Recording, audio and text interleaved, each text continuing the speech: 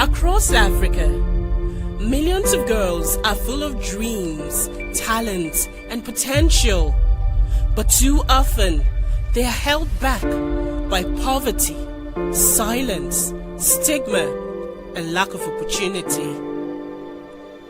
At the Healthy African Girl Foundation, our mission is simple but bold: to empower young African females with all they need to thrive, so they become the people of impact.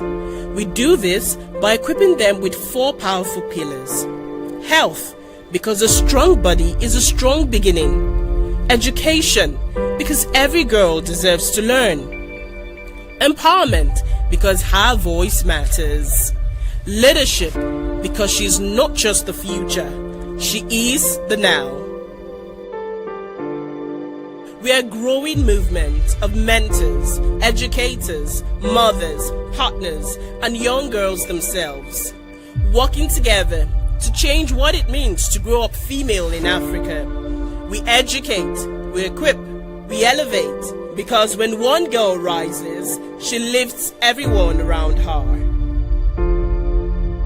Here's what empowerment looks like when it's not just an idea, but a mission in motion. We supported the rollout of the HPV vaccine in Nigeria, partnering with the government to have over 1,000 adolescent girls vaccinated against HPV, protecting them from cervical cancer before it starts. We provided menstrual hygiene solutions to 1,800 underserved girls, giving them the dignity, health, and confidence to stay in school. We helped one courageous teen mother return to the classroom, breaking stigma and showing that motherhood is not the end of her story. Our Give the Girl a Voice advocacy initiative gave girls the mic, and the media listened. Teen girls led the conversation on gender equality in education. Through peer-led community impact projects, 200 people were reached with new knowledge and fresh hope. We trained 150 youths in our leadership, character, and ethics program, building identity, confidence, and communication skills. And we worked with passionate volunteers to educate 120 students on gender-based violence awareness and prevention, building safer homes, schools, and communities.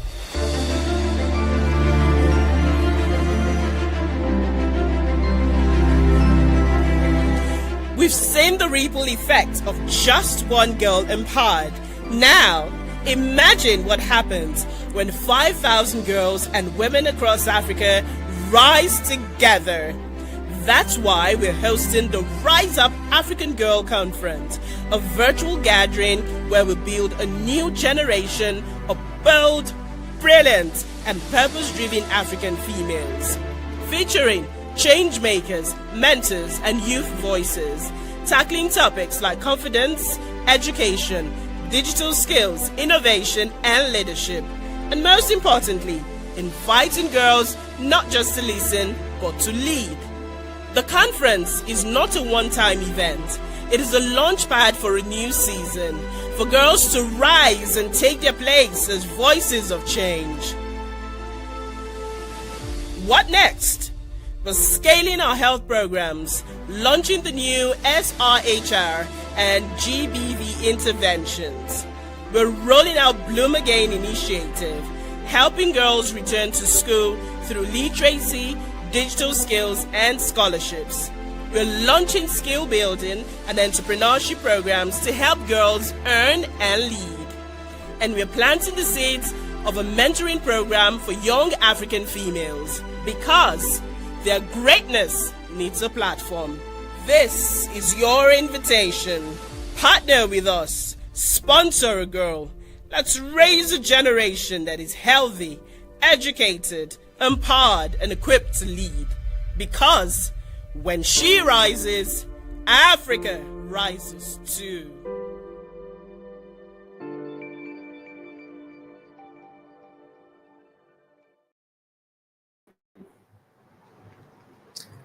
Distinguished ladies, it's an honor and privilege to welcome you to day 2 of the Rise Up Global Conference.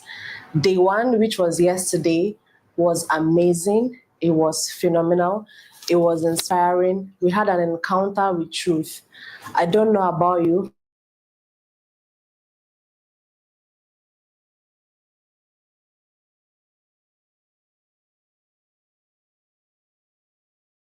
have chosen not to hide. Starting from the very warm welcome that the convener of the Rise Up Global Conference gave to us yesterday, she said something. She said, give yourself permission to rise. She used that to welcome us to the Rise Up Global Conference.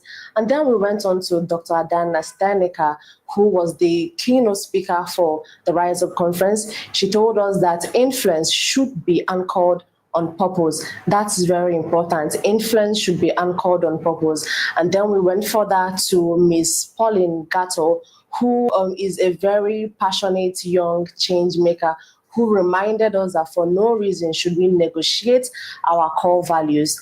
And I want to tell one young lady out there, for no reason should you negotiate your core values. And then again, we were stirred by the very delectable Miss Jennifer Pearson on identity and purpose, and she said that our identity should be rooted in God.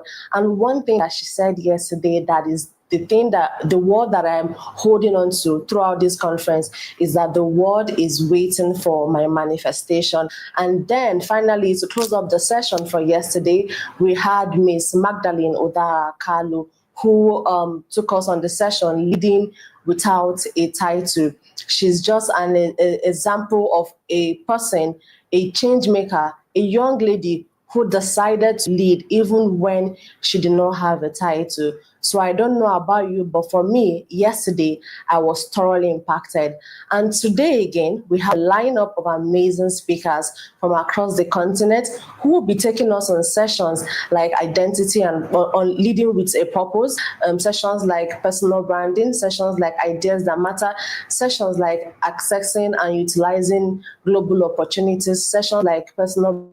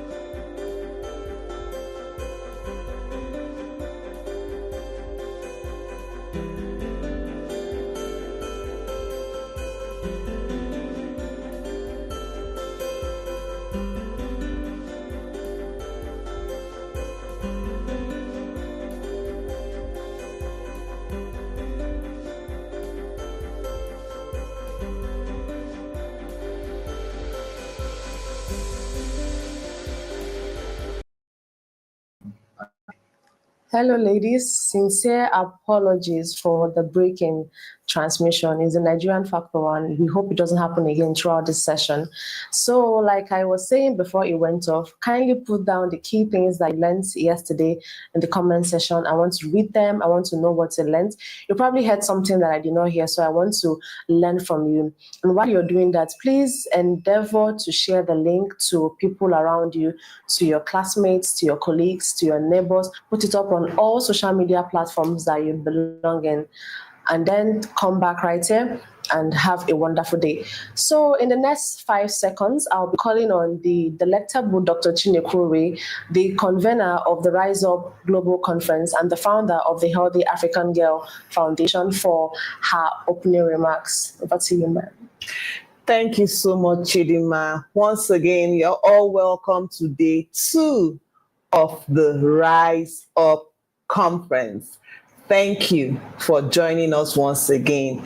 I want to appreciate you for yesterday. It was mind-blowing for me. I must say that it exceeded my expectation, and I assume it might be the same for 1 or 2 people out there.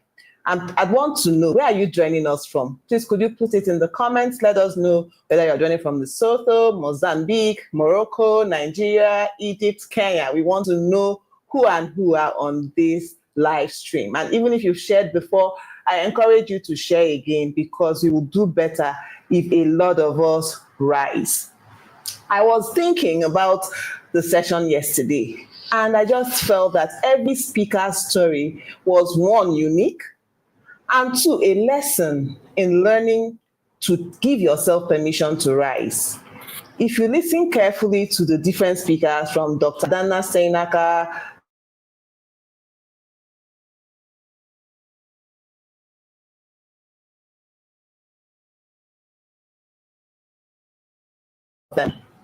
none of them had a title before they rose.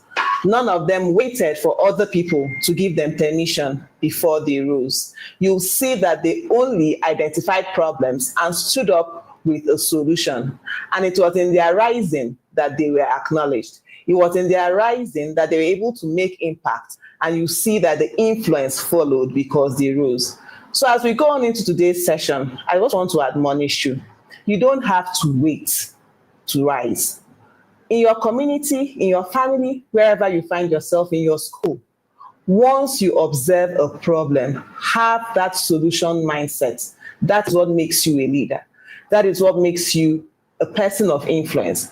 As you stand up to make a difference, as you stand up to be counted, you'll find out that opportunities will open up for themselves, even beyond the shores of your country. And that is why I'm particularly excited about today's program. Yesterday, like I said when we were wrapping up, was a stage setting session. We helped everybody on the call to understand what it means to rise. And we helped everybody to also understand how to embrace their identity and to lead from wherever they are. But today we are going to be going further with a deep dive on the hows. What are the steps that you need to take? A lot of you had some questions yesterday. Someone said, for example, I know my purpose, but I don't know how to start. These are some of the things I will be uncovering today. As each of the speakers will take us through on critical practical steps that you are going to be taking. And I assure you that once you put action to the words, we are going to see results. And I want to encourage all of you to endeavor to stay till the end of today's session, because we have a huge announcement for you. We are looking forward to raising a crop of women who are empowered to take action. And at the end of this program, we are going to be unveiling that agenda. We are going to be unveiling that movement, and I don't want you to miss out on this. So once again, remember to share the live stream. Put it up on your WhatsApp status, on your Instagram stories, on Facebook, on TikTok, on LinkedIn, wherever.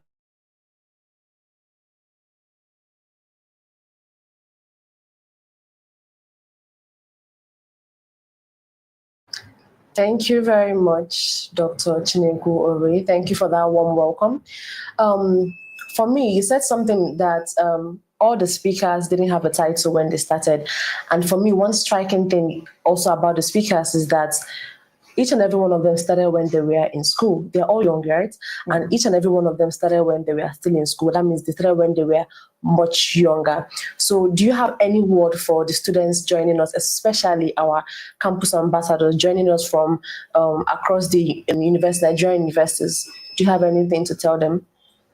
Well, it's still the same admonition. And that admonition is to take action when you observe that there is something to be done. And when I say take action, I don't mean that you should be confrontational, because sometimes the mistake we make as young people with a lot of youthful exuberance is that we feel that we can take action by force. Wherever you find yourself, you need to be aligned with the rules and the laws that are governing that place. So we are not called to be unruly people. And when you're a personable person, when you are a person of honor and respect, you'll find out that even the people in authority will be more inclined to listen to the solutions that you want to proffer. So like I said, do not ever feel that because you're young or anything, you can do whatever thing you want to do and get away with it. Always do whatever you want to do within the ambit of the law. Another thing you have to do is to ensure that you get the buy-in of all the relevant people in your school or your department or in your faculty. So for example, if you have observed the problem and you want to take action about it, don't just start. Maybe you could start speaking with your class representative.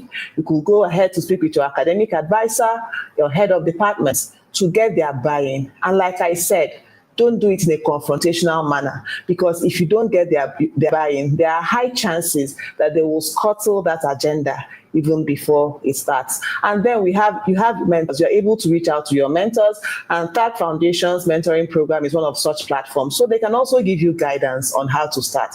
Always look to find out the people in your community that you can network with that can help you to birth that vision. When I think about this Rise Up conference, for example, I know that it was a vision and a desire I had, but I couldn't have been able to do it on my own. I had to rally around a lot of other people that were like-minded, that understood the vision and wanted to run with it. And that is why today we are having this conference. So I think that is a strategy that we all should adopt.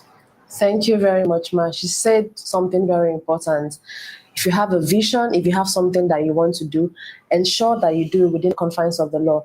Despite the fact that you want to use your voice for influence, please always obey the rules of the land that you are in. So this moment, I want to celebrate all those that are here. Zara from Nigeria, I see you. Priscilla from Ghana, I see you. Choma from Nigeria, I see you. Chinelo from New Zealand, I see you. Chamaka, Nigeria, I see you. Nana from Ghana, I see you. Sophia from Nigeria, I see you. Oluwamachi from Nigeria, I see you. Ejiro Bob from Nigeria, I see you. Doris from Kenya, I see you. Faith from Kenya. Damaris from Liberia. Charlotte from Kenya. World Facts from Nigeria, Udeme from Nigeria, Effie from Liberia, I see you. Thank you so much. So keep it coming. And I also want to hear what you learned yesterday. Ejiro Bob said, take action when you observe there is a problem, not by force, but in alignment with authority. That is amazing. Thank you very much. So just keep writing what you learned from all the sessions yesterday, because today we also have amazing lineup of speakers. And I am sure, I'm certain, just the way I'm sure about my name, is that you're going to have a lot to go home with today. You're going to be greatly impacted today.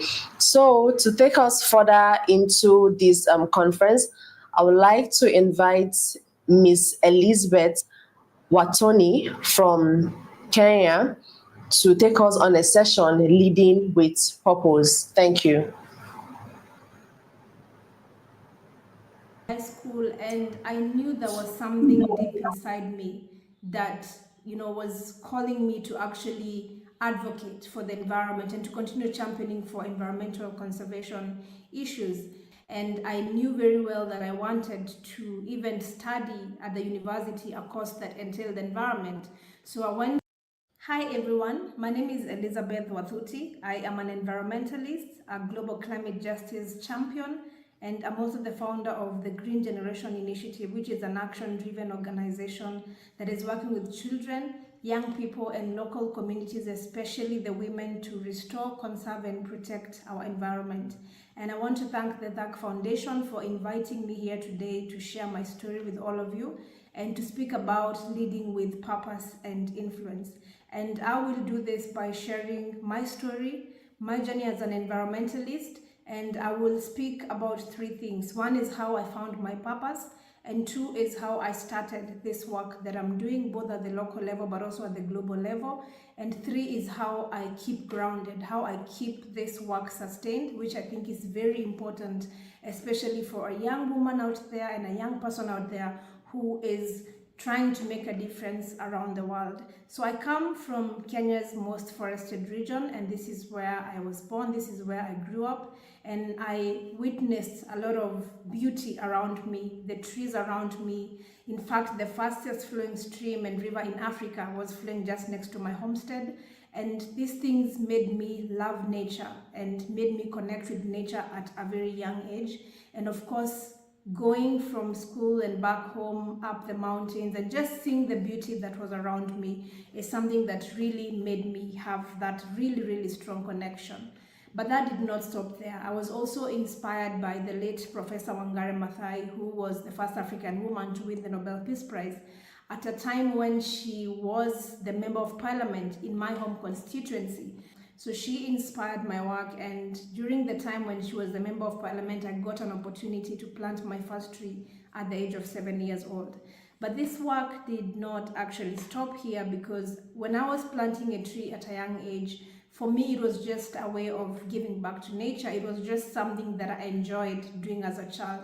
But I didn't know that then that would be a seed planted in me to continue championing and advocating for environment and climate related issues across the globe and across my country.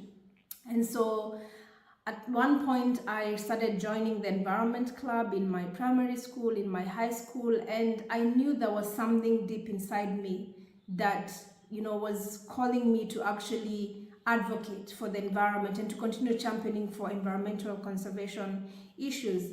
And I knew very well that I wanted to even study at the university a course that entailed environment. So I went to Kenyatta University and I studied a bachelor's degree in environmental studies and community development. And I remember during this time I continued to advocate for tree growing, and I would go to primary schools, I would go to high schools, just to plant trees with the children for them to be able to contribute in beautifying the environment. And at one time I went back to the forest where I planted a tree when I was really young, and I remember finding tree logs and tree stumps just by the entrance of this forest. And what I remember deep within me, which is something that most of us are probably experiencing within these challenges that we have today, I remember feeling very frustrated. I remember feeling very angry because I could not understand why anybody would destroy such a beautiful ecosystem. But one turnaround happened for me, which I believe is where all this started, and I decided that I'm not going to stick to feeling frustrated. I'm not going to stick to feeling helpless about this situation, I'm going to turn my frustration into a hunger to do something about challenges like deforestation and climate change. And that is how I decided to found my organization, the Green Generation Initiative, to raise a generation that is conscious about the environment, because I'm a strong believer that a lot of the challenges that the world is facing today is because people are not conscious about how their actions impact the environment, and people are not conscious about how their actions impact the future of our planet and the future of the generations to come. And so for me, this was an opportunity to get more children, to get more young people, to get more citizens to actually appreciate, look around and see the beauty that this planet has, and actually contribute to making it a greener and better place. And so that's how the Green Generation Initiative started. And we started by continuing to go to school, and right now the organization has a presence in more than 400 schools in Kenya. And actually our model is what we call an adopt a tree model, where every child in every school in my country has a chance to plant and adopt a tree each within their school compound. And so we are now cultivating what we are calling tree growing, because planting is what you do the day you put that tree in the hole and water on that day. But what happens after that is making sure that that tree gets to grow up to maturity. And so this initiative has continued to expand, and right now we are also focusing on how we can address food security in the schools by making sure that the trees that we are planting are fruit trees that can provide nutrition to the children. And actually they are assorted fruit trees, which means in and out of seasons the children have something nutritious to feed on. And the other aspect is also the vertical hydroponic gardens that we are doing for schools, again to boost their nutrition. And we are doing this to create green spaces in schools and to also make sure that the children can connect with nature by doing it by themselves, hands-on, trying to green their own spaces in the schools. And also lastly, to make sure that there is the aspect of food security addressed, which is one of the impacts of climate change that greatly impacts the children at most. And of course, while doing this work, again, I witnessed how our work was being impacted by climate change, because even as you're growing trees, you cannot continue to grow trees in a 2.7 degrees warmer planet. It means that a lot of people need to also contribute to addressing the climate crisis. And so I stepped now to use my voice within the global spaces to advocate, to showcase the work that we were doing right here in Kenya. And I think for me as a young person, as a young woman who is watching, it is very important that you're able to showcase the work that you're doing, because when you showcase the work that you're doing, when you showcase your solutions, you also influence the global policies, you also influence how the decisions are made. And so I have continued to use my voice and to also share my stories out there on social media, so that other young people, other people around the world can be inspired, and not just to be inspired, but they can be inspired to take action. Because for me, that is the most important part when it comes to inspiring people. You have to inspire people to take action. And so now when I look back and I see a lot of initiatives that other young people have started inspired by this work, when I look back and see even some policies that have been shaped by us showcasing this work, then I really appreciate the work that we do today. And the other aspect is how I now keep this work sustained. I think for me it's very important that we continue holding on to our voices, being our authentic self, and continue standing up for the truth even when it is challenging. And this is something that I have learned, especially by using my voice in the global spaces and speaking about how I want to see the future in the coming years. And I also learned this from a story by the late Professor Wangari Maathai, which she spoke about the story of the hummingbird. How do you keep reminding yourself that I need to do the best that I can? So the story of the hummingbird is about this huge forest that is on fire, and all the animals are feeling helpless and hopeless about the situation, except for this tiny little hummingbird that decides it's going to do something about the fire. And it flies to the nearby stream, picks a drop of water, flies back to the forest 1,000,000 times as fast as it can with its tiny wings and its tiny beak. and tries to put out the fire. And during this time, all these other animals are looking at the bird and asking the bird, what can you do? You're too little, your beak is too tiny, your wings are too small, you can only draw a drop of water. And this bird looks at all these other animals, much bigger animals like the elephant that has a very huge trunk that can draw so much more water. And it looked at the animals and says, I love this forest and I am doing the best that I can. And that to me is what all of us should be doing, to try and do the best that we can and to rally other people, the other animals with us, to inspire more people to also do the best that they can. And I think for me, this is the inspiration that can keep us grounded, that can keep us reminded that the work that we're doing is really important and our voices are very important, and we have to keep going and we cannot give up, because this future is in our hands. And the moment we continue doing the best that we can, then we are inspiring other people, and at the same time we are transforming this planet for the better. And so I think for me, it's just to inspire all of you to keep going, keep doing what you do, keep sharing what you do, because you never know who you really inspire, and keep being that voice, keep being a powerful voice within the space. Do not be afraid to stand up for the right things. Do not be afraid to stand up for what you believe in, because that is what is going to transform this world. And so I wish you all the best and keep influencing in purpose. Thank you so much, Miss Elizabeth Watune. Thank you so much for that powerful session.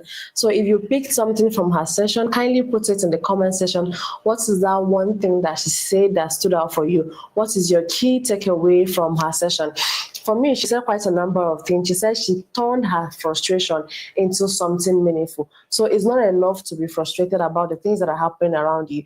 You know, here in Nigeria, we complain a lot about, how our leaders are behaving, how the environment is so dirty, how this is bad, how this is bad.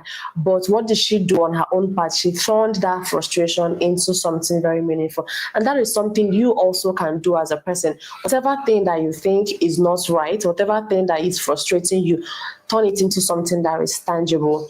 Thank you so much. So please put your comments. I want to read from you. What are you saying? What are people saying? If you can also tell me one word that really describes exactly how this session made you feel. So just put it up. Francisca said, turn your frustration into something. Ruth said, turn your frustration into something meaningful.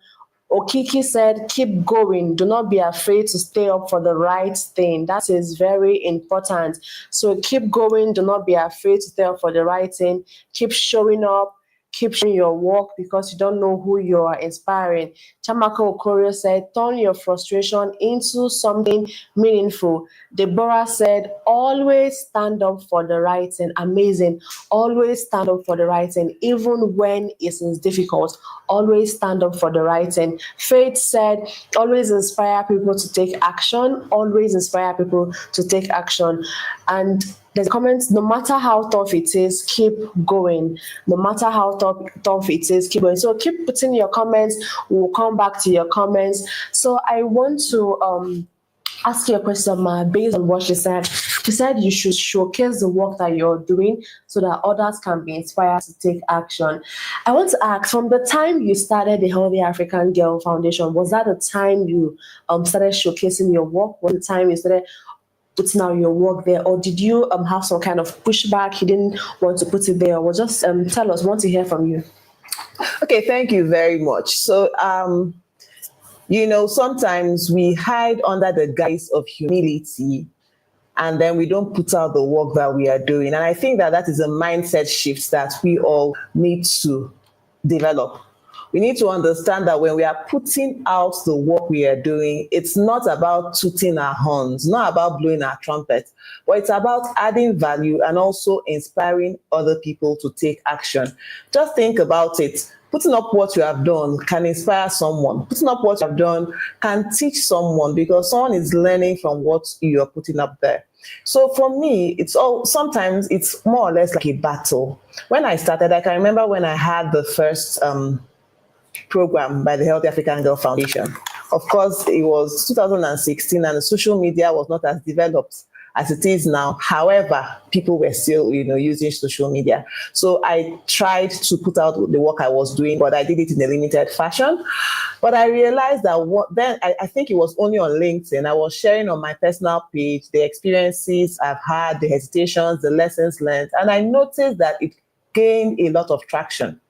So it inspired me to want to do more. That was how we got to having our website, a more structured format of putting out what we are doing. We had our professional pages across different platforms, Facebook, Instagram, LinkedIn. So we started putting out our content, but honestly, we weren't always consistent. But at the point, we realized that communication is part of the heart of whatever thing you were doing. And we went on to get someone who had the responsibility of communication. You know what they say, what you don't communicate isn't done. So there's something about doing something, and then beyond that, you need to communicate. So by communicating, you're adding to the existing body of knowledge. There might be someone in another community that is thinking about how to go about doing something that you did easily. By your story being out there, that person can learn from you. So yes, while I have the reservations, I get back to understanding the reason behind putting these things out. It's not about tooting my horn or tooting horn of organization, but it's a way of communicating, adding value, contributing to the ever increasing body of knowledge, and inspiring other people to take action. That's amazing. Thank you very much. You said something, communication is the heart of whatever you are doing. If you're not communicating, nobody will know that you're doing. And then also you don't know who is being inspired by the work that you're doing. Thank you so much, man, for sharing. So I have one more question for you before we go back to the participants. Do you think there is any difference, maybe increase in the number of people you've been able to reach from the time you started putting out your work on social media and the time you weren't putting out your work at all? Most definitely. Let me just give a very recent example. I'll use the example of this conference, and secondly of the Akpajima magazine. For this conference, this is not the first time that we are organizing a program by the Healthy African Girl Foundation. But this time around, I said it was time for us to go beyond the shores of our country and expand our reach to other people across the different countries in Africa. So now, how am I going to get to these people? How are we going to get to these people? That is where communication came in. We had to leverage different platforms to get the word out, to ensure that people beyond our immediate environment, people beyond the people that know you and follow you personally, are able to have access to that information. Yesterday, someone made a comment. She said she was glad and grateful that she came across the link for this conference. And that is what communication does. Imagine we didn't put it out. Imagine we did not try to amplify our voice using different communication platforms. A number of people that are part of this conference will not have had that opportunity. Secondly, is with regards to the Akpajima launch, is our magazine launch. We've had a previous edition of this magazine, and then we got articles from young people, but then our strategy was basically to write letters to schools that are in our immediate community. That was maybe 2019. And then that was what we used to compile the articles. So in as much as we got articles, it was more localized. So this time around, we leveraged technology to communicate to a wider audience. And we have contributions from over 20 countries in Africa. So that is why I'll say that the communication has helped to scale the reach and impact of the work that we do. Thank you very much. Thank you so much for that, man. Thank you. So she said you have to put your work out there. You can see from her story, by communicating the work that she's doing, she has been able to reach more people. She has been able to inspire more people. She has been able to impact more lives. So please,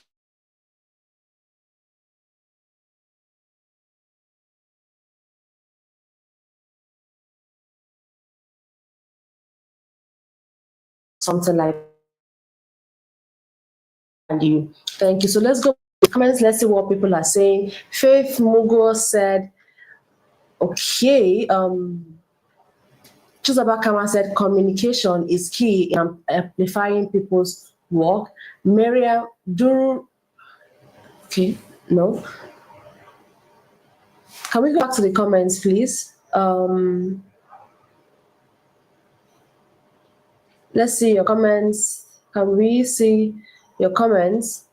Okay, so just while we wait for the comments to come up, see, just take a few minutes to put out the link, the live link to people out there.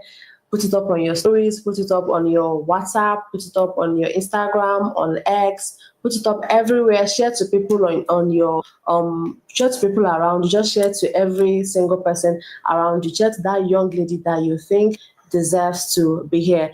So coming up next is a session on building meaningful networks. There's this popular saying that says, your network is your net worth. And this session is one that I need you to sit down, sit tight, and listen very well. Because the person taking this session, in fact, I don't need to tell you anything, but by the time she is done, you would confirm that it was worth your time. So the person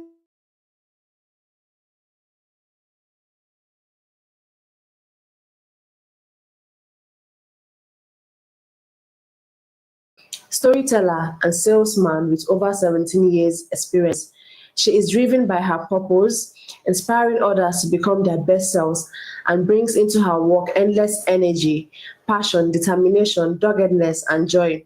Her strong stakeholder management, people development, communication and change, leadership skills, as well as her adaptive, agile nature have been instrumental in her success as a strategic thinker and innovator to drive business results and growth. She's passionate about raising learners and learning. She's passionate about raising learners and learning organizations, helping them to achieve their results.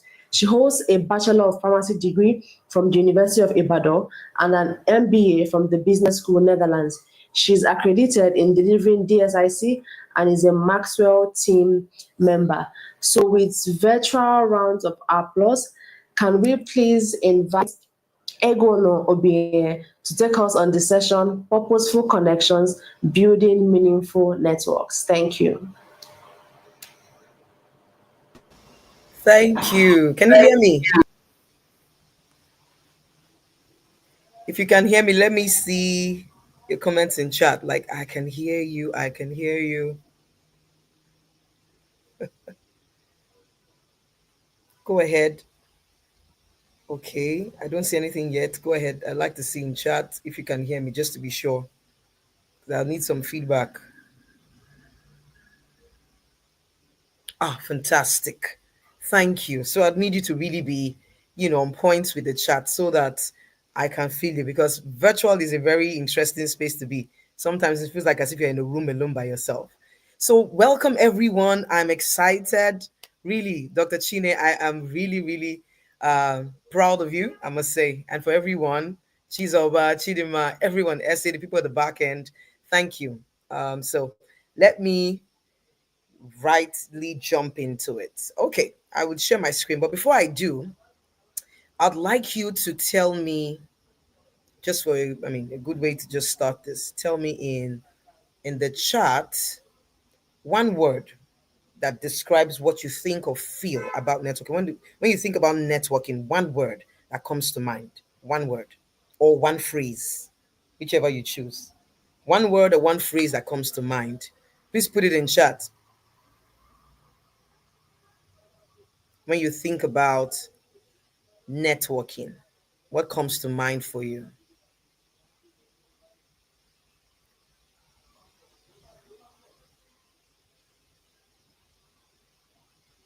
Okay, so maybe it's a little bit slow because I don't see.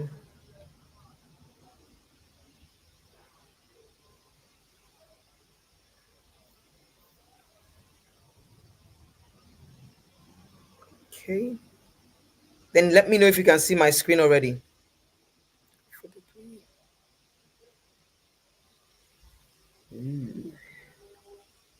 Okay, one word: people, collaboration, connecting.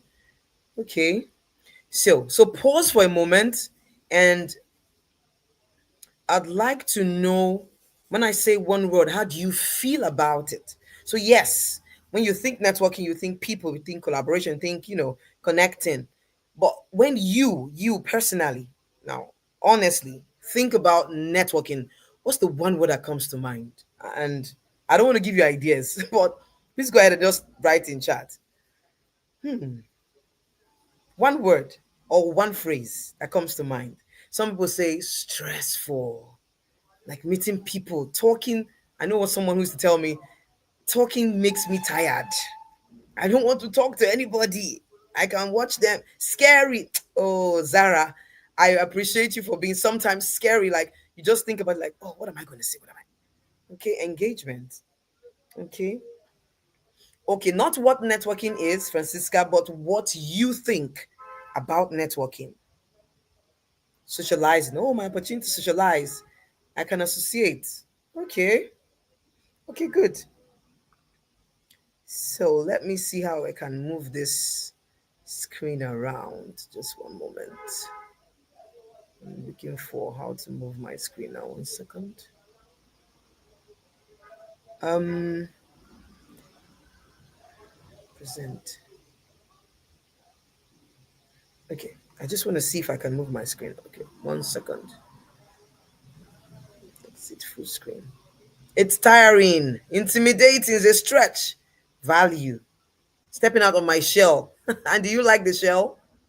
Do you enjoy being in the shell? I don't have confidence to relate with them. Oh, confidence. Nice. Thank you for being very vulnerable. But please keep it coming because it's critical that you share your thoughts. So I will toggle and back and forth on my slides so that I can. I'm just gonna full screen it and I'll come back to you. Okay. Good.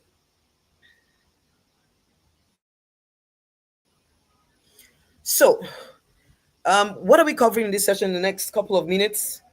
I want you to be able to understand, and I'm sure that's what Dr. Chine wants as well, the concept of strategic, authentic relationship that supports purpose, and then how to intentionally build these relationships. Like you said, um, networking, building purposeful connections and relationships, critical. Look at the theme again, our topic, purposeful connections. So keep that word in mind, purposeful connections, building meaningful networks and cross-border collaboration. So there are two parts to it, right? But first, the umbrella over it is purposeful connections. Okay. So the second thing I'd like you to know is that I have one ground rule, only one. Be present. So if you've made out time to be here, don't allow anything distract you at this time. Be present, body, soul, and spirit, so that you can glean the most out of this session. It's not very long, so you want to make the most of this. Okay. So if you are aligned, we're on the same page. Please give me some emojis there. Thumbs up, love emoji. Just please fill the chat space with the emojis. Okay. So let's move. Let's start by defining this conversation. The first thing is purposeful connections, right? This is the place where we will align relationships with our personal mission and purpose, or purpose. And yesterday, one of the speakers spoke about purpose. Purpose is like the foundation, the bedrock to ensuring that, your life is meaningful. Really, it really starts with you. So do you have a clarity in your purpose? And after now, I can share a link in the chat that will help you to be able to develop your personal mission statement. You should have a personal mission statement. When I was being introduced, my personal mission statement was read. Very summarized form, it will be, and I have the longer version. It will be that I'm inspired to inspire others to become their best selves. What that means is that right here where I am sitting here, I'm in my purpose. This is thoroughly aligned. So I didn't waste time to say, yeah, sure, I would love to be a part of it when I was asked. You see, because it aligns with my purpose. So purposeful connections is first, you must start with aligning relationships with your personal mission or purpose. So you must have a clarity on what your personal mission or purpose is. Now, so this session is not to talk about how to find it, but there are many ways to find it. I'm sure that some of the speakers have spoken to that already. The second thing is networking. This is the art and the act, science and art of fostering genuine connections that can lead. They can lead. All of them will not lead, but many will. And you don't know which one will and which won't. So you might as well just jump in there and let's start swimming. So genuine connections that can lead to valuable opportunities, insights, and support. And of course, meaningful networks. You can equal that to your circle of growth, your circle of value, your circle of impact. If you agree, please let me know in chat. Say, yes, I agree. Or, I don't know, I'm thinking about that. Let me know in chat if you agree. Cross-border collaboration is still some form of networking, but a little bit more um, direct or focused. This really involves two or more entities or individuals or companies from different countries that work together to achieve common goals. So when you think cross-border collaboration, think intentional underlined, global synergy that transcends boundaries. So it means you can sit here in Nigeria, where I'm in Nigeria, and connect with someone in the US, like our speaker yesterday, Miss Pierce. You can sit here and connect with people in Kenya, in Liberia, wherever. You can do great work, but it has to be intentional. And it has to be that you have a clarity on the fact that your purpose is very global. Even if you were called to do your purpose from Nigeria, it doesn't mean that you cannot be global. So, intentional global synergy that transcends boundaries. Let's take it further. So, about networking, we've talked about it already, so I'll just move on from there. So, let's make a case. Let's try and make a case. Let me try and make a case for those who say it's scary, it's stressful. And I think about it, I sweat in my palms. I'm shaking. I don't know how to do it. I'm scared. Okay. Why should you network? Maybe after this, I'll be able to convince and not confuse you. The networking and cross-border collaboration are a must for you, global lady, global woman. The first thing it does, and really like the umbrella of it, is that it opens doors to new opportunities. It's a gateway. It's like a gate of endless possibilities. Possible sponsorships, possible funding, possible advocacy. So someone that sits in a room where they're discussing, who do you think should do the job? And the person says, hey, that lady, trust me, you don't know her, but I know her, she'll do the job. I personally have had those stories told to me about, hey, this was what happened behind the scenes. You weren't there to defend yourself or speak about what you can do, but somebody was standing for you. That's advocacy. Career advancement, business growth, personal development, where you have mentorships, coaches, expanding your reach. All of these are doors of opportunities that are open through the route of networking. How about cross-border collaboration? With cross-border collaboration, you'll be able to step outside of your silos. Trust me, as I listened yesterday to, now I'm trying to remember her name, the lady from Liberia, I smiled to myself that she speaks English different from us, from me, from those I see around me. And the first instance, they say, oh, why is she speaking like that? Oh, hello, she's speaking English.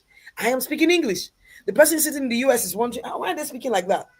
The person in the UK is wondering, what kind of English is this? But you know what it does for me? I can step out of my silo where I think that everybody is like Nigerians, where everybody is like the place where I'm from. I can start to see people for who they really are and embrace possibilities and see differences and adapt and acknowledge and accept the possibilities. So the fact that we cook jollof rice, and I like this analogy a lot, because I've had the opportunity to go to Ghana a lot of times, that I no longer fall into the trap of saying Ghana jollof versus Nigerian jollof. Big ups to all my Ghana people. You know that, oh, Nigerian jollof is better than the Ghana jollof. Trust me, I've eaten both, and both of them are as good as they can be. They don't need to compete. Trust me, I can tell you. Right? So it takes me out of my silos, see new patterns, the different, and this is what causes creativity, innovation. I can see the patterns I am used to because of my environment, how I grew up, the experience around me. I see some other person, I'm like, ooh, who thinks like that? I give an example. Who eats custard with boiled egg? I've seen that before. Oh, yes. And who knows? I've not tried it. Maybe you could try it. But you can see new patterns, new ways of doing things, gain fresh insights just because you are open enough to extend, expand, open your mind to cross-border collaborations. Diverse perspectives, diverse experiences, diverse cultural insights. Oh my goodness, the first 2 weeks I spent in Kenya, I was like, where's the stew? Where's the vegetable soup? Like afang, like what are they eating? But then I decided to myself, you're going to be here for 2 weeks. Like, girl, just open your mind and eat with them and enjoy the experience. Now I love Yamachoma. I love, why? Because I opened my mind to try. Cross-border collaboration is so, so, so powerful. We have different cultures. But I must say that cross-border collaboration is an extremely powerful tool for startups. You're starting something new, you definitely need people to help you with different perspectives. But before I even take you further, the first thing I need you to know is that we all have paradigms. The way we see. The way we see is not necessarily the only right way to see. Oh, yes. That's why Ghana Jollof and Nigerian Jollof will always, for me, they don't have any competition with them. Ghana Jollof is great in itself. Nigerian Jollof is great in itself. No need for comparison. No need to fight the fight. No need. Because of the way I've chosen to see. So let's come back to those words you put in chat. It's stressful. It's scary. I get stressed up. That's the way you will see it right now, networking. Oh, I'm not an extrovert. No, who says only extroverts can network? It's the way you have chosen to see it. So your paradigm needs to shift. But here's a paradigm I think you need to think about. First paradigm, men are gifts. I'm a woman of faith, and I know that God gives men to men as gifts. Oh, yes. I'll give you an example. Daniel in the Holy Book. David. David had the gift of Jonathan. Jonathan was the heir apparent. But Jonathan says, I don't mind to give up my throne for this guy. I love this guy. That was a gift. His father was like, are you okay? You want him to take your place? And he was happy. Jonathan was a gift. And so when it was time for David to repay Jonathan's legacy, he had to look for Mephibosheth. Go and read the story. So men are gifts, and gifts are things you give freely. A gift is somebody says, oh, she will need a fine necklace, something to go with her red suit. Let me give her. And then you give the person. So it's given freely. Men are gifts. That's a paradigm you need to have. Because if you have this paradigm, when you show up in a meeting and there are many people there, you realize, whoa, there are some gifts that are sent to me here. So I have to find them. So I would engage in conversations. Second thing is men are treasures. Treasures are those things that are of high value beyond what your eyes can even see. So sometimes think about gold, think about crude oil. Those are treasures, and typically treasures are hidden. So the conversation is what unlocks the opportunity, the possibilities. Unless you see men as treasures, you will not engage with them. You like to be by yourself. Oh man, I just like to be myself. I enjoy being with me. Hello, you are not enough by yourself. Yes, I know you're loaded with everything you need, but you will need people to support you to unlock it, to expand it, to enlarge it. There's so much you will need. So men are treasures. As I speak, I hope I'm speaking to your mind that you need to start to shift. Men are gifts. I know you've seen men they don't look like they're gifts. Or even that person who said, look at her.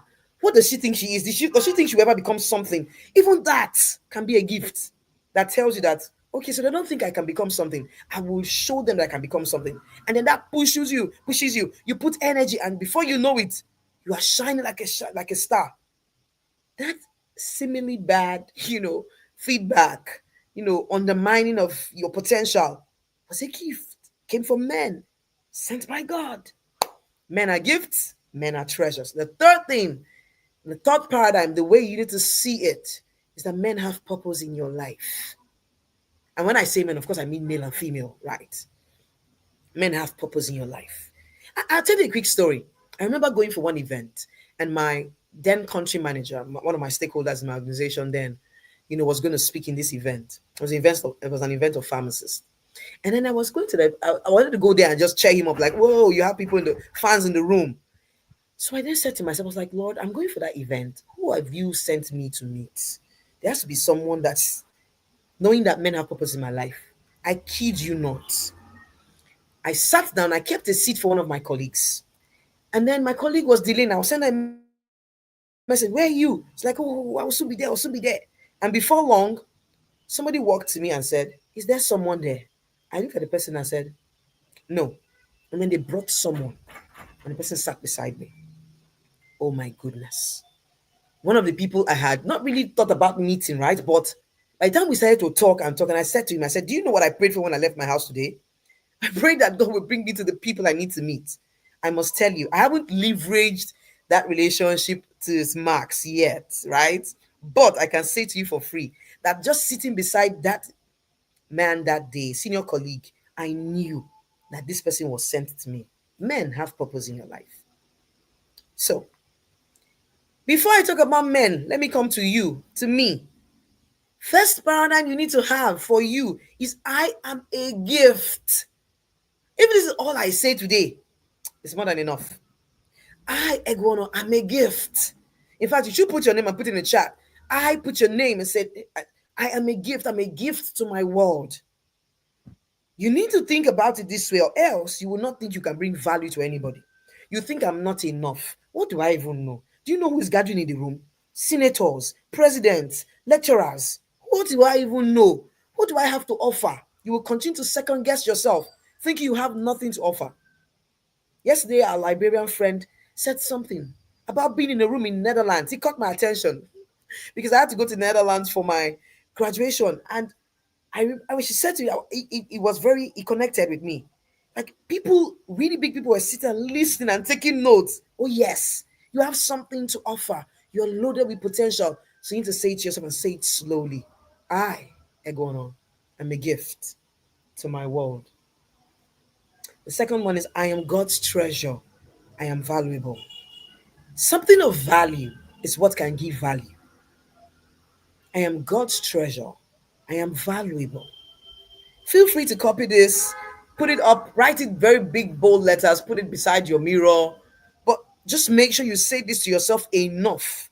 Meditate upon it till you can agree. In fact, if you're a woman of faith, go ahead and find scripture that backs it up, because there's a lot of scripture that backs it up, and say it to yourself as many times as it takes for your spirit to receive it and become it.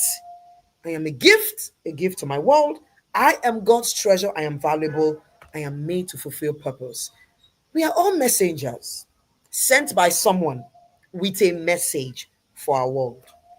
So imagine you do not maximize, which is the reason why, again, as a woman of faith, I'll quote Jesus. He told a story, a parable of someone who was giving 1 talent, another person 2, another person 5. When the master returned, he says, hey, come and give account. We will all give account, right? And the person with 1 said, I know you're a hard man, you're a difficult person to please. So I just took your talent and put it in the ground. JJ, I don't want trouble. And the guy says, you're a wicked person. Oh. I tried to safeguard your treasure. What do you mean I'm a wicked person? You're wicked because at least the minimum you would have done is put it in the bank and gain a little bit of percentage. Maybe 10, maybe 15, maybe 20%. You would have put it in the bank for me, but you didn't. You decided to leave it. So now it is worse than when I gave it to you. Ladies, you and I have a purpose to fulfill. The earlier we find it, the better. But you must be clear. You and I were made to fulfill purpose. And I don't care what that purpose is for you, but you must find it and you must go with it. You must run with it so that your world can receive that which God has put inside of you. So there's some paradigms I need to shift. Oh, yes. Old thinking. And this is just a few. Networking is using people. I don't like to use people. You come to a meeting thinking, how do I get this person now to work for my favor? Networking is not using people when done right. Yes, some people come to networking to use people, but networking is not using people when done right. I must prove myself first, show that I have value before I can show up to network. No, you don't even know how valuable you are until you start to talk to me and I say, oh, wow, graphics designing? That's something I'm looking for. I mean, can you help me? And boom, we have a conversation that leads to a partnership. Or the third one is I don't belong in big rooms. Like those rooms are too big for me. Like I'm not big enough yet. When I get bigger, I'll be able to have a voice. You have a voice already. Use the voice. Okay, so what's some new thinking you will need? Networking is building value. Networking is giving value. Networking is me showing up with my valuableness, and just releasing some, dispensing. I'm a pharmacist. So dispensing is our thing. I'm dispensing value everywhere I go. I can connect through curiosity. Oh, yes, I can ask a few questions and I realize, oh, wow, amazing. I can find something that shows that we are more common than different. Trust me, even with cross-border collaboration, We are more common than different. We have a lot more in common than we have with different. The external is really what's different. Oh, she's white, she's Caucasian, she's this, she's that, she's black. The blood inside of us is all red. Nobody has blue blood in that sense. You know what I mean? Right? We all have brains, we have kidneys, we have livers. They don't say, oh, black people don't have liver because they are black. Oh, no. When God made us, He made us connecting everything and giving us the same, platform to run with. My story, whatever that story is, gives me a seat at the table. That's a new thinking. You must change your thinking. Okay? There's many more, but these are just a few. So I was thinking about this and saying to myself that do we already have superpowers we can leverage? Oh, yes. There's certain superpowers that come to us as women, different from men, that we can leverage. The first one is the fact that we can be empathetic. You can imagine you're telling a lady a story, or maybe she's watching a movie. The brain doesn't know that, oh, it's a movie. Oh, why are you crying? That lady, the young man beat her up so bad, and then he threw her load out, and you're like, oh, why would he do such a thing to her? You start crying. Auntie, it's a movie. Yes, it's just a movie. But you don't, your brain doesn't get it. There's a movie because there's empathy running inside of you. Your ability to listen actively. You have that superpower already. Leverage it. Come into a conversation with someone. You meet someone at an event, whether it's a wedding, a church service, whatever, anything. As long as there are people gathered together, it's an opportunity to network. Show empathy. Open up your mind, open up yourself, listen to them, ask questions, and then listen. So understanding others deeply will build trust and connection. And until they allow people to open their mouths, you won't hear what's inside of them. Oh, I can tell you, I have loads of experiences with this. I give you one. I had this opportunity to meet someone in a plane. I was traveling from Kenya to Nigeria, met a Nigerian who was traveling from South Africa to East Africa to Nigeria. And that's why I met him in the plane, right? He was going to Nigeria to see some family members and going back to South Africa where he is based. And then we had this conversation on the plane. Knowing I didn't know him from Adam. Had this conversation, connected, and I shared one or two things with him. And I said, like, at that time, I was really crying in my heart, like, I want to be able to parent better and blah, blah, blah. And then he said, oh, I have a friend. He's a parenting coach. Boom, his friend's a Kenyan, lives in Kenya. I'm like, okay, next time I'm in Kenya, I'll reach out because I'd like to meet your friend.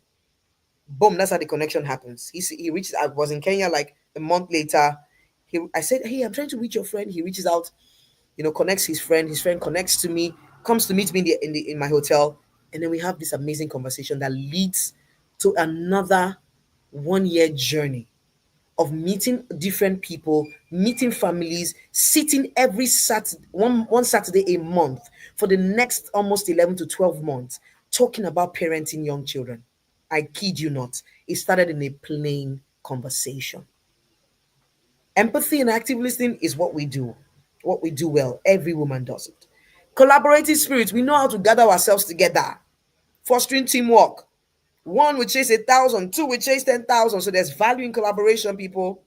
So I want to do it alone? No, I don't have all that it takes to do it alone. Let's bring your bright ideas and my bright, as they say, two good heads are better than one. Fostering teamwork to achieve shared goals and uplift our communities. We will need to work together. The third thing is intuition and insight. You see somebody, you just look at their face as a woman, you just know that I like that person. And you're most times correct. She has something you has connected just by looking at her. So leveraging your inner wisdom to navigate relationships with clarity, that's something you have as a superpower, you and I. Storytelling with heart. Sharing authentic stories that will inspire and create belonging. You know how to do it already. You tell your children stories. You tell your friends stories. Hey, you see, come on here. Story. Women love stories. The man is saying, hey, let's get to the point. Quickly summarize it. No stories. But ladies, we love stories. Connecting with stories, that's a critical thing to do. So what do we need to unlearn?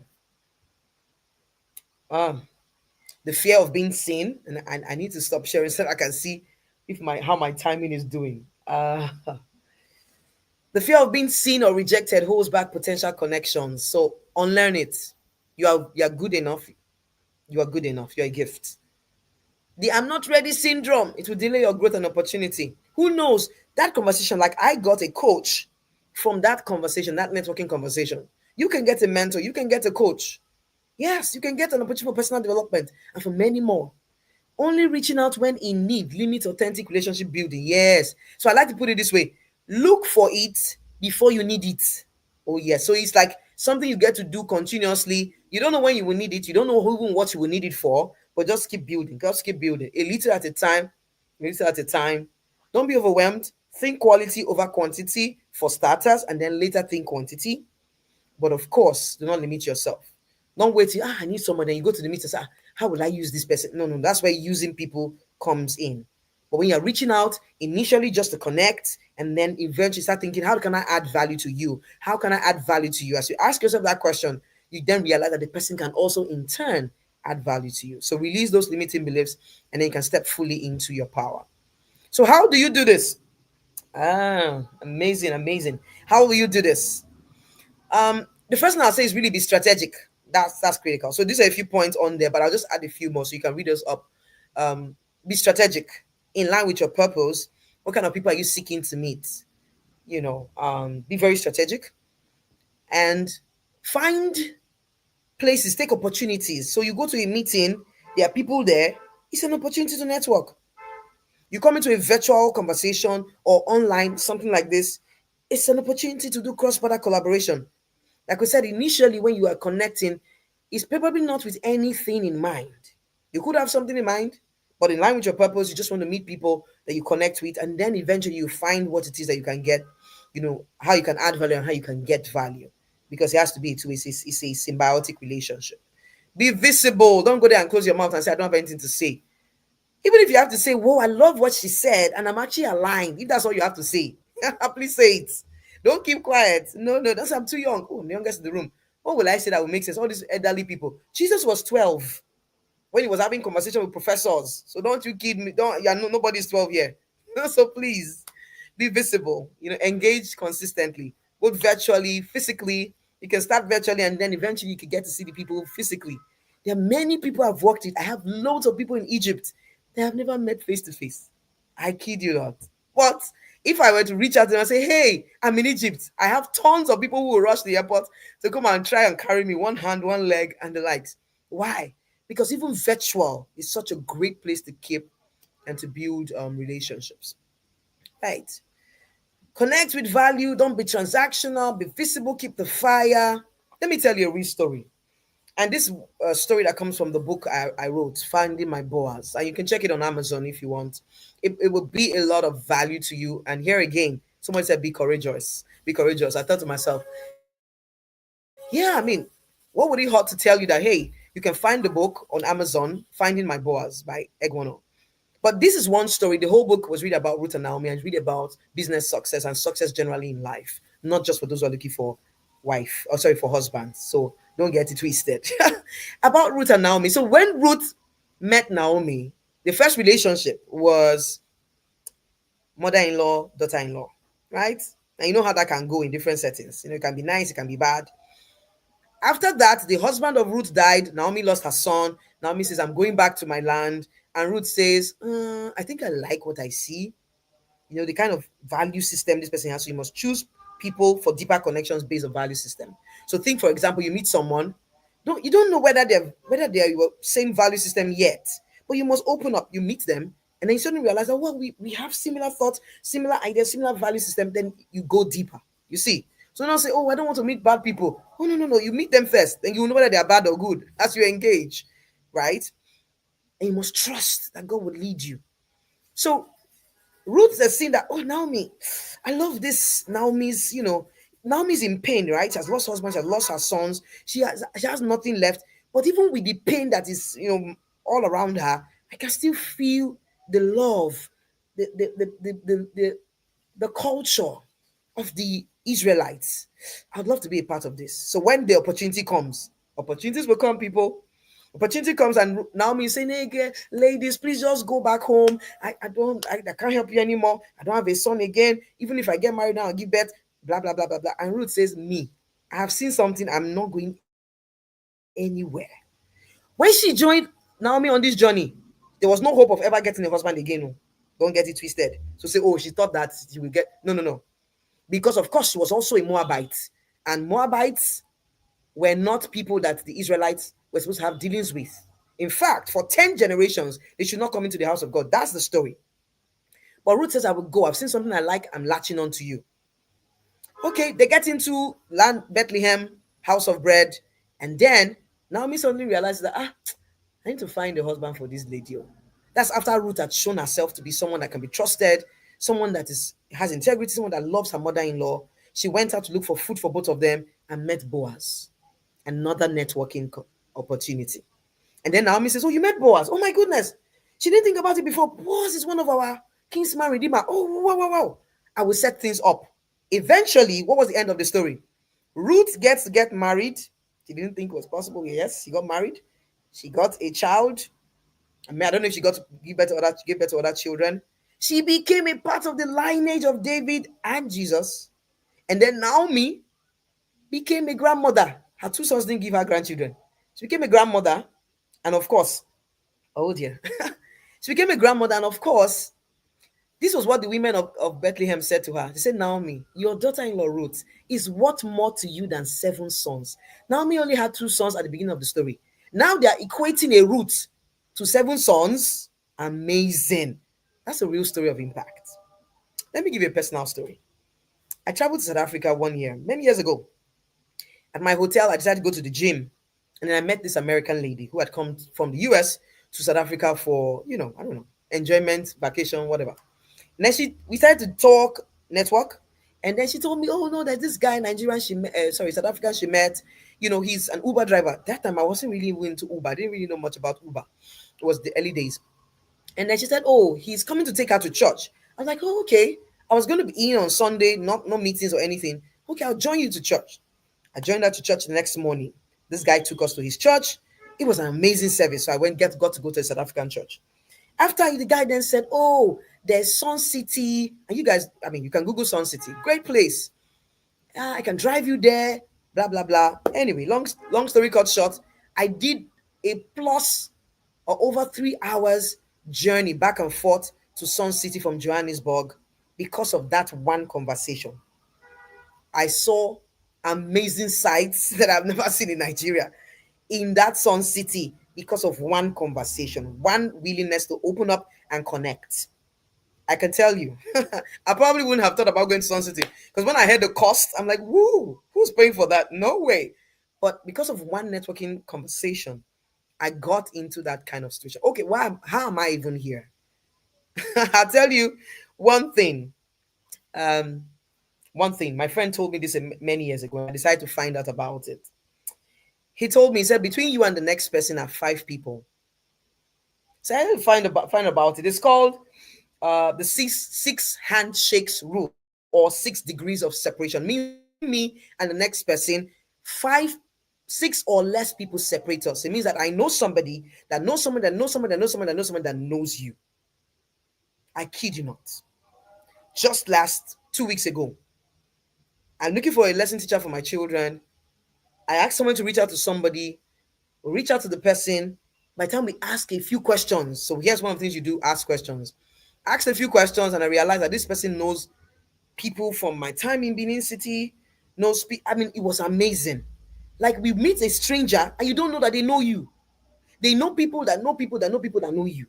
It's amazing. The world is too small a place. COVID taught us that the world is a global street. That's how I call it, not a village. People just went to China, took a flight back to Nigeria and started sharing COVID. That's how easy it is. So if you're not leveraging networking, you're not leveraging cross-border collaboration, what are you doing? There's so much value in the people that are all around you. Please take advantage. So here's my call to action for you. I need you to message 3 inspiring women this week. So be strategic, right? You may decide I want to connect with and like I've said to the speakers, I want to connect with you on LinkedIn. I go on LinkedIn, send a message and start meaningful conversations. We don't know where it will take us to. Join either a global or a local community that's aligned with your values and mission. Find yourself useful and valuable because you're valuable. Find somewhere you can add value. Then share your own story and inspire others. Yes, indeed, your network is your net worth. You must connect with purpose and watch your impact as it soars. Thank you. I would love to see questions. Let me know your thoughts. In fact, I'd love to see the emojis and just know, you know, what is going on in chat. I've not been looking there. Let me come back here and see. Yes, the 6 degrees of separation theory. Any two people on earth are 6 or fewer social connections away from each other. True, true, true. Amazing. So please make sure the call to action is critical. Make sure you take an action, at least one. For example, some of you are going to go to church tomorrow or wherever else place of faith you go to. Make sure you talk to one person you have never talked to before. That's a very good place to start. Just say hello, an elevator pitch. Hello, my name is Egwono. I inspire people to become their best selves. That's what I do generally for a living. What do you do? Tell me. What's your name and what do you do? That's the conversation. Hey. Yes, back to you. Thank you so much, Ms. Egwono. Thank you for that session. That was powerful. That was really, really amazing. And I picked quite a number of things from this your session, especially the paradigms part. You said the way we see is not the only right way to see. That hits me on different dimensions. The way you're seeing is not the only right way to see. And then another thing, see men as treasures. See men as treasures and also know that men have purpose in your life.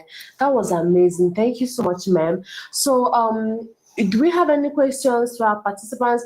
Do you have any question you want to ask Ms. Egwono Obinye before she takes her leave? If you have questions, please put it down in the comment section. And while we wait for the questions, please can you share with me some of the things that you learned from this session? What are the networking tips that you picked up from this session? She shared quite a number of them. And from my end, I wrote out quite a number of things. She said, be strategic, be very, very strategic, find opportunities. Be strategic, find opportunity. She said, be visible, don't be quiet. When you are quiet, who would see you? How will people know what you are doing? Don't keep quiet, be visible. Go on social media, on LinkedIn, put out the work that you're doing, send that connection request. Let me tell you a little story. When I was a bit younger, I used to be scared to send ordinary connection requests on LinkedIn, but that's not the case anymore. So don't be like me, be visible, send that connection request, and then don't be transactional, connect with value. Ensure that you have this mindset that, oh, I have value to give. So I want to hear from you. What did you learn from this session? Growth Hub Evolve said, I learned this and have used it to move from being introverted to being able to connect with people. So she's no longer introverted. Sefura Rafaela said, I really fear just starting a conversation, even if I see that I could learn a lot from them. So from this session, I think she has said quite a number of things that can help you start that conversation. Chukwu said, just got another definition of networking. Thank you. So please define that definition, that new definition you got. Please put it in the comment section. Francisca said, think quality over quantity. Very important. Think quality over quantity. Your network is your net worth. Do not compete. Know that you are a gift to your world. You are valuable and you are meant for purpose. Thank you so much all for sharing. So do we have any questions? If we don't have any question, we can let our speaker go, but just take the next 10 seconds to see if there are questions. So far, there are no questions. Someone was asking the name of the book. Okay. Yes, it's Finding My Boaz. Boaz. Find My Boaz. So go on Amazon and go get the book. And then one thing that you can do now is to go on LinkedIn and follow all the speakers. Send a connection request. And you can even take it a step further by appreciating them for the session, for the value that you got from them. And then right here on YouTube, on Facebook, on LinkedIn, or wherever you are joining from, reply one person's comment. Just send one word of encouragement to one person that you can see on the comment section. So before you leave, Ms. Egwono, I have one question for you. So let's say, for example, that you reach out to someone on LinkedIn or on Facebook, you send a connection request, or even send them a message, and the person doesn't respond to you. What do you do in that kind of situation? Thank you. Okay, can you hear me? Yes, I can hear you loud and clear. Okay, so first of all, it's not your fault. That's the first thing. It's not your fault that they did not respond. Just maybe they haven't gotten to see your message yet. So don't think that, oh, they don't think I'm valuable. Oh, they don't think, no. They probably haven't seen it, right? It may take them some weeks, some months. So you should follow up. Craft it again, make your message, send your message out again. Eventually, they probably respond. And if they don't, then maybe it's one, not just time for you to meet them. Get it. Don't forget you are valuable. So it's not like I'm begging them to like me. It is me bringing value. So when they connect, it's going to be symbiotic. Okay. Thank you very much for that answer. Thank you so much. So we have one more question before we let you go. Sephora said, I want to ask, how can one network in a space where you are the youngest and often undermined by colleagues? So you find yourself in a space that you are the youngest person in the room. How can you network in such a place? Thank you. Okay, so one of the things you must know.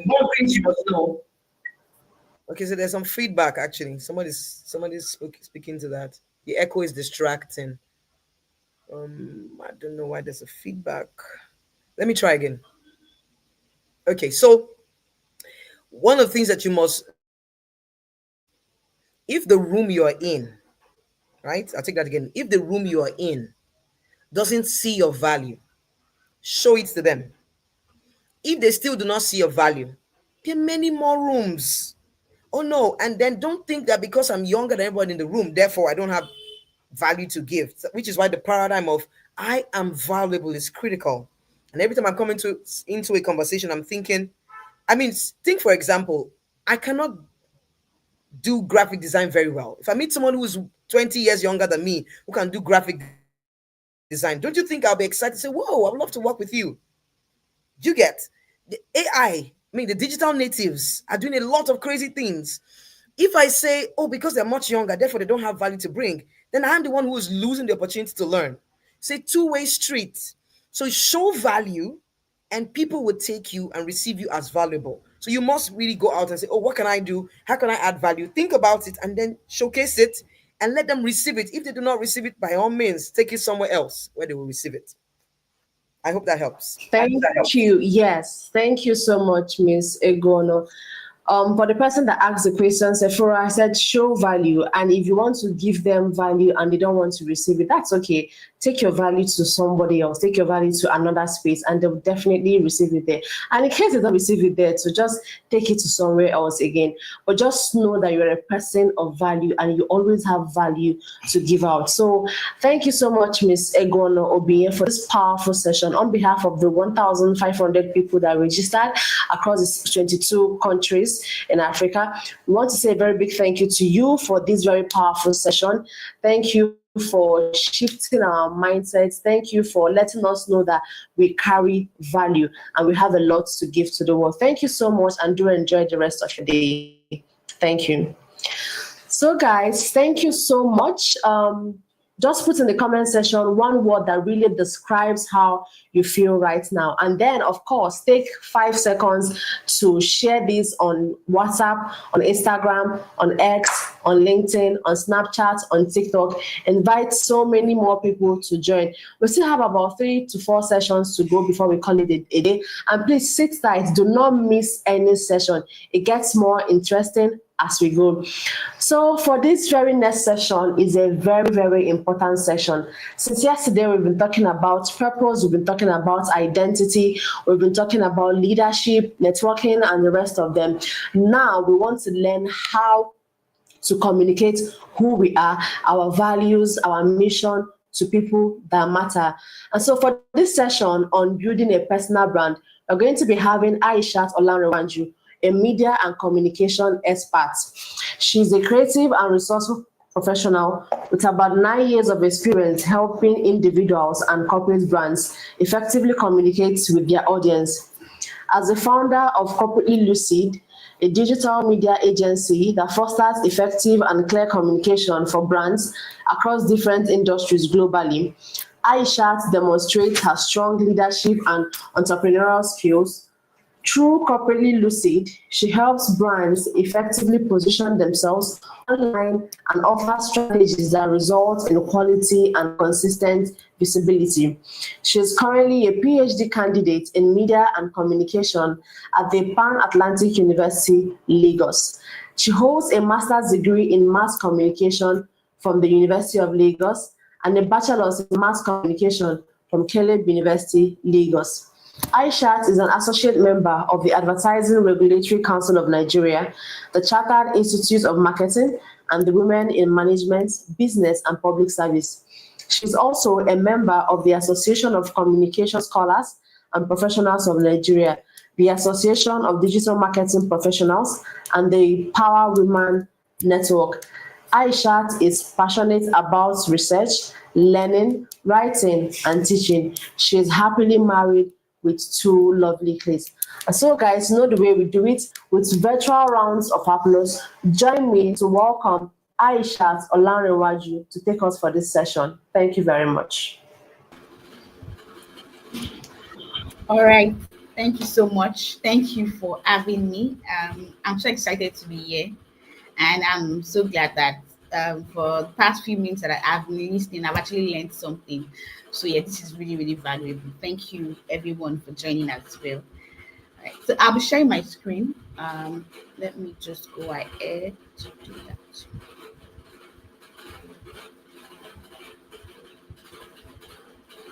Right.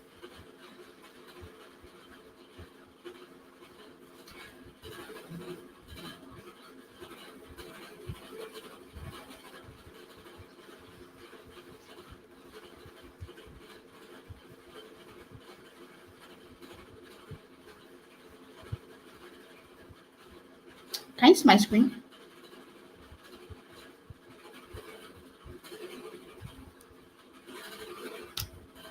Sorry, are my slides visible?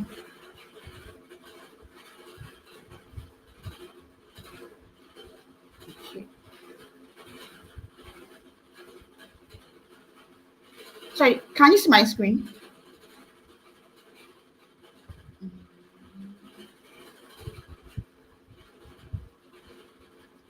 Yes. Okay. All right. Okay. Thank you. Thank you so much. My name is Aishat Olanrewaju, and I've been introduced already. So, today we'll be looking at brand you, right? Building a personal brand, and I believe that for most of us who we've been online for quite a while, right? Whether we are professionals or business owners, one of the things that we might have come across is personal branding, and it's becoming very prevalent, especially for those who are very particular about their online image, about rising in their career, scaling their business. I mean, getting known for something really, really impactful in their industry. So, personal branding for you then is something that is non-negotiable. So that's what we'll be discussing briefly today. So I won't talk much about myself. That has been done already. So now, introduction. Basically, you might have heard like personal branding, and then you might be wondering what exactly is personal branding. For me, I like to make it very very, very practical, which is and very simple. Which is this: personal branding is simply how you communicate your value. And I'm so glad that the session before mine was on networking, right?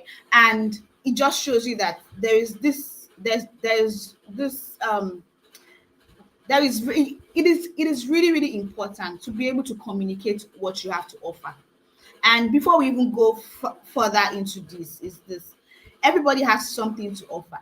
So anybody out there who's trying to build a personal brand must first start with that notion that yes, I have something valuable to offer.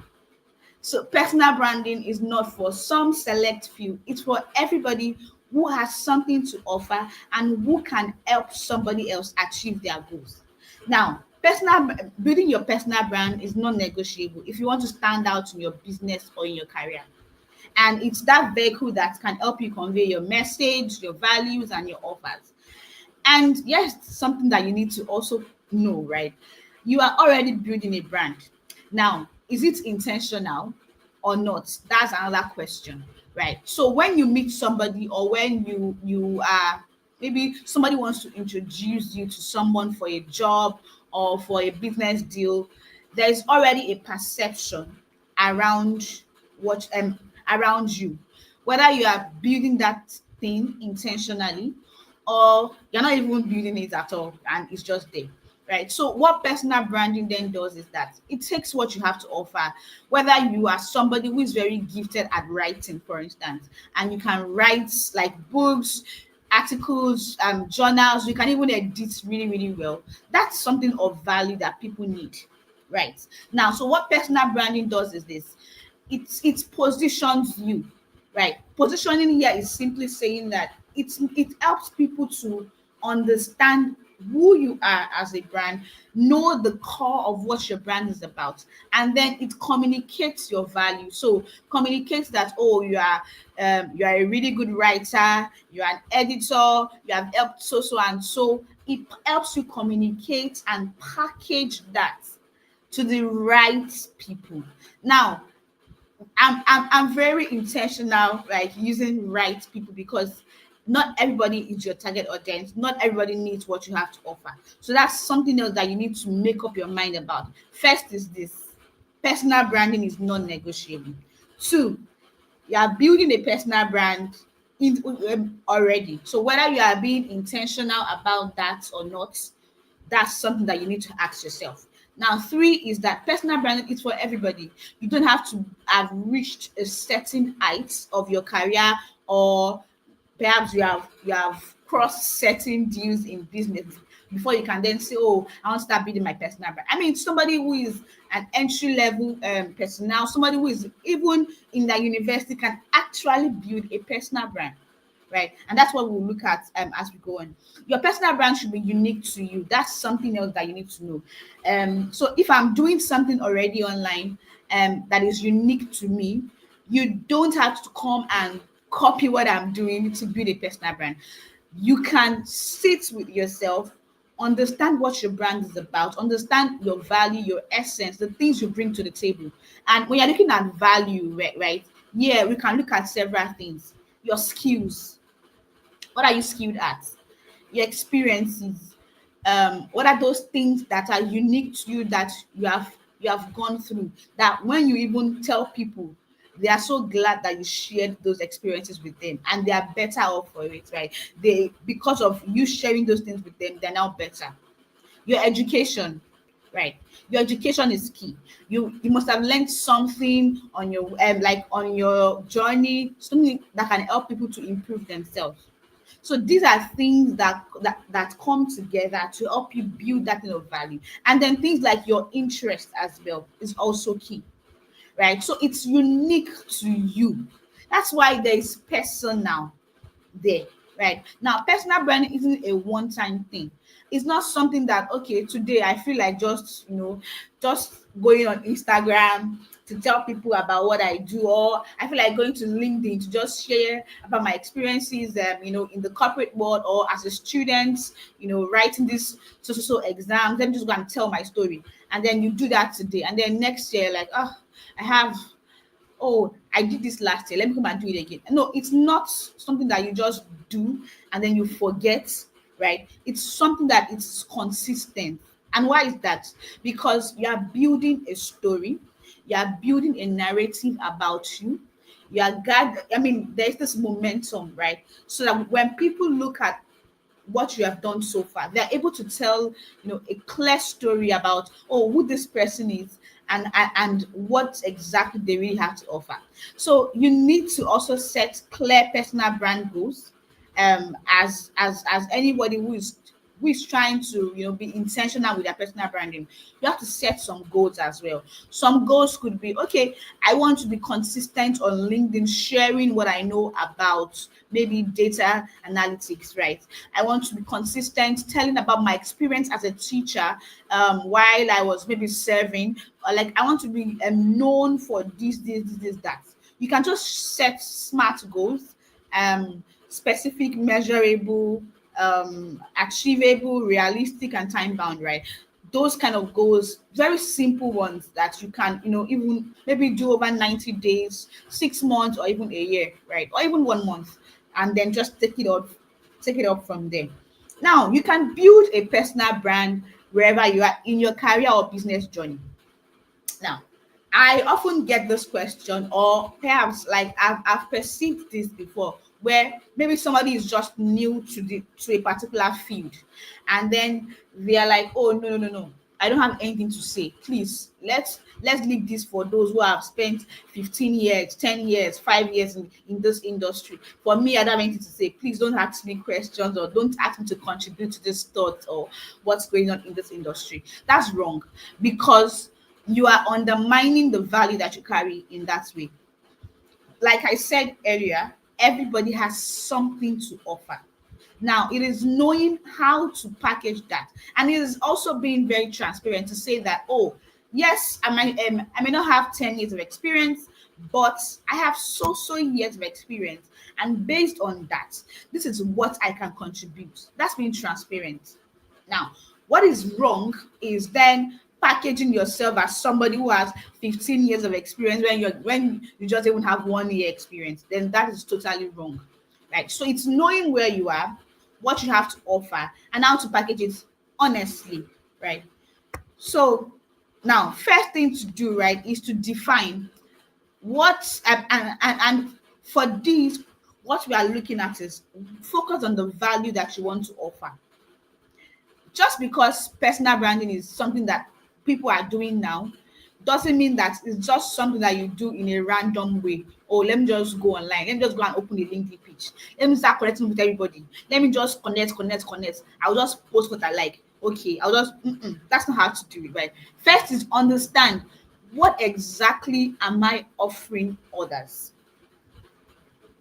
What is the essence of my personal brand? What do I want to be known for? Who needs what I have to offer? Do I know the details I need to know about them? Now, looking at one is saying, what value do I want to offer? And I have broken it down.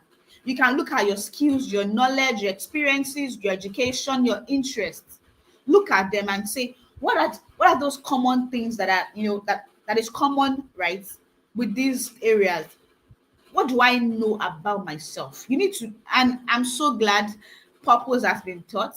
So that is something that you can draw from while thinking about your personal brand, right? Look at it and be very clear. In fact, take a pen and paper, or just get your digital notes and write it down. These are my interests, my skills. I like to do this. If you give me the mic to talk about this without preparing, I will talk about it so well. If I'm to take up a job without being paid for it, that I will gladly do, this is what I would do. Things like that, right? And then you can ask people around you that know you well and who you trust, right, to give you ideas around, okay, things that they believe that that you offer value around. And again, one thing that you can think of is, what do people come to me for? To get, like sometimes people will keep coming to you for a certain kind of thing, and it just comes to you naturally, and then you just tell them, okay, this is how to go about it, this is what I did, this is that. And so things like that, right? What's the essence of your personal brand? When somebody wants to describe you, what would they say? Would they say, oh, okay, how to know that girl is that when you go on LinkedIn, she's always writing this, maybe she's always signing off a post with this kind of phrase? I mean, that's not the essence of your brand. Now, the essence of your brand is, what's that tangible thing that people would say and perceive, and like they would be impacted by. If your personal brand is about teaching people accounting principles, or just even simplifying accounting in a way that even a 12-year-old would understand. That's the essence. So when people want to explain or talk about you, they say, "Oh, do you know that girl, that guy, that boy? When he talks about accounting, I mean, I understand everything. It's just so simple." Now, what do you want to be known for? When they call your brand, what's that thing? If I ask everybody here now, "Oh, please, can you mention 3 top beverage brand in Nigeria or in Africa?" Some brands are even already coming to your mind because of how they have built their brand consistently. There is no how. Those brands are already coming to your mind. So when people think about your brand, what should come to their mind? Who needs what you have to offer? Again, not everyone is your target audience. So you need to understand, based on the value I want to offer, who are the people that need this value? And you need to know the details about them, right? Where can I find them? What are they currently struggling with? How do they understand information? How can I package this information for them to understand? And things like that, right? So let's go to the next one. Communicate. Communication is absolutely essential, right? And it is important to be able to communicate the value you have to offer, because it is one thing to know that, oh, I have value, and it's another thing to be able to communicate that value. Because if you know that you have value and you're not communicating it, then maybe I actually need that value that you have, but I don't know that you have it. So that means I won't even come to you. Or I won't even pay attention to what you're saying, because I feel like, oh, you're not talking to me. Right. So where can you locate the people who need what you have to offer? Are they online? Are they offline? Will you find them at events? Okay, if they are online, which of the platforms? Instagram, LinkedIn, TikTok, Facebook. There's a lot of them, right? Where can I find them? Are they even, reading magazines? Are they watching TVs? Are they attending in-person events? There are so many platforms so personal branding is beyond online, right? We need to also consider the offline channels as well. Do you understand their language? Now, when I say language here, not whether it's English or whatever language that they speak. Rather, the language here is the way and manner with which they speak, which they understand information. Perhaps when they're even talking about maybe motherhood, or they are talking about friendship, they have some certain phrases, words that they use. So when you use those kind of phrases and words in your communication, it clicks. Why? Because they know that, oh, this person understands me. Oh, we are on the same page, right? And then it's easy to listen to you. Do you? So ask again. How can you package the value of the message in a way they can understand? Communication is not about impressing anybody. Communication is about expressing yourself the right way. So it is for your own good to communicate in a way that the people that you're actually serving can understand. And how do you know this? It's through research. Personal branding is not something that you just sit down and start, okay, let me just start posting. That's personal brand. No, you have to research. Okay, these are the people. This is what they really like. So far in this industry, this is what has worked, right? And you can ask questions. Part of networking is also understanding the kind of questions that you ask. If you attend some events and you ask and you meet some people that you might never even have had the opportunity to meet on a normal day, right? And you ask some certain questions, it's going to be very difficult for them to forget you because of the kind of questions that you've asked. And those questions, when they give you the answers, you might have had to pay for those answers, but they are giving you for free. So asking questions is a very good way to research as well. But that's not the only way, right? Do your online research, ask questions, study and observe the industry as well. These people who you are trying to serve, you ask them questions as well. Because when you don't listen to people that you want to serve, I mean, how will you even package information for them when you don't even listen to them? So keep it clear, specific, and strategic. Clarity is absolutely essential. Don't try to be, I mean, don't try to sound, very, very or just be simple, and the right people who need what you have to offer would locate you. Except your industry is a very, very technical one, and you require jargons, I mean technologies, right, to speak in that industry, which although I would still advise that it's a bit minimal, right? But as much as possible, be very specific and clear. And then keep it strategic, right? Now, in this case, we are saying that if I want to build a personal brand intentionally for the next 12 months, how do I want to start my communication? Do I just launch into, oh, come and read my book? I've written about this, that. No, people need to like, they need to know, they need to trust you. So, like, know, trust. It's a process. You start. How, first off, is this: I need to introduce myself, make my value known.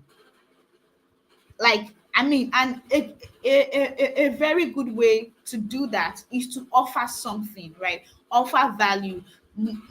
Don't be stingy with sharing resources that will help others. Don't be stingy with sharing your knowledge. Make your presence known consistently. That way, the right people get to like what you're doing, like your brand, and then they get to know you better. Knowing you better could be maybe even signing up for your newsletter, reading your long form blog posts, attending the events that you tell them to attend to attend, and things like that. And then trust. Trust is them saying that, okay, if this lady has consistently shown me, I mean, this, that, I can trust her with my money, I can trust her with my time, I can trust her with the advice that she shares, I can implement the strategies that she's giving, right? So, because sometimes when building a personal brand, there is the um let me just say, the monetary part of it sometimes, right? And that involves things like getting speaking engagements, getting paid opportunities, um, getting invited to train others what you know, writing a book, for instance, that could be it. Having your own training sessions, having your own events, for instance, right? So there are different parts to it. While some people may not want to, monetize their personal brand, that's totally fine. Some may want to do that. So that like, no, trust factor is very, very important, right? Um, so grow, right? Grow focuses on how you want people to find out about the value you have to offer. Now, first is defining is more of an internal thing for you, right? And then communicate, like, how do you want to communicate what you've defined? Now, growing is, how do I reach more people? How do I reach more people? And then what strategies can I adopt to reach more people? So first is this, right? If you started doing something organically, it's working, then you want to start thinking, do I partner with other people in my industry? How do I make this reach more people? Do I collaborate? Do I run ads? And things like that, right? How do I ensure that my personal brand achieves its stated goals, right? You remember at the beginning, I said that it is important to build and to set some personal brand goals right at the beginning. So how do I ensure that I am growing to achieve my stated goals? Right? What are your long-term and your short-term plans for your personal brand? So these are the things that you get to talk about or think through when you're thinking of, okay, how do I grow my personal brand? But for anybody who's just starting out, the most important thing is being able to, correctly define what your brand should be about, and then being able to communicate that in a very, very clear manner, and then you now think about growing your brand. So now let's talk about action points, right? So action point for anybody who is like looking at, okay, this year, half of the year, let me start my personal brand journey. First is document where you are now in your personal brand journey. Have you even started at all? Like, if you haven't started at all, it's fine, so long as you are able to start now, that's fine. Does this and so where am I on my personal brand journey? Document that, right? And then second is, where do I want to be? So first is this: where am I? Where am I is looking at, okay, I'm a student, I am maybe 400 level, I have done this, I have done that. So that's the starting point, right? And then two is this: where do I want to be? Now, where do I want to be is saying that although I am here now, this is where I see my personal brand like being, right? So that helps you to see the gap between where you were and where you want to be. So it's very important, right? First is documenting where I am. Two is where I want to be, and then what's the gap between where I am now and where I want to be. Now, you then talk about the changes that you can begin to make to make a difference, right? So if I've seen the gap, perhaps I need to take training in some area, perhaps I need to constantly post about something, or even I need to learn more about how to speak properly, for instance, right? What are those changes that I need to make, that I can start making from now on to get me to where I want to be? And then it's very important to take it one step at a time, right? You can't do everything at the same time. You can't start like be that popular person, but it takes a while, right? And it's a process. Also, if you remember, one of my key points earlier is that personal branding is not a one-time thing. All right. So thank you. That would be all. So if you have any questions, I'll be happy to take them. Thanks, Aisha Olawaju, for that powerful and insightful session on personal branding. I don't know about you guys, but I picked quite a number of things that she said. And one thing that she said is we should set clear goals, set clear personal branding goals. And another thing that is very striking is that whether you are building intentionally or not, you are building a brand, you're building your personal brand. So it's in your best interest to intentionally build a personal brand. Thank you so much, Ms. Aisha, for sharing with us. So we'll just go straight into the comment section.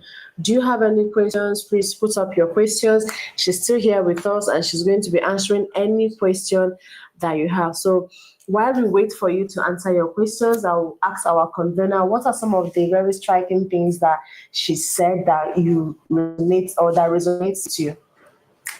Thank you so much. And thank you so much, Aisha, for that powerful that powerful session.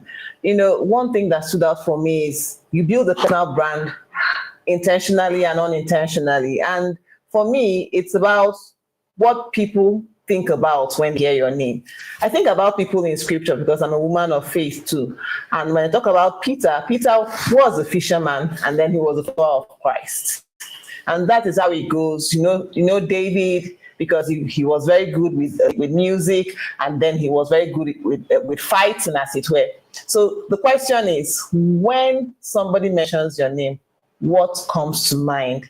That is the brand you're building. And for me, the takeaway is to be intentional, to be consistent, to communicate who I am and how I want people to perceive me. Thank you.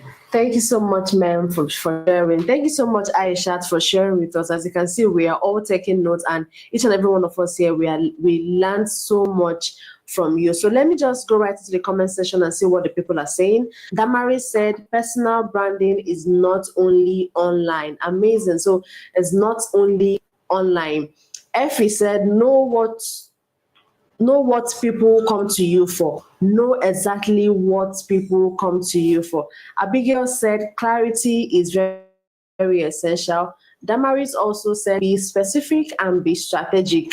Faith said make your value known. Effie said like, know, and trust. Tabitha said personal branding is not a one-time thing. And of course, Faith also agrees that this was a very powerful session. So we want to say a very big thank you to you, Miss Aisha Olarenwaju, for sharing with us from your wealth of experience. Thank you so much and do enjoy the rest of the day. So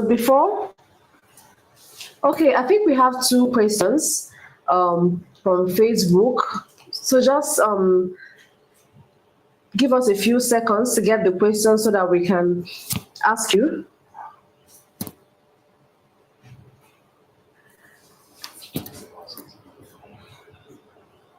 I think I can see the question. Okay. Says, is it only Let me just- business? Okay. Yeah. So it says, is it only business that needs personal branding? No, it's not only businesses. And so I had also mentioned that earlier.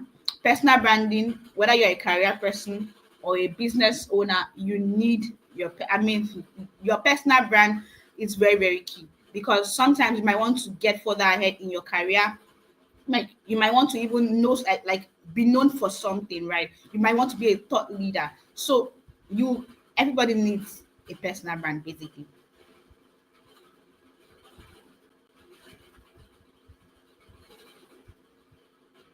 Okay. Sorry, I can't hear you, but I can see the question. Okay, what are the key points of personal branding? We have heard that it's beyond the colors, it's beyond just posting on your social media handles. What exactly are the key points of personal branding? Okay, great question. So the key point still boils back to the basics, right? And it's because people try to make it so difficult. That's why you're saying, oh, I have to be the personal brand. The basic thing is really this. This is who I am. This is what I have to offer. These are the people that need what I have to offer. And this is what I am doing to make it happen. So let me give you an example of myself. I started building a personal brand from a very early stage of my career. I would say intentionally. That was when I started my master's program. And a friend of mine, I was looking for a job then, and a friend of mine told me about LinkedIn, and she told me to sign up. So I did, and then I started connecting with others. So from there, I saw what people were doing, and I said, okay, me too. I know some things now. I can share these things, right? I started sharing some of the things that I had studied, things that I have experienced myself as a business, because then I was doing like social media thing. I was just going into the social media industry. So I was learning so much, right? And because I was learning so much, I had the passion for also giving back and also just articulating my thoughts, right? So I started talking about the things that I know that people need to know.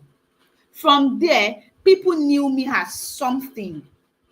That is the building part of the personal brand, right? People, when your name comes to mind, people then say, oh, that girl, she does this, that. That girl, like, oh, if you need digital marketing services, go to Aisha. Like, you start building a reputation for yourself about something. Now, as time was like, I was spending a lot of time doing this, right? And then there was a perception about me. And so what happened was that, in fact, let me tell you, through my personal brand on LinkedIn, I got a job that I didn't even apply for. And that was like some years later. The person told me this. The person said, I went to LinkedIn and I was looking for so. I came across your profile, and I said, oh, let me reach out to you first before reaching out to the next person. And please tell me, what did they see on my LinkedIn? Was it my brand logo, or was it the colors I was posting? No, it was the information that I was sharing, and it was how I have positioned myself. Positioning myself goes beyond, oh, today at the office, okay, let me take a picture and post. No, today at the office, I was able to do this, that. I learned this. I went for this event. I met so and so. I learned this. These were my key points. This is how I want to action it. I mean, I'm positioning myself. That's what's called positioning. Like, you are building a narrative about yourself. So let me so that's basically, I hope that was like helpful. Thank you so much, Miss Aishat Olanrewaju. Thank you so much for answering that question very beautifully, and thank you for providing more clarity to each and every one of us. So on behalf of the THAG team, we want to say a very big thank you to you for facilitating this session, for sharing with us, for inspiring us, for teaching us that it's important that we build our personal brands. Thank you so much, and do enjoy the rest of your day. So just before we round up this session on personal branding, I have a question for you, ma'am. I know that you are one big advocate of personal branding, and I want to know, like, in this social media age, people talk so much about packaging, right? People talk so much about packaging. So I want to know, how do you remain your authentic self while reaching out or building your brand strategically? Thank you, Chidinma. I believe so much in authenticity. And if you listen to experts talk about a personal brand, the only way to sustain a personal brand in the long term is by remaining authentic. The mistake a lot of people make is that they have their character as who they truly are, and their reputation as who they want people to perceive them to be. But what the truth of personal branding is that you should ensure that who you really are aligns with how people perceive you. Because if you're trying to build a personal brand around packaging, it can only last for so long. But when you come with your authentic self, putting out who you truly are, you find out that in the long term, you remain relevant. So that's one thing I want to end with to everyone that is listening to me. Yes, we are big on packaging, we are big on building a personal brand, but let it be around your authentic self. Be your authentic you. Don't be tempted to put out who you truly are not. The truth is, there is no other you out there in the world. That uniqueness you bring to the table is what will stand you out. It is what will set you apart, and it is what will serve you to your world. So I think we'll end here with this now. Thank you all so much for being a part of this session. Thank you so much, ma'am. I think there's one very important question that somebody asked in the comment section that I need you to answer, because it's really important, and I know a lot of youths are very concerned about that. So Mary Cynthia said, how do we build on LinkedIn? I tend to hear so many success stories, and I know a lot of people can relate to it.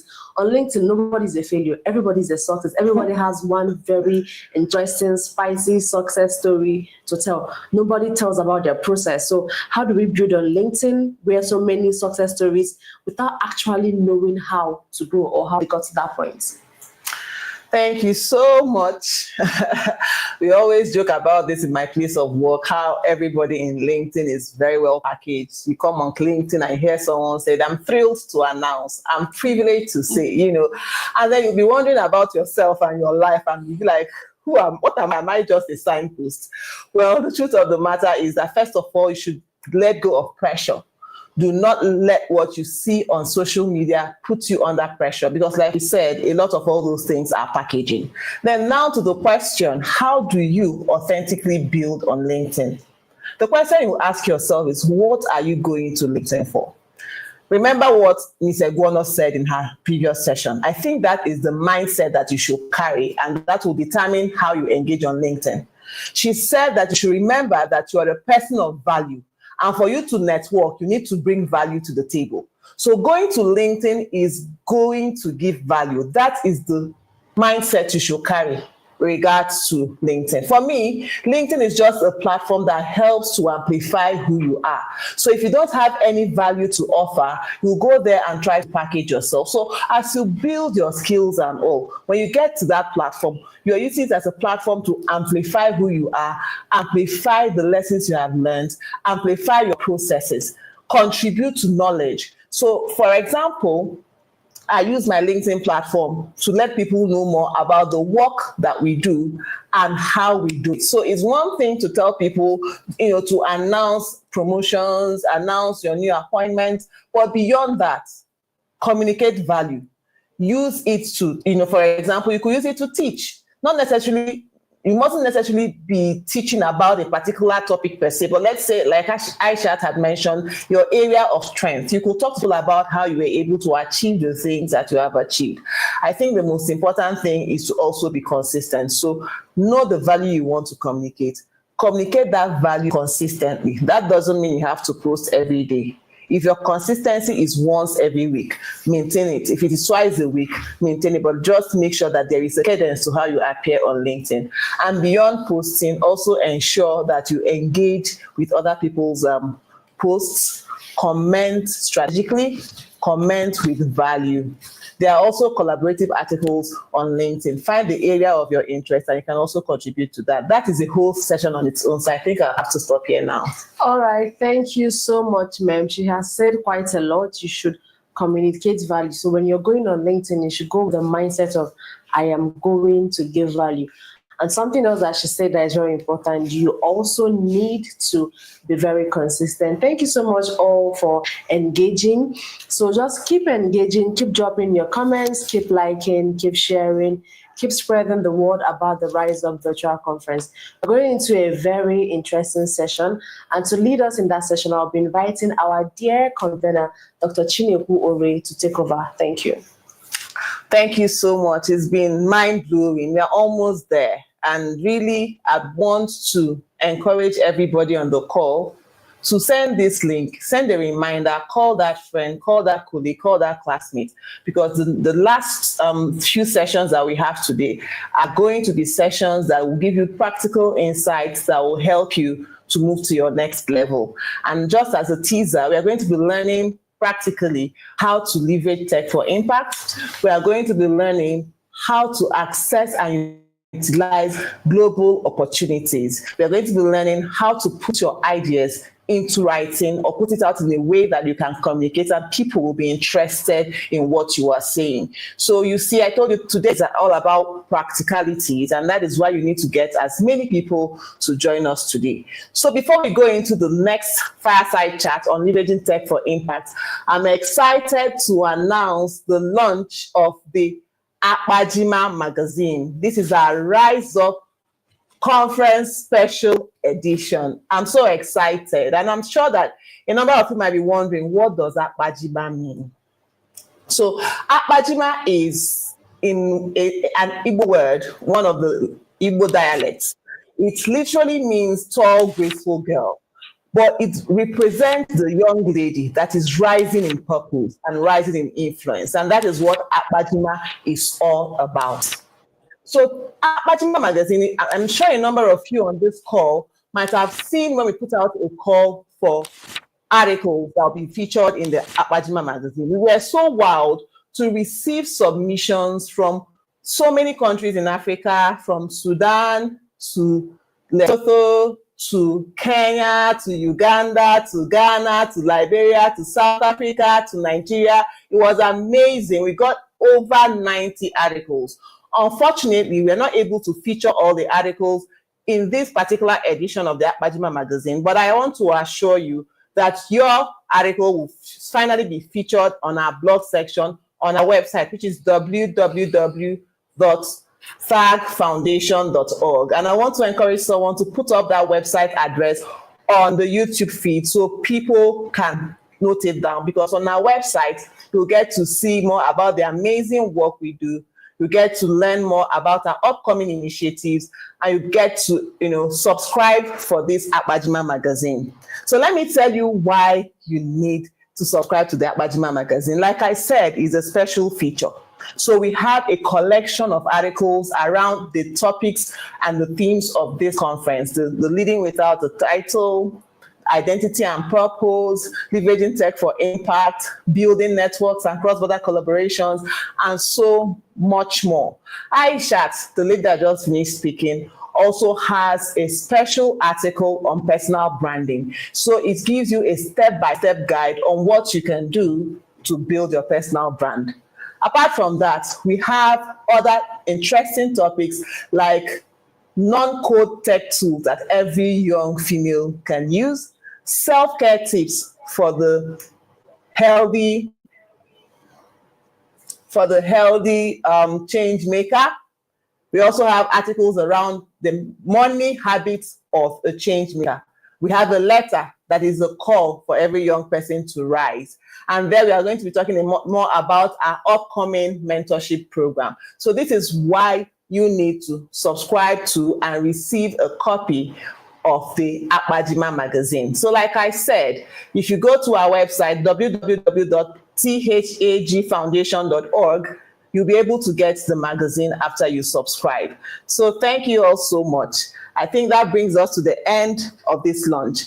And next up is going to be the fireside chat on leveraging tech for impact. And I want to invite our host who will be facilitating this session, Chidinma, to take over from now. Over to you.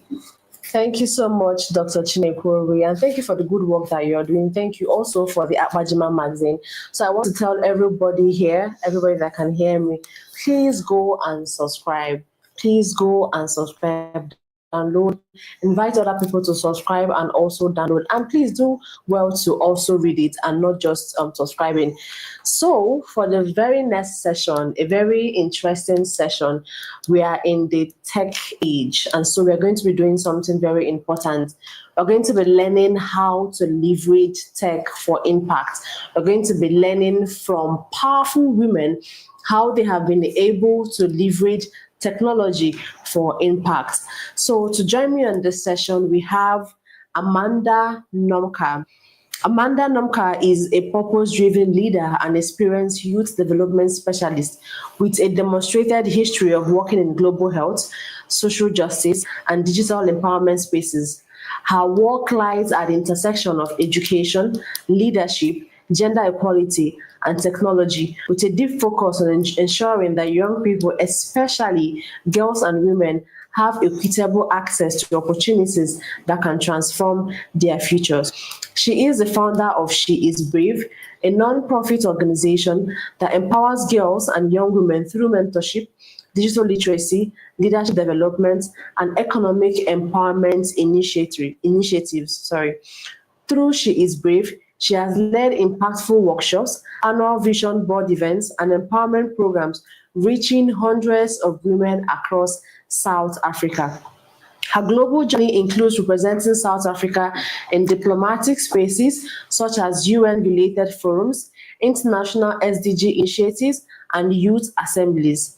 As a speaker, she thrives on storytelling that moves people into action. She has delivered keynotes, facilitated panels, and led community engagements across topics like youth leadership, girls in STEM, digital equity, mental health, entrepreneurship.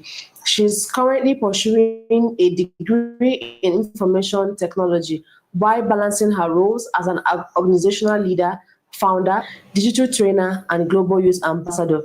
Join me as we welcome to this fireside chat Miss Amanda Nomka.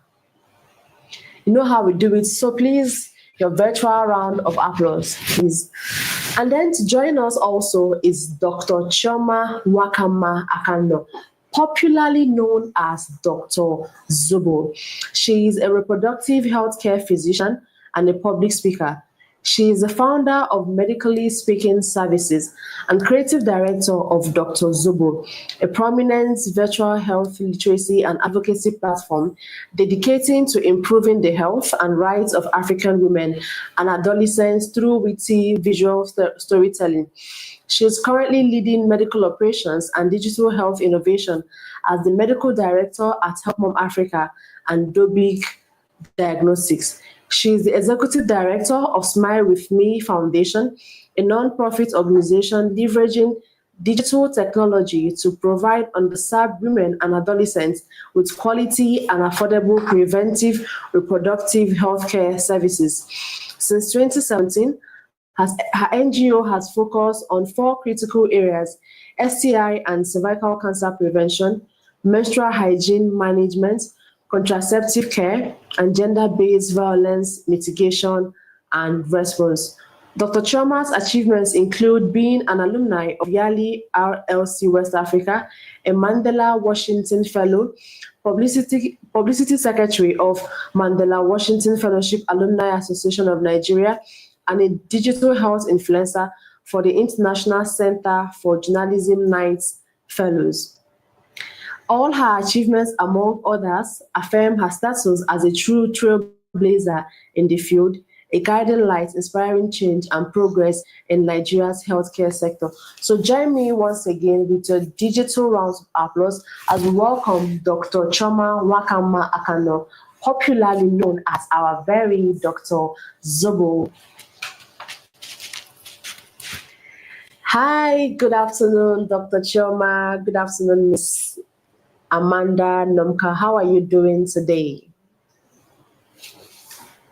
Hello, Chidima, and hello, everyone. Yeah. Hello, everyone. Hello. I'm doing well. Thank you. So much. So I think I have spoken to Miss Amanda, but I haven't spoken to you, Dr. Choma, but I know I have followed you for maybe 5 years or even more on social media, and I can testify to the good work that you are doing on social media. So for this session, like we all know, is leveraging tech for impact, and we're not going to keep you for so long. So we're just going to ask you a few questions, and then we hope you provide answers for our audience. So my first question will be to Dr. Zobo. So I just want to know, sorry, let me get the question. You built Smile With Me Foundation and have reached a number of people with health content online. So I want to ask, what sparked your use of social media? Because me personally, I really want to know what sparked that use of social media, the way you share your content in such relatable format. So can you share with us what really sparked your use of social media? Okay. Thank you so much, Chidima, and thank you so much, for having me. Interesting question. So I would give context. I think I started the journey of social media in healthcare when it was quite unpopular. This was about 7-8 years back, and it was still an evolving phenomenon, especially here in Africa and Nigeria. So to the question about what sparked using social media, it's not as such as what sparked, as it is to leveraging tools to ensure that the work I was already doing is well propagated.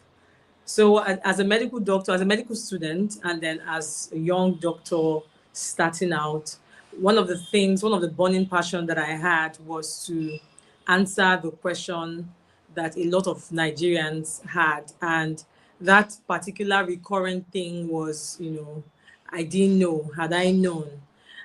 A lot of people coming into the healthcare space, coming to the clinics, whenever you have a case, you find out that this person has come in late. If only you had come yesterday, if only you had come last year, it wouldn't have gotten this complicated, etc., etc. I was plagued with mortality rates and morbidity rates that, they were really preventable. And at some point, I knew that I had to step up or just keep on complaining. I mean, it was an obvious choice. It was either I just keep on complaining in the clinic and say, why are people acting this way? How don't people know? Or I just had to step up. And that's the thing about leadership. Leadership is responsibility. So at the time, as a young, girl back then in Southeast Nigeria, and as I said, this was quite unpopular.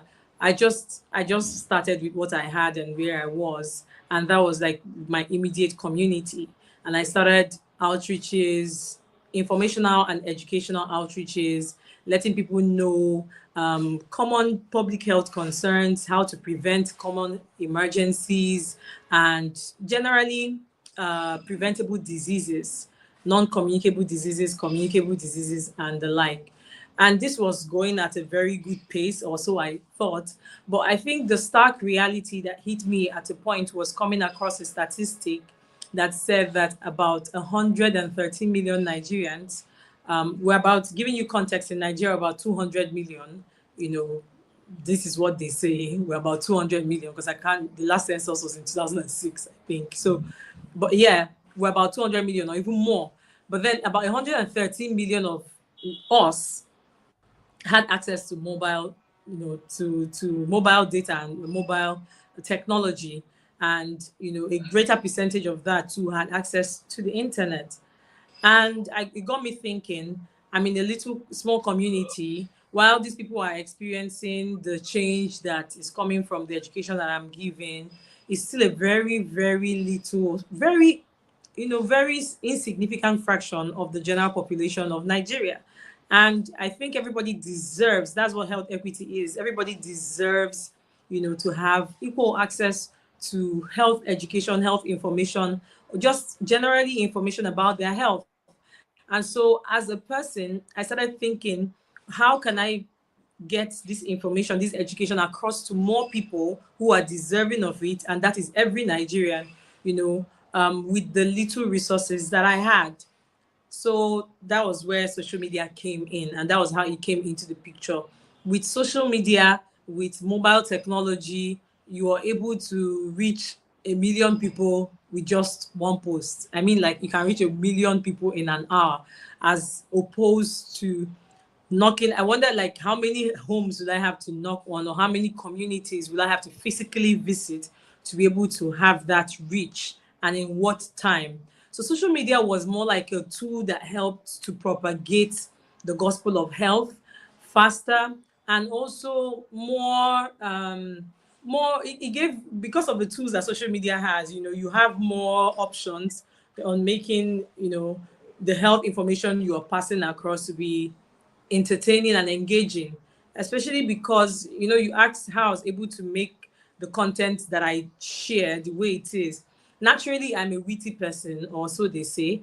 And I also felt like I had to be naturally authentic. It was a matter of recreating what already existed and putting it on social media. So my everyday life, or my everyday interaction with people, how I talk to people and how they are receptive of the information that I give them, I was able to take that and replicate that on social media. And then the tools that were available on social media really made the work easy for me to, show myself authentically, pass the message across, make health information digestible in bits, because health is generally, as they say, boring. But then I was able to make it very relatable. And at the same time, while people are laughing, joking, they are still getting the information that they need to save their lives and to keep them healthy. So yeah, so that was just the way, to answer your question directly, that was the way I came across social media. For me, it was a tool to continue what I already was doing at the community level terrestrially. Thank you so much, Dr. Zobo, for sharing with us. You said quite a number of insightful things. And then one thing that I picked is that, first of all, what fueled your passion is that you stopped complaining and that you decided to take action. And you started with outreaches when you started your work. And then you decided to use social media as a tool to reach more people. And then I love the analogy that you gave. In 1 hour on social media, even in less, maybe in 30 minutes, you can reach 1 million people, as opposed to going to villages, maybe to the community, to go and knock on their door. I mean, like you said, how many people can you possibly reach in 1 hour? So thank you so much for sharing that with us. And to our participants, I hope you can hear, I hope you're learning, I hope you are writing. Please just keep writing. And if you have questions, put them in the comment section. Once we are done with this chat, we will take all the questions. So to Amanda, Growing up in Ivory Park, how did you decide to offer free digital skills training?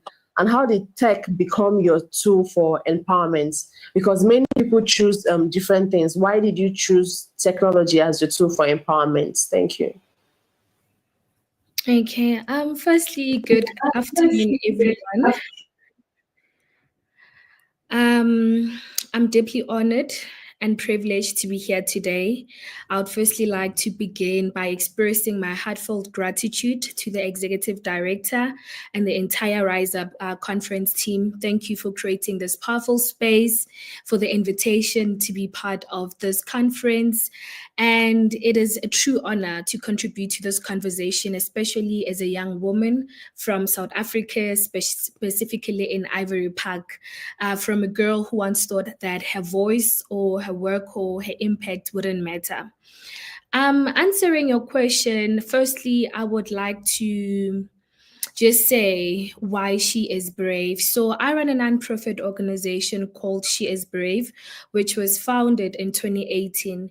And the reason for the organization, it was really to create about, it was really to close about a gap in our community. I was raised and I grew up in a community that had so many social ills. In fact, when you speak about Ivory Park, it's actually a community that has so many social ills, including gender-based violence, poverty, so many inequality. There's just so much. I could go on and on. But having had grown up in that environment, I was really challenged on the inside that there is something that I really had to do. And well, tech became, my tool of empowerment at the moment. And I realized that I didn't need permission to start. I just had to make sure that I do this. So with the digital empowerment as one of our core values in the organization, we've had an honor to really be able to collaborate with Google Digital Skills. There was a program by Google, and we've managed to reach thousands of young people in South Africa, not just in Ivory Park. And the purpose for the program, or the purpose for the program, was really to empower young people with the digital skills. So the focus was on entrepreneurs, small businesses, on how they can leverage tech or the digital tools to make sure that they are empowered. One of them is that we made sure that there were trainings. We facilitated trainings for different groups, for different communities in South Africa. We were focusing on youth out of school, youth that did not even know what is it that they wanted to do. But I believe that there's so much that you could take from the digital empowerment chat on how it is. And for example, I'll speak about, growing up, we had people who've been storytellers, and you find that people are so good in storytelling or narrating stories. Those people, I would encourage them in starting a certain blog, being able to narrate a certain topic or a topic that they're passionate about, to put it out there. It's just starting from blogging. And we're also training SMEs on how to move away from the traditional way of marketing to the recent and the modern one. And that one has just been a life changer, because now it meant sales for their businesses. It meant them being visible. And I think also one of the things that I liked that Google did was that we were also even able to certify our small businesses. With certifying them, it was ensuring that if someone has a certain salon, I was able to make sure that we have it logged in, and whenever you put it on Google, someone is able to reach a certain destination. So we've been able to empower people in that way with the digital tools and digital skills and digital empowerment, because it definitely is the future. I mean, everything now revolves around the internet. It revolves around tech. So it is very critical that these tools are being shared, and we are sharing information. Also being very, very passionate in how I've learned so much through the digital spaces. I felt the need to be able to share this with others. Thank you so much, Miss Amanda. Thank you. You've said quite a lot, and you're doing quite a lot for the young girls in your community. Well done on the work that you're doing. I think one thing that you said that is really striking, which is one thing that our convener also said yesterday, is that you didn't need any kind of permission to start. And thank you for all the work that you're doing and for also sharing with us. Now to Dr. Zobo, I really want to ask you, because I know that you do a lot of work even just beyond Instagram. So what other digital tools or apps have helped you grow? I mean, beyond social media, what digital tools or apps have helped you grow? What digital tools have helped you reach more people or even generally advance the course of your work?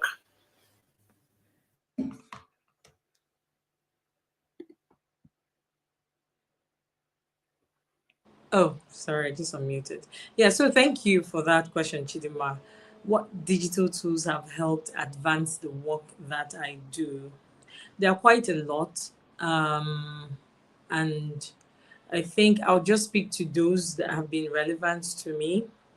And maybe I could touch on some of the ones that are also that could be relevant to every young person out there.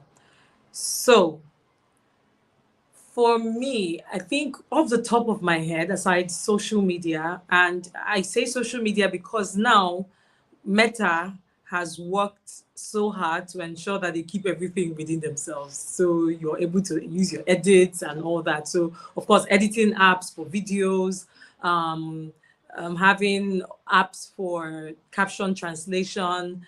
And I'll say this about the work that I do. So I started out doing a lot of writing. I still write. And from writing, I transitioned into videos, when it became increasingly popular. And I felt, okay, people needed to get in touch with the voice behind the blog and the, written articles. So transitioning, of course, when it was writing, one of the tools was WordPress. So I had a website, which I still have, medicallyspeaking.com.ng. So WordPress, now there are different other website options, for having your personal or blog website. There are a lot of them available right now. They are not even as technical as WordPress.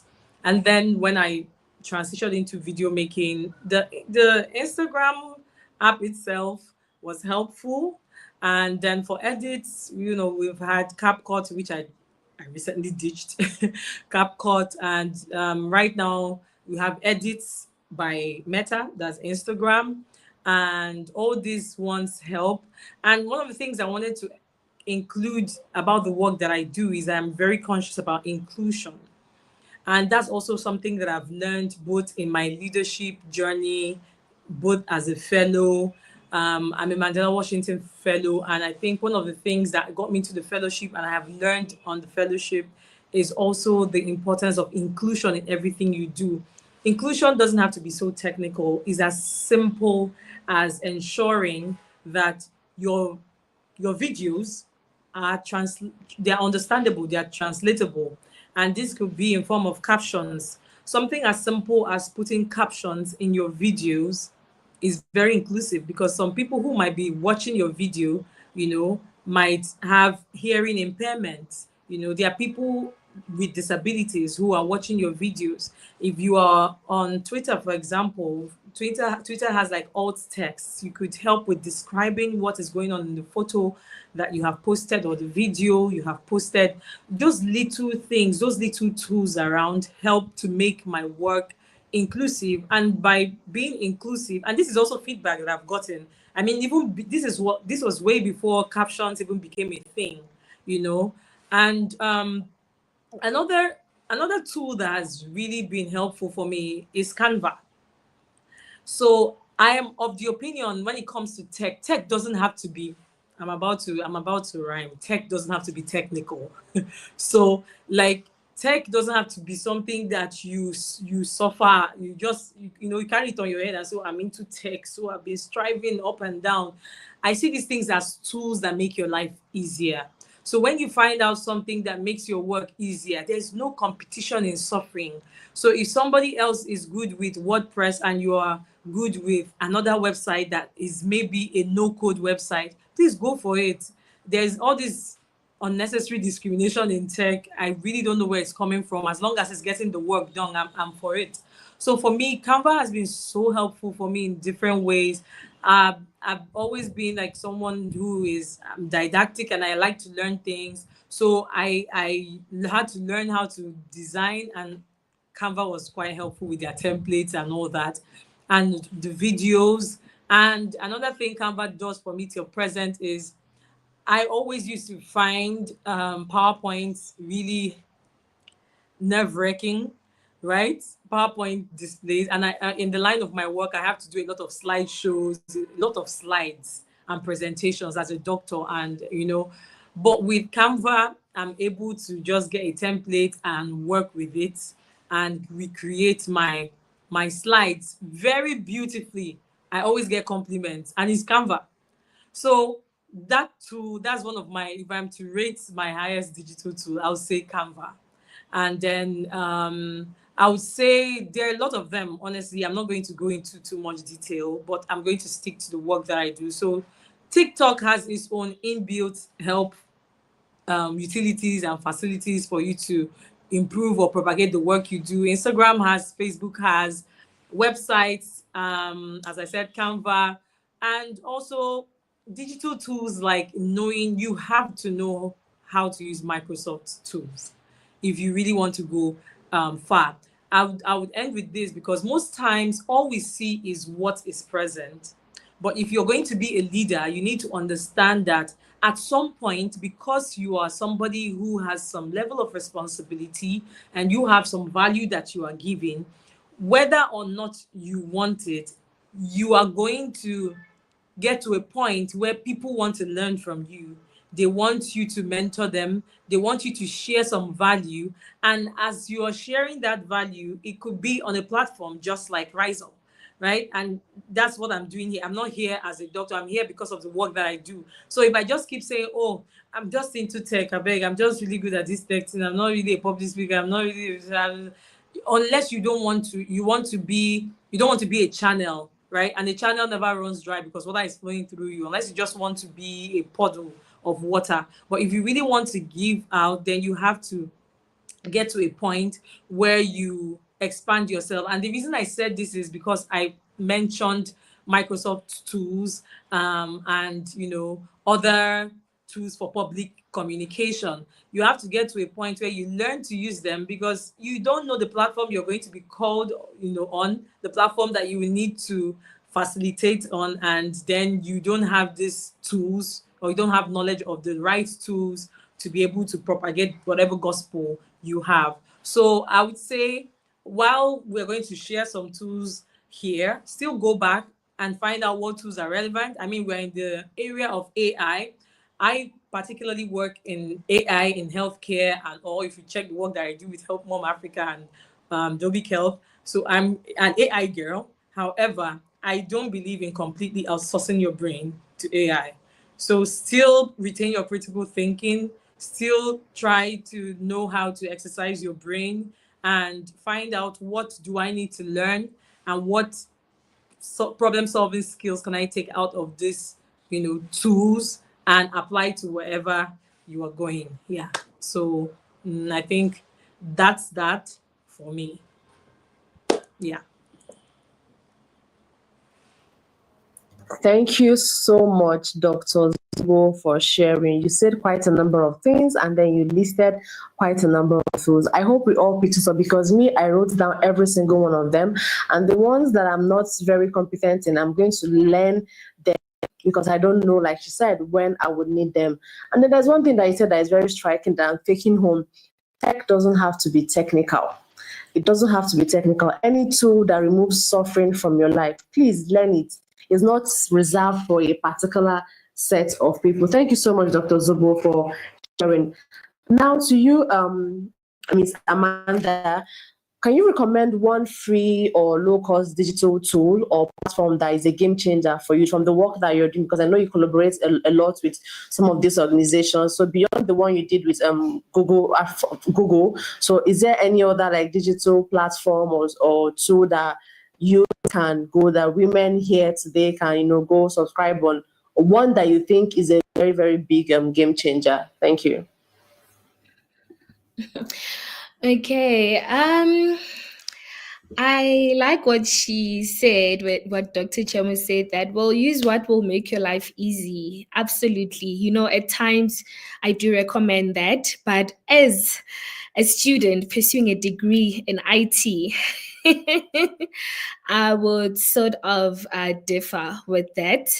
But nonetheless, I'm also a Canva user. Canva has just been my get to go digital tool, especially it's also been evolving with the years with the things that they are including there. It's good for presentations, it's good for videos, it's good for graphic posters, especially if you are just like a young person and there's something that you just want to start. It could be either you want to build on your portfolio or your profile, or anything that you are working on. It could be your business. I would highly recommend that you use Canva. It also just allows you to be a little bit creative there and there, but templates are definitely there. I have used it so much. And the other tool that I would also recommend would be the free one will be Notion. So, planning is very important. You can never execute anything without planning. I think also when I also host the vision board workshops annually, it's that also because I believe in God, it's that even God also instructed that what, with any vision that you have, write it down. So without planning, it becomes difficult for you to execute any goal and the vision that you want to see in hand. So I would recommend Notion. There is Notion whereby it allows you to plan and coordinate.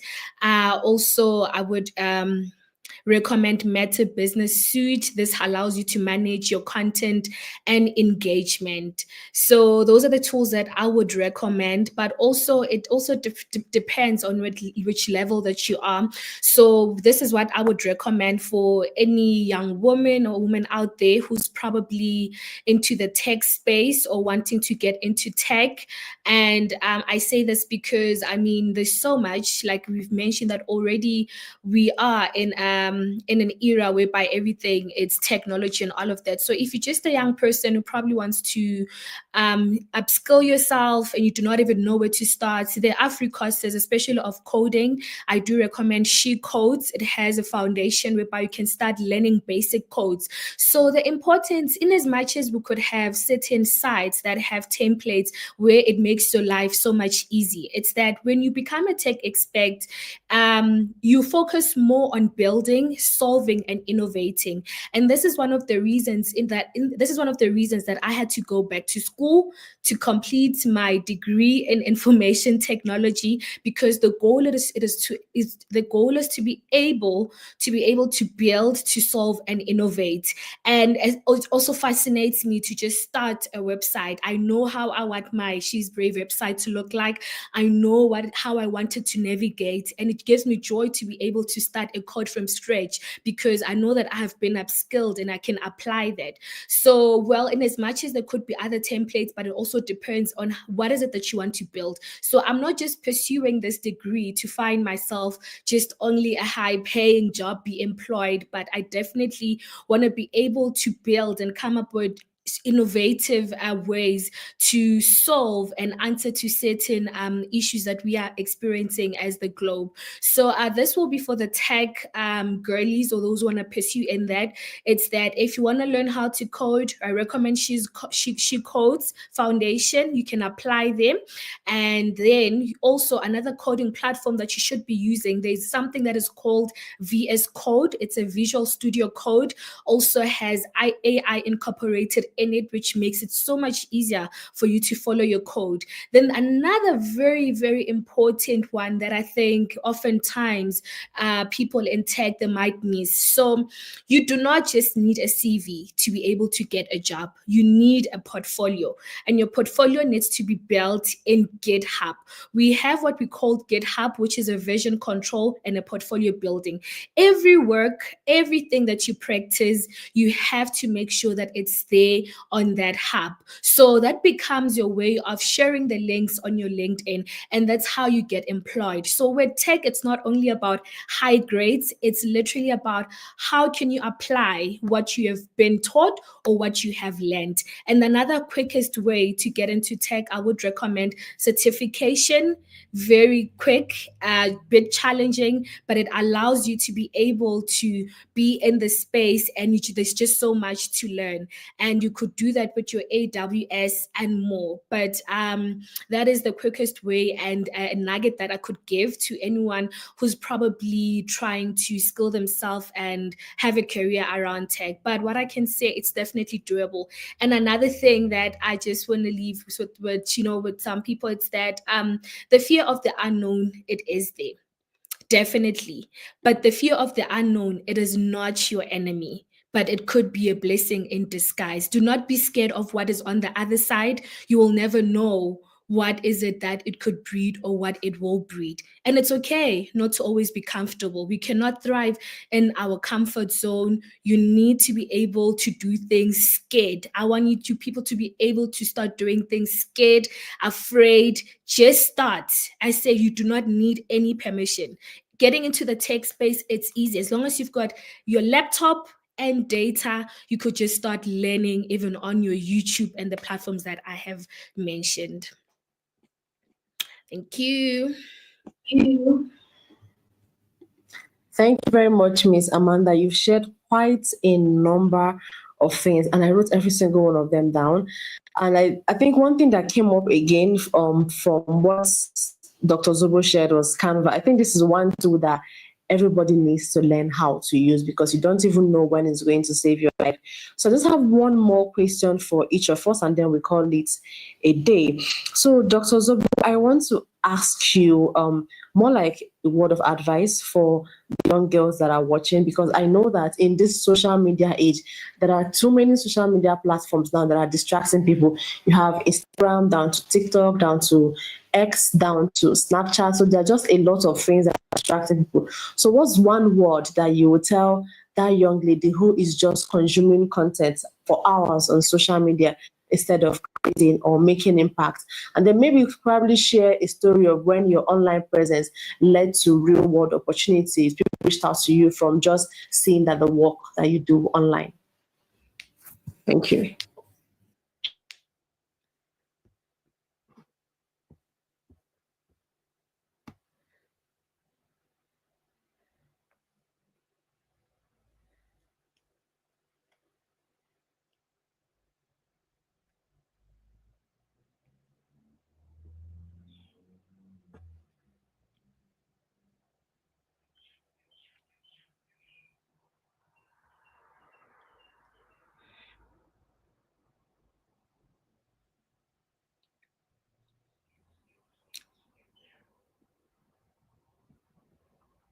Okay, so while we wait for Dr. Zobo to come back, Ms. Amanda, I have one last question for you. So what are your plans for She Is Brave? What are your plans for scaling She Is Brave? And where can our listeners, where can they plug into your work, or how can people support your work? Thank you. All right, thank you. So we are working on launching a digital confidence bootcamp, growing our community through content and partnering with grassroots organizations. So basically, having more of these boot camps whereby we really encourage young people, especially women, because that is our focus, to make sure that they get started and that they do it afraid. But you can find us on Instagram. It's She Is Brave _ZA. And on our website is www.sheisbrave.org. So we've got different pillars and focuses on our organization. One can choose what is it that resonates with them and can be able to support that initiative. But really, we are just an organization whereby we want to make sure that we unleash every girl's, every woman's full potential, to make sure that they are empowered. And our focus mostly, it's not just giving, but it's just sharing those skills, and also more on personal development, on making sure that they are challenged with with how they think. And I think this conferences, I appreciate them so much, because this is how I started. I started by just having to join a certain conference that's happening, where you just confused, you feel like people will accomplish, and how do you start, or where do you start? So I am definitely one of the biggest advocate of personal development, and making sure that people get to be empowered, not just by giving them freebies, but especially having this kind of conversations and making sure that we challenge their mindset. But our goal, it is to be able to reach as many young girls to be empowered with the digital tools, and but mostly personal development, allowing them to become the best versions of themselves with the tools that we are offering in the organization.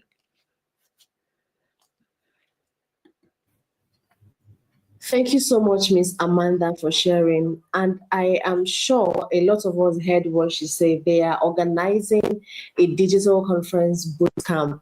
And so if you want to be a part of it, if you want to be a part of her work, or if you want to even support her work, kindly log on to www.sheisbrave.org. Thank you so much, Miss Amanda, for sharing. Welcome back, Dr. Zobo. So I don't know if you heard my question the first time, but I'll just take it again. So I asked, what is your advice or your final words for that young girl who just spends hours on social media consuming content instead of creating content, and maybe possibly share with us when maybe a time when your online presence or putting out your work online has led to opportunities, has led to real world impacts. Thank you. Okay. Thank you so much. So for any person, any young woman, any young girl watching, I think that we need to first understand that as we are striving to succeed, we are striving to innovate, that's the same way we are existing in someone's innovation. So social media is innovation, is someone's innovation. And every day they are going to look for ways to ensure that you remain there, because you are their customer. You're their client, you are their business, basically. So you don't expect people who are business centered, people who are profit oriented, to have your best interest at heart. They're going to keep creating ways to keep you engaged on social media. And that, while it is good, while it is amazing, has a downside of affecting your productivity. So you enter social media to do something, and then you realize 2 hours later that you've just been mindlessly scrolling. And then you are thinking, why did I come into Instagram? This is something that has happened even to the best of us. But one of the things that it takes one to get to a point where you realize that, okay, this is what it is. This generation will say you clock it. So when you clock it, you're able to set up systems that keep you accountable, to understand that social media, as I said, for me is a tool. It's not my life. It's a tool to propagate something. And so for you to be on social media, the very first thing you have to understand, or you have to set up as a system, is, why am I here? What is social media doing for me? Exactly. What am I propagating? We have a lot of young people who are very interested in just being influencers. I get people who ask me questions anytime they meet me. It's like, oh, Dr. Zobo, I really admire your work. I want to be an influencer like you. And I have shared it on different platforms that term is something that I dislike, the word influencer. Now, there's nothing wrong with it. Nothing wrong with it. But I think if we're using it in the context of, the social climes that we are in right now, I don't like it. And here's why. I think for a young person, your target or your focus should be on how to be a person of influence, how to be influential, as against being an influencer. And I'm using the term influencer as a noun here. Most people focus on the noun and leave the verb part of it. You need to be influential, and for you to be influential, you have to be a person of value. So, firstly, what value are you giving to society? What value are you giving to our world? So, if you're able to recognize that value, then it's one step for you to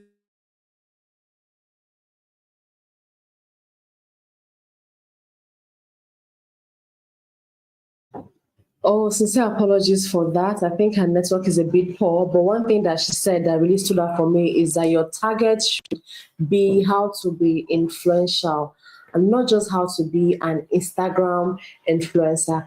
And for you to be influential, you have to be a person of value.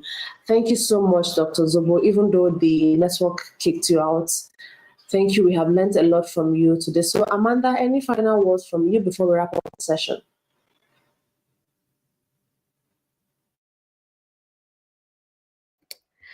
My final word would be brave things don't come from safe places. They come from choosing to rise, even when you are unsure how it will all unfold. I can repeat that. Brave things don't come from safe places. They come from choosing to rise, even when you are unsure how it will unfold. May we all rise. Thank you. Thank you very much, Miss Amanda, for that final word. He said, brave things don't come from safe places, they come from choosing to rise. Thank you so much. I want to say a very big thank you to you on behalf of the Healthy African Girl Foundation. And to you also, Dr. Choma Wakamak, and our dear Dr. Zobo. Thank you so much for joining this fireside chat. And so before we let you go, we want to ask our participants, do you have any questions? If you have any questions, kindly put it in the comment section so that they can answer. If you have any questions, please put it in the comment section. So while we wait for the questions to come up, I just want to ask our convener here. She's a very big advocate of using social media for impact and not just consuming content on social media. So I want to ask you, has there been a time when your presence on social media, just like I asked Dr. Choma, led to real world impact? People reaching out to you for one impactful thing or the other, people that did not primarily know you like offline? Absolutely, absolutely. And honestly, that is one of the things that keep me going. You know, sometimes you might put up a post or something and people might not really engage, they might not like, they might not comment. Regardless, they are seeing those posts. And there are some times that people will reach out to me privately to tell me that one thing I said or one thing I did was really very helpful to them, and they encourage me to continue.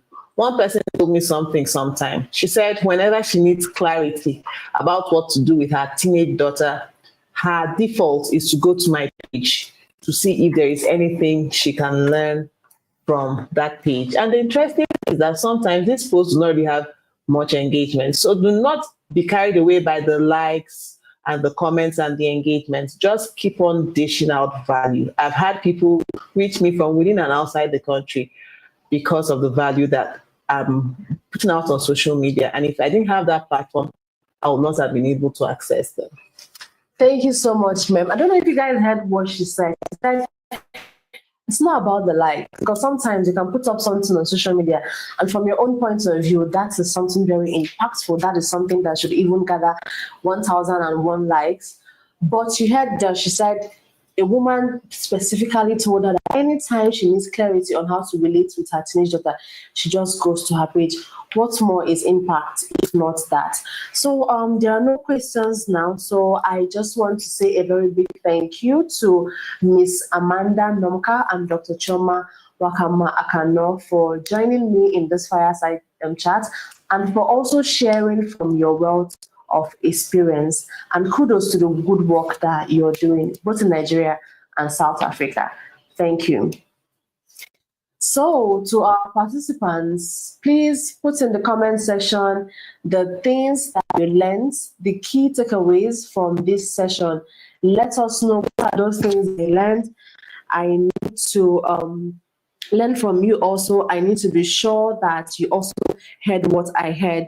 So Princess said, what value am I giving to the society? What value are you giving to the society? That is a very important question that you should ask yourself. Deborah said, social media should be a tool, and brave things don't come from safe places. I love that. Brave things don't come for safe places.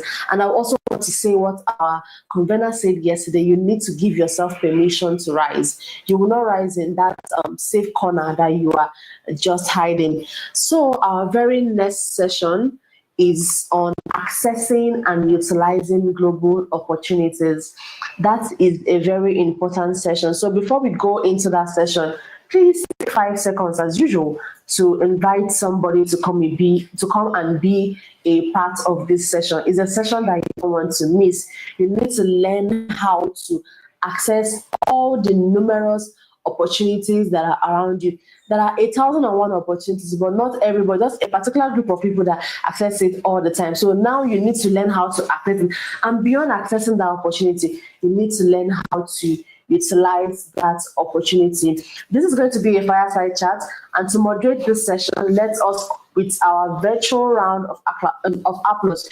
You know how we do it, right? So I need to see your applause in the comment section. With our virtual round of applause, let's invite Miss Grace to moderate this session. Thank you.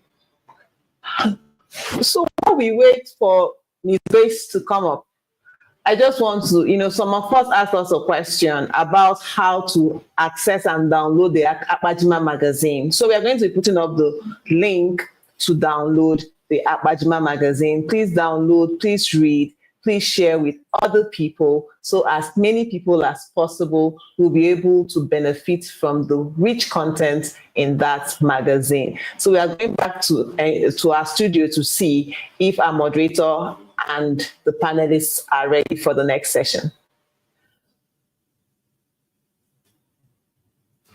So while we wait for them to come up, please keep putting the things that you learned. Zara said, brave things don't come from safe places. They come from choosing to rise, even when you are unsure about how it will unfold. That is very true. So just also tell me how you are feeling, how that particular session made you feel. Do you feel inspired? Do you feel pumped? Are you ready to take action? Also put ready in the comment section if you're ready to take action. So put ready. I am ready to take action. I am ready to leverage technology for impact. I am ready to be an influential person. I am ready to always give value. Ready. Mary Cynthia said ready. Thank you so much for that. Someone asked the question on the comment. She said that she needs confidence, that she needs her confidence to be built. She wants to go for Miss Universe. So I want to ask you, Chidinma, how would you encourage someone that is asking you to encourage her and that she needs to build her confidence? Okay, I think we'll just circle back to the session we had yesterday on identity. So first of all, you know who you are. Who do God say you are? You are brave, you are bold, you are fearfully, and you are wonderfully made. So if there is anything making you think, oh, I'm not good enough for Miss Universe, just remember you are fearfully and wonderfully made, and you are made in the image and likeness of God. And another thing that you can do is to speak to people. It's important to talk to people. Talk to people that can speak life into you. Talk to people that can speak that timidity out of you. Talk to people that can encourage you. And then you also need to do a lot of research. What are those things that you need to put in place before you can apply for Miss Universe? What are those things that you need to put in place before you can even qualify? Or what are those things that you need to put in place to become the Miss Universe? You need to do a lot of research, and you also need an accountability partner, so that the time where you want to go back into your shell, the time where you want to go back behind the curtain and hide, that accountability partner will be able to keep you accountable. Thank you very much. Okay, so I think that we are ready now for the next session. So Chidima, over to you. Please welcome Grace and Co. Okay, so on that session on accessing and utilizing global opportunities, while we still wait for them, can you tell me your expectations for this session? What are the things that you are hoping to learn in this session on accessing and utilizing global opportunities? So what do you want to learn? What do you hope to learn?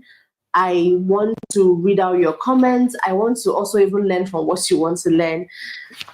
So that in case it's not part of the things that I hope to learn in this session, I can put it as part of my objectives for this session. So please put in the comment section the things that you are hoping to learn in this session on accessing and utilizing global opportunities. And also, please do well to share this live stream to people around you. Put it up on your stories, Instagram, WhatsApp, on Twitter, on X, on, of course, Twitter is X, sorry about that, on Snapchat, on TikTok, on LinkedIn. Share with everybody, your colleagues, your neighbors, your classmates, everybody around you. Please share with them. So I'm waiting to read your comments on what you hope to learn from this session.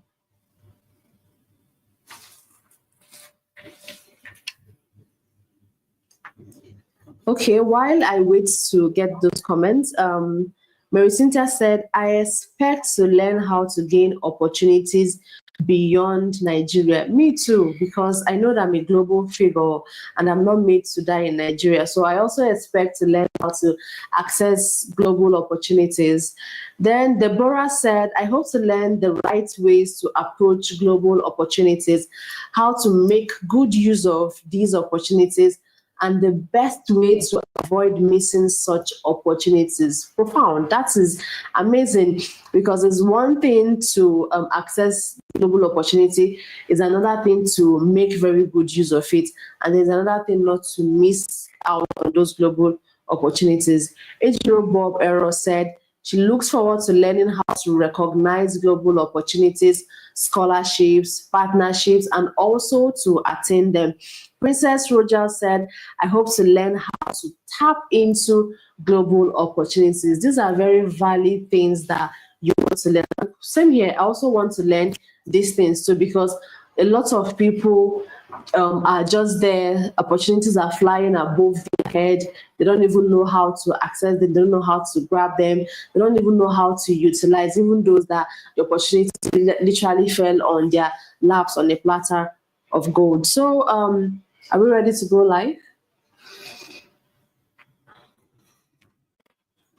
Okay, so I would suggest, Chidima, that we just go ahead and introduce the fireside chat facilitators or resource persons, Onyinye and Kuseme, while we wait for our moderator. I think she's having a bit of a glitch with her network.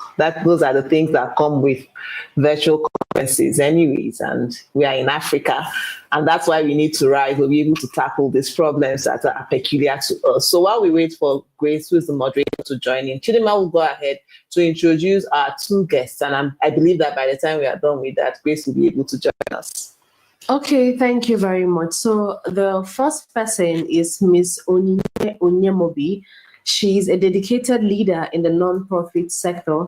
She's committed to advancing social justice, equity, and collaborative leadership. As a professional at Ford Foundation, she plays a very vital role in shaping impactful initiatives that drive meaningful change and empower communities, championing equity and systemic change in West Africa. With a background in policy advocacy, youth empowerment, and security reforms, she has worked with Amnesty International Nigeria, Open Society Youth Initiative, and a Clean Foundation, supporting police reforms and legal assistance for victims of human rights violations. She was also a visiting scholar at the University of Michigan's Youth Violence Prevention Center, where she contributed insights on youth crime prevention. Onyinye holds a master's in human rights law from the University of Oxford and Political Science from the University of Lagos. She also holds a bachelor's degree in Political Science and Philosophy from the University of Nigeria.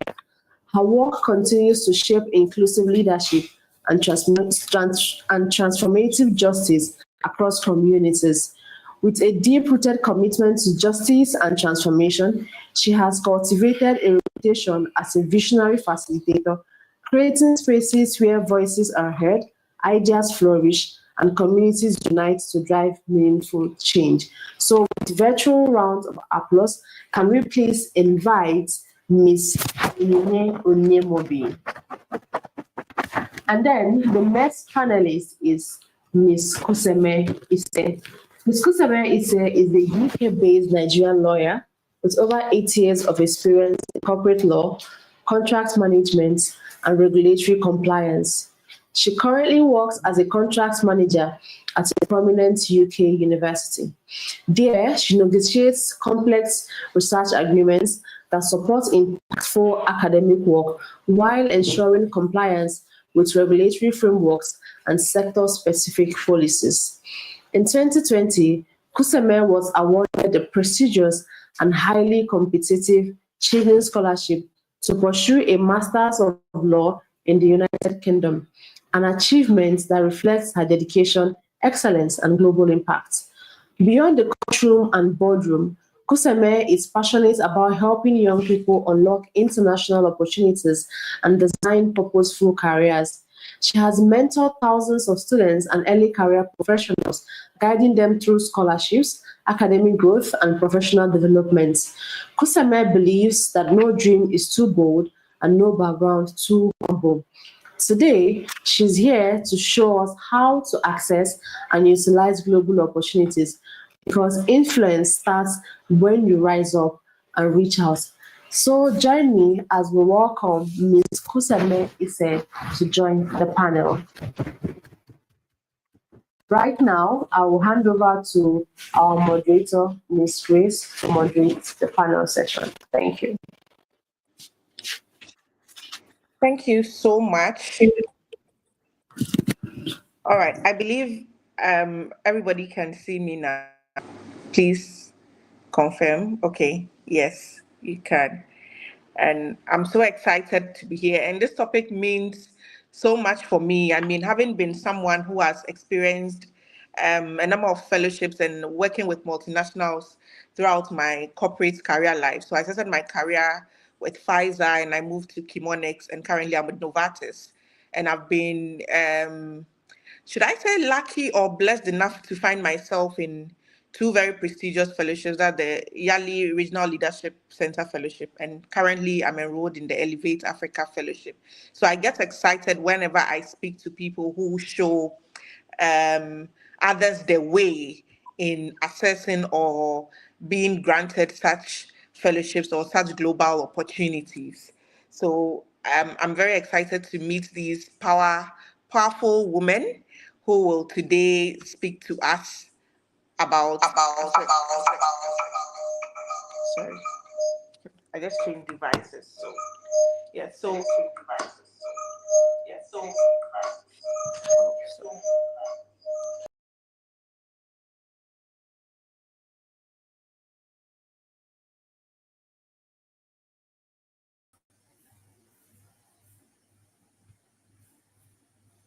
right, sure.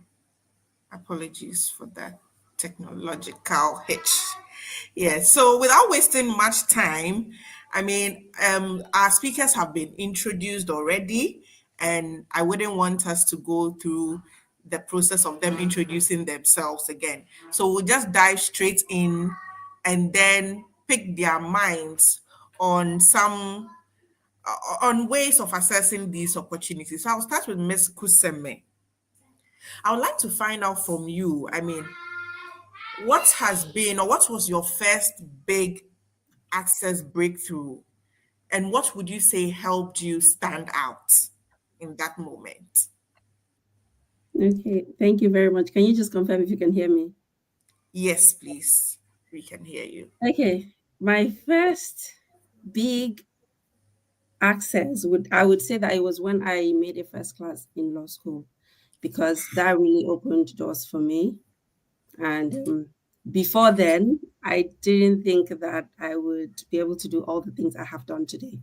But after I got the first class from law school, which was very, I would say it was a first time thing, especially from my alma mater, my university where I came from. There was nobody who had previously made a first class from Nigerian law school. So back in 2017, myself and my colleague, two of us, we made first class, which was like history was broken. So it was very loud, and people just started sending me opportunities.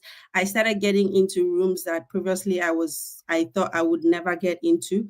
And I also was able to get into places and rooms that my first class degree opened just for me to get into.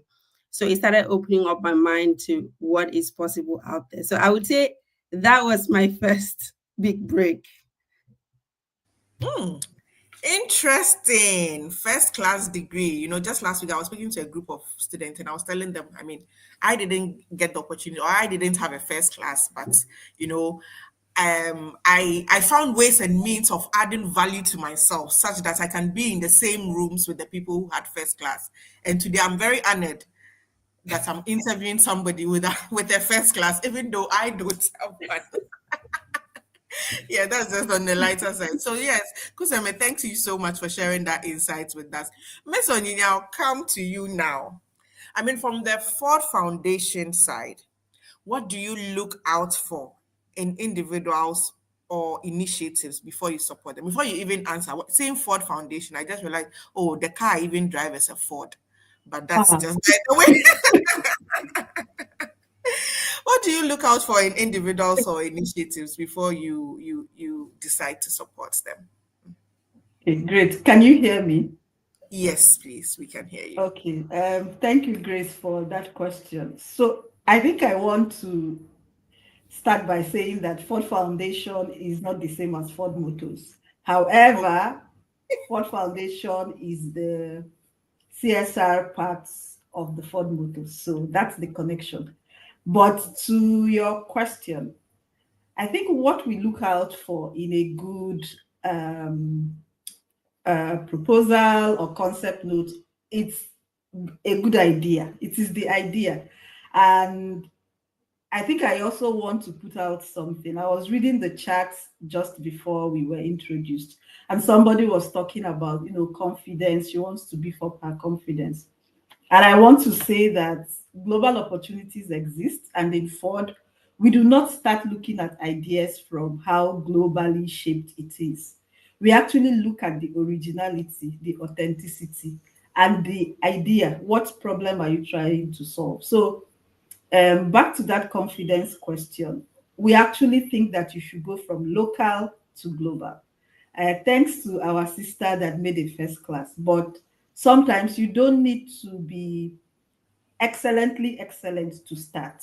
We also find people who are trying out ideas, they are unsure of what it is they want to do. But when you look at it, you can feel the authenticity, you can feel the originality, and we can go look for the person and say, we don't mind helping you bring your dreams to life. So, my point is, if you don't have confidence in what you're doing, it's a starting point. Don't feel like you have to be globally positioned to get opportunities. No, you can get it even from your local standpoint. Okay, I'll stop here. All right, thank you so much, Miss Onyi. One thing I picked out, you don't need to be excellently excellent. You just need to be authentic and original.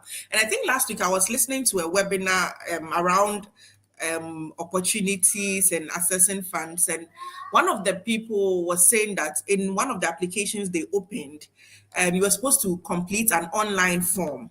And there was this particular person who had brilliant ideas, but he just didn't have an access to the computer to even, fill the form and all that. So he printed out the form, he filled it, he looked for their office, took it there.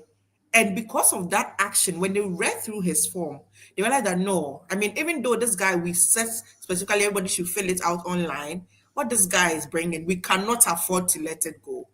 So because of how authentic or his story he had, even though he wasn't so tech savvy, he was still accepted, and they polished him up nicely. So I'm very excited about what you said, Miss Onine. And now I want to, coming back to you again, I want to ask you, do you think a lot of African women are represented in these global fellowships or have access to funding? And if we are not, are there reasons? What are some of the common reasons you think we are underrepresented in global fellowships or funding? So, Ms. Onyeka, you can take it, then I'll come back to Kusemi. Okay, thanks, Grace. So I would say that because of the society that we live in and the role of patriarchy that have made women's role to be, typically what they say in the kitchen, in the bedroom, in all those type of places. Historically, women did not have opportunities to sit and to be in global rooms. But that is changing. And there are many opportunities that are intentionally created to provide space for women. But what I find is that most times when you put out an opportunity, the women who apply would either not be at par with the male counterparts. And that's also why I find this conversation we are having very relevant. Some people have understand the need for equality, gender balance. So for example, in Ford, we have Ford Global Fellowship, and we are intentional about saying we will prioritize women than men because of the opportunities that already exist for men. So I'm saying that there are enough opportunities for girls, but you need to prepare yourself for those opportunities. And when you do have them, you have to come with your A game. I know that I said that you don't have to be excellently excellent, but that doesn't mean that when you have the opportunity, you will not put your best foot forward. So my point is that there are emerging opportunities, and women and girls are now being prioritized. So we all need to prepare ourselves for when those opportunities would come up. Definitely. I so much agree with you. I mean, society in traditional times or in previous times, society has placed women on a certain pedestal, and I believe things are changing. I mean, as I'm moderating this now, I have a baby with me, but I'm still determined to do this. So we need to come with our determination and our authenticity. So, Ms. Kuseme, I mean, aside what Ms. Onyinye has said, do you believe there are other reasons African women are underrepresented in global fellowships or funding? Thank you. What Ms. Onye said is absolutely correct. So, yes, currently there are more opportunities than there were 10, 20, 30 years ago. And I think what happens is we have so much imposter syndrome, oh, I can't do it. I usually hear this, and it's research proven that if men are 60% qualified for an opportunity, they will apply. But women always want to be 95 or 99% qualified before they go ahead and apply. So that's one thing. The fact that, oh, I don't feel qualified enough, imposter syndrome. I have it as well. So don't think I don't. I have it. And I think the best of us have it. So imposter syndrome is one of the main reasons, because we always feel like, oh, we're not ready. It's not yet time. I have so much other things I'm doing, or I will not be able to give enough time to it. So that means I don't apply. I think another thing is the lack of knowledge of these opportunities. I have a YouTube channel where I share a lot of information about opportunities out there. And at a point, I felt like, oh, I've been saying this thing over and over again. I'm sure everybody knows. But you still see people come and say, oh, how can I get a scholarship? Oh, how can I get an internship? We have social media, we have internet, we have AI chatbots that you can easily ask questions, but you still hear people saying these things. So it baffles me when I hear people say things like, I don't know where to find opportunities, I don't have, or I don't know how to apply, even when information is out there. So it still goes to show that a lot of people don't have the knowledge, don't have the understanding of where to go and find these opportunities. So another thing that would help is actively seek out for it. And the fact that you're in this session means you're doing the right thing, because I'm sure that you've gotten a lot of insight and you know a lot of places that you can find global opportunities. At the end of this session, going to share some websites that you can find these opportunities. So that should no longer be a barrier of, oh, I don't know where to find opportunities. I think another thing would be, I have my notes here. I always take down notes. So and another thing would be, for me, I would say inability to position yourself or communicate your value. Knowing or being something is not the same way as communicating your value to another person. I am a Chimney scholar. I am a contracts manager. I'm a contracts lawyer. I know that. I don't need to prove it to myself, but I need to be able to communicate that to another person. So if Onyinye is looking for women that have impact in order to get the Women Fellowship in their foundation, and they have stated the criteria, these are the essential criteria, these are the desirable criteria. Now submit to application. I could submit my application and not get selected, not because I am not qualified, but because I was not able to communicate my value. Maybe I was boring in my application. I was not able to articulate the value that I would bring to them, appointing me into the fellowship. So when people are not able to communicate their value in the application, that is a barrier. So these are the people that they found the opportunity and they've applied, but they are not selected. So those are the things I have identified so far. There are a lot more, but yeah. I'm so excited you mentioned knowing how to communicate your value, because just this week I came across a young guy on LinkedIn who has got a new job, and the way he announced the job, in the field I find myself in, most of the people get into the multinational pharma companies as medical sales rep. So it's more like a sales or a marketing executive. But the way the guy had written the job description and everything, I took a screenshot and sent to one of my friends and said, I need to meet this guy.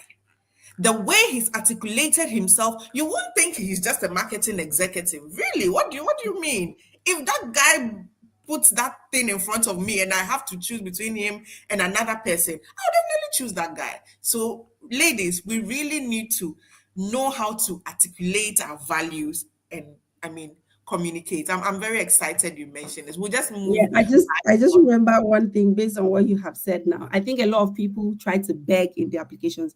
When there are opportunities out there, they are not looking for beggars. Don't come and say, oh, I'm from a very poor background. Please, I need this opportunity. Without this opportunity, I'm nothing. No, you're not. That is not going to persuade me. Well, I don't give people scholarships, but even though I wish I could, but I have applied for a couple of opportunities and I've gotten it. And I don't think begging persuades anybody. Like, whether you beg or not, do you meet the criteria or not? I give an instance. When I finished my master's degree in 2021, I could have come out on LinkedIn and say, oh, I just graduated from master's degree and I need a job now. Please, I am highly job hunting. If you know anybody, if you know any job available, please link me. I didn't do that. When I came out to announce that I have graduated from Queen Mary University of London with an LLM, I said all the things I learned. Oh, I just finished a master's degree and I learned a lot about negotiations, having difficult conversations. I am more competent in contract drafting, international arbitration, and I'll be very glad to provide, to help your organization in these areas. I was not begging, but I'm looking for a job. But when somebody reads that, they'll be like, oh, she positions herself as a thought leader in this industry. And when they are coming into my DM, they are coming to say, are you available to come to our organization? They're not coming to say, oh, we are going to do you a favor. So the way you present your application or the way you communicate your value also matters. You're not begging. Please don't beg. All right. Thank you. What you just said leads me. Okay, Miss Onyinye, you want to add something? Yes. Okay. Yeah, I wanted to say something. So I guess just taking it from where Kuseme stopped. So it is important that when we reflect, not just when you see opportunity, but before, try and articulate what it is that you are good at. And it doesn't have to be things that every other person is doing. Think about yourself, connect with yourself, pull out the things that are good about you, and make a story out of them. And like I said, keep it as original as it can be. What we also find is that people these days, because of AI, they would go use AI to try and write an application. When you read those applications, they are usually very shallow, because it loses the personal story side to it. I would also say it's not okay to beg or to appeal to sympathetic emotions. However, it is also good to tell your stories in a way that is compelling to whoever is reading it. So when I read or I try to shortlist for fellowships, I look at people's historical journey. Where are you coming from? And it is okay if you have never had a fellowship before, no opportunity, low education, all of those things talks about your resilience, if you have worked hard and you are where you are. So it's good to tell your story, but tell it from a positive perspective. So we usually see even persons with disability would come through their applications to say, I have disability, I don't have opportunity. And we as Africans like to talk about our problems, your limitations, how, too many problems. But people who are sitting at that global stage and they are listening to you, what they are asking themselves would be, what opportunities are you seeing in that your problem? And how is it that you want to use the opportunity to solve it? So my point that I want to make is look around your environment where you are. What are the issues that you can find? Which ones are you connected to? Start doing something about it. Tell your stories to yourself. You can have a jotter, whatever it is that you have, that you can journal the things that you're finding, but always think of opportunities rather than problems. Okay, I'll stop here, Grace. All right. Thank you. Thank you so much. Always think of opportunities rather than problems. I think that brings me to my next question, even though you've mentioned it. I mean, the mindset or habits young women need to develop to be opportunity ready. One, they shouldn't have a mindset of begging. And they shouldn't also have a mindset of seeing problems all the time. But do you want to add anything further? I mean, what mindset or habits should young women develop to be opportunity ready? So I'll start with Ms. Onyinye. Okay, great. So maybe I can tell my own story, how I got here briefly. So I when I was in university, I went to UNN. I didn't in Nusuka, and I have very limited opportunity of how the world works. Before then, I didn't know that I read political science quite all right. So I understood that there are global platforms, but I didn't know where they are and how to find them. However, the principle and the value that I had was that whatever your hand finds to do it well, no matter what it is. And because I also grew out of that society that teaches you to look for how to solve problems. So in my neighborhood, I find that, when our parents go to work, young girls are sometimes a bit stranded, they don't know what to do, and men and boys can take advantage of them. So even in my year one, I started thinking of how do I protect these other younger girls in the neighborhood. And I will gather them, I will use my lunch money and buy them biscuits, take them to the zoo, take them to motherless baby. And we just were having fun. I didn't know that that was charting a course for me in life. So when I left school, I finished serving. I was still thinking, where can I find young people to help them, to just teach them? Not like I had much to offer, but even that little that you have. I read Ben Carson's book and I saw how transformative working hard, reading, and all of that, changed his life. So I said, okay, I'll buy those books, I'll go to inner communities, and I will share, only for me to get an opportunity in an NGO. Before then, I never saw an NGO in my life. And they were like, oh, they are working in one inner community in Lagos, in Ajegunle, for those who know. And they need somebody. I jumped at it because this is all that I've been doing. And to cut the long story short, I did that work in a secondary school, just mentor young people, talk to them. And like I said, I didn't know much, but from the little that I had, I was willing to share and to offer. I remember those days when I go to those communities, my colleagues would be laughing. Like, look at this one. Your mates are looking for global opportunities. You're going to one rural community to go and play with children. And they say I used to form a circle. And they laugh at me. But like I said, whatever your hand finds to do, don't look at it that, oh, it's not going to take you anywhere. You never know. Just do it with all your passion and with all your heart. Long story short was that at one point, some group in Netherlands said they want to do a documentary, and they came to Nigeria. They're looking for inner community where young people are doing stuff.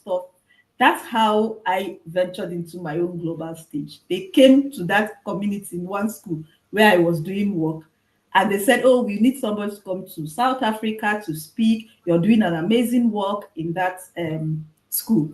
That's how they carried me. And my colleagues were like, oh, this form a circle has become something. That's how I went to a global conference for the first time in my life, and I spoke. But from then on, opportunities started finding me. I didn't think it was anything serious.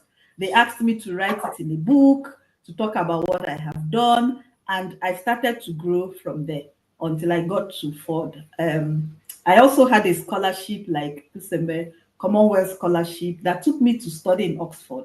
And I didn't say anything that is out of this world. What I said was my little beginning, the journey, and how that has inspired me to want to influence more and more young people, encourage them using that my local experience. And you would think that it is nothing, but that's what has taken me everywhere that I have been and up until today. So my point is, do not belittle the experiences that you have.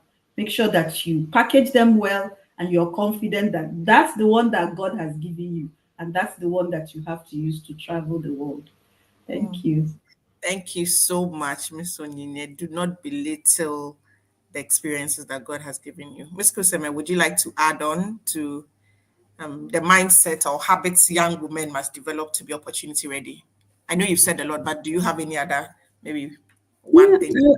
I would say, just like what Onye has said, I would say have a problem solving mindset. I know she has mentioned that already. And I heard somebody in the comments said it looks like all the speakers have been to Ivy League schools. And what you need to know is that I did not wake up one morning and I found myself in London studying a master's degree. Onye has shared her story, how she started. It's that simple. In your environment, what problem are you seeing and how are you seeing it? Are you seeing it as a stumbling block or are you seeing as an opportunity to solve a problem? How did I get a scholarship? Do you think that do you know the uni I went to? The uni, if I mention the name, you probably don't know because I grew up in my state. And if I tell you that I grew up in a university that nobody had first class in law school, you should know that it's very bad. So it's not like we wake up and we get global opportunities. You start, there are opportunities in different stages. You start from where you are. You start volunteering. From volunteering, you start you go into internships. You don't just wake up and find things. So where you are, have a problem solving mindset. I remember when I was in uni, that same uni that I said nobody knows. I was part of what we call the law clinic. And why was I part of the law clinic? I was just bothered about the fact that our court cases take such a long time, and then people in rural communities really could not do anything. If somebody snatches their land, that's all. They don't have money to go to court, and if they go to court, it will stay there forever and ever. So what did I do? I told our head of department, let's go to rural communities and start talking to them about alternative dispute resolution, why they should find other ways to resolve their disputes. Oh, if you're having family issues, you can go to the local government council. That was us solving problem in uni. I was in year 3. In uni, we didn't need anything much. Some of us will contribute our money for transportation and snacks because when you gather these people, you're going to at least give them snacks so that they would listen to you. Sometimes our lecturer will give us money, add to our money so that we can buy things for them. We used to enter Keke, we'll go there, come back. That was what we could do at that stage, right? Now, when I wanted to apply for my first opportunity, which was after I came out of law school, it was an internship that I did. It was a professional boot camp in Lagos. That was the example I used to apply. Okay, because usually applications will ask you, Yes, you have all these aspirations. What have you done previously in your own space? Onyinye will not get the opportunity to go and speak in Netherlands if she did not do what she was doing at her. So you don't even need to spend a lot of money. You don't need to have a big platform. What are you doing where you are? So that was the example I used.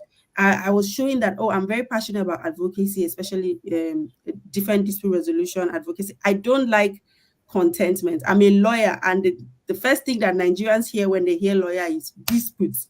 They want to fight, they want to argue, and I'm a very different person. So whenever I used to hear that narrative, I was so uncomfortable. I knew that I wanted amicable dispute resolution. This has always been in my head right from day one. So every time I found opportunity, I talked about it. If my lecturer says, "Do you want to write an article on it?" I say, "Yes, I'll write an article. I'll give somebody to review. I'll publish it, find the place to publish it. It doesn't even have to be a good journal. I shall publish it, alternative dispute resolution in my little corner." That was how I started getting a little opportunity. And as you get these opportunities, you gather them, right? They pile up, and before you know it, you are able to go to a place where, based on what you have gathered, it should take you there. So they are in stages. Don't think that because you've not gone to an Ivy League school, you cannot access opportunities. There are some opportunities that don't need people that go that are at Ivy League schools. There are some opportunities that if you've been to Ivy League school, they'll be like, "We cannot help you. You're This is not overqualified. So no matter where you are, there is an opportunity for you. So have a problem-solving mindset. See what you can solve, especially something that really bugs you a lot. If you're really upset about something every time you see it, it means you probably have a passion to solving it. So what can you do from where you are? So have a problem-solving mindset. I think that's what I can say to that. Thank you so much, Kusema. In fact, I really wanted to address that comment in the comment section. So I'm very glad you did it before I even had the opportunity to. So thank you all for the mindset and habits you've shared with us. So moving on, I know we've said a lot. Maybe can you just highlight 2 or 3 global opportunities that young women watching us now should be looking out for? Just 2 or 3, and I can add on as well.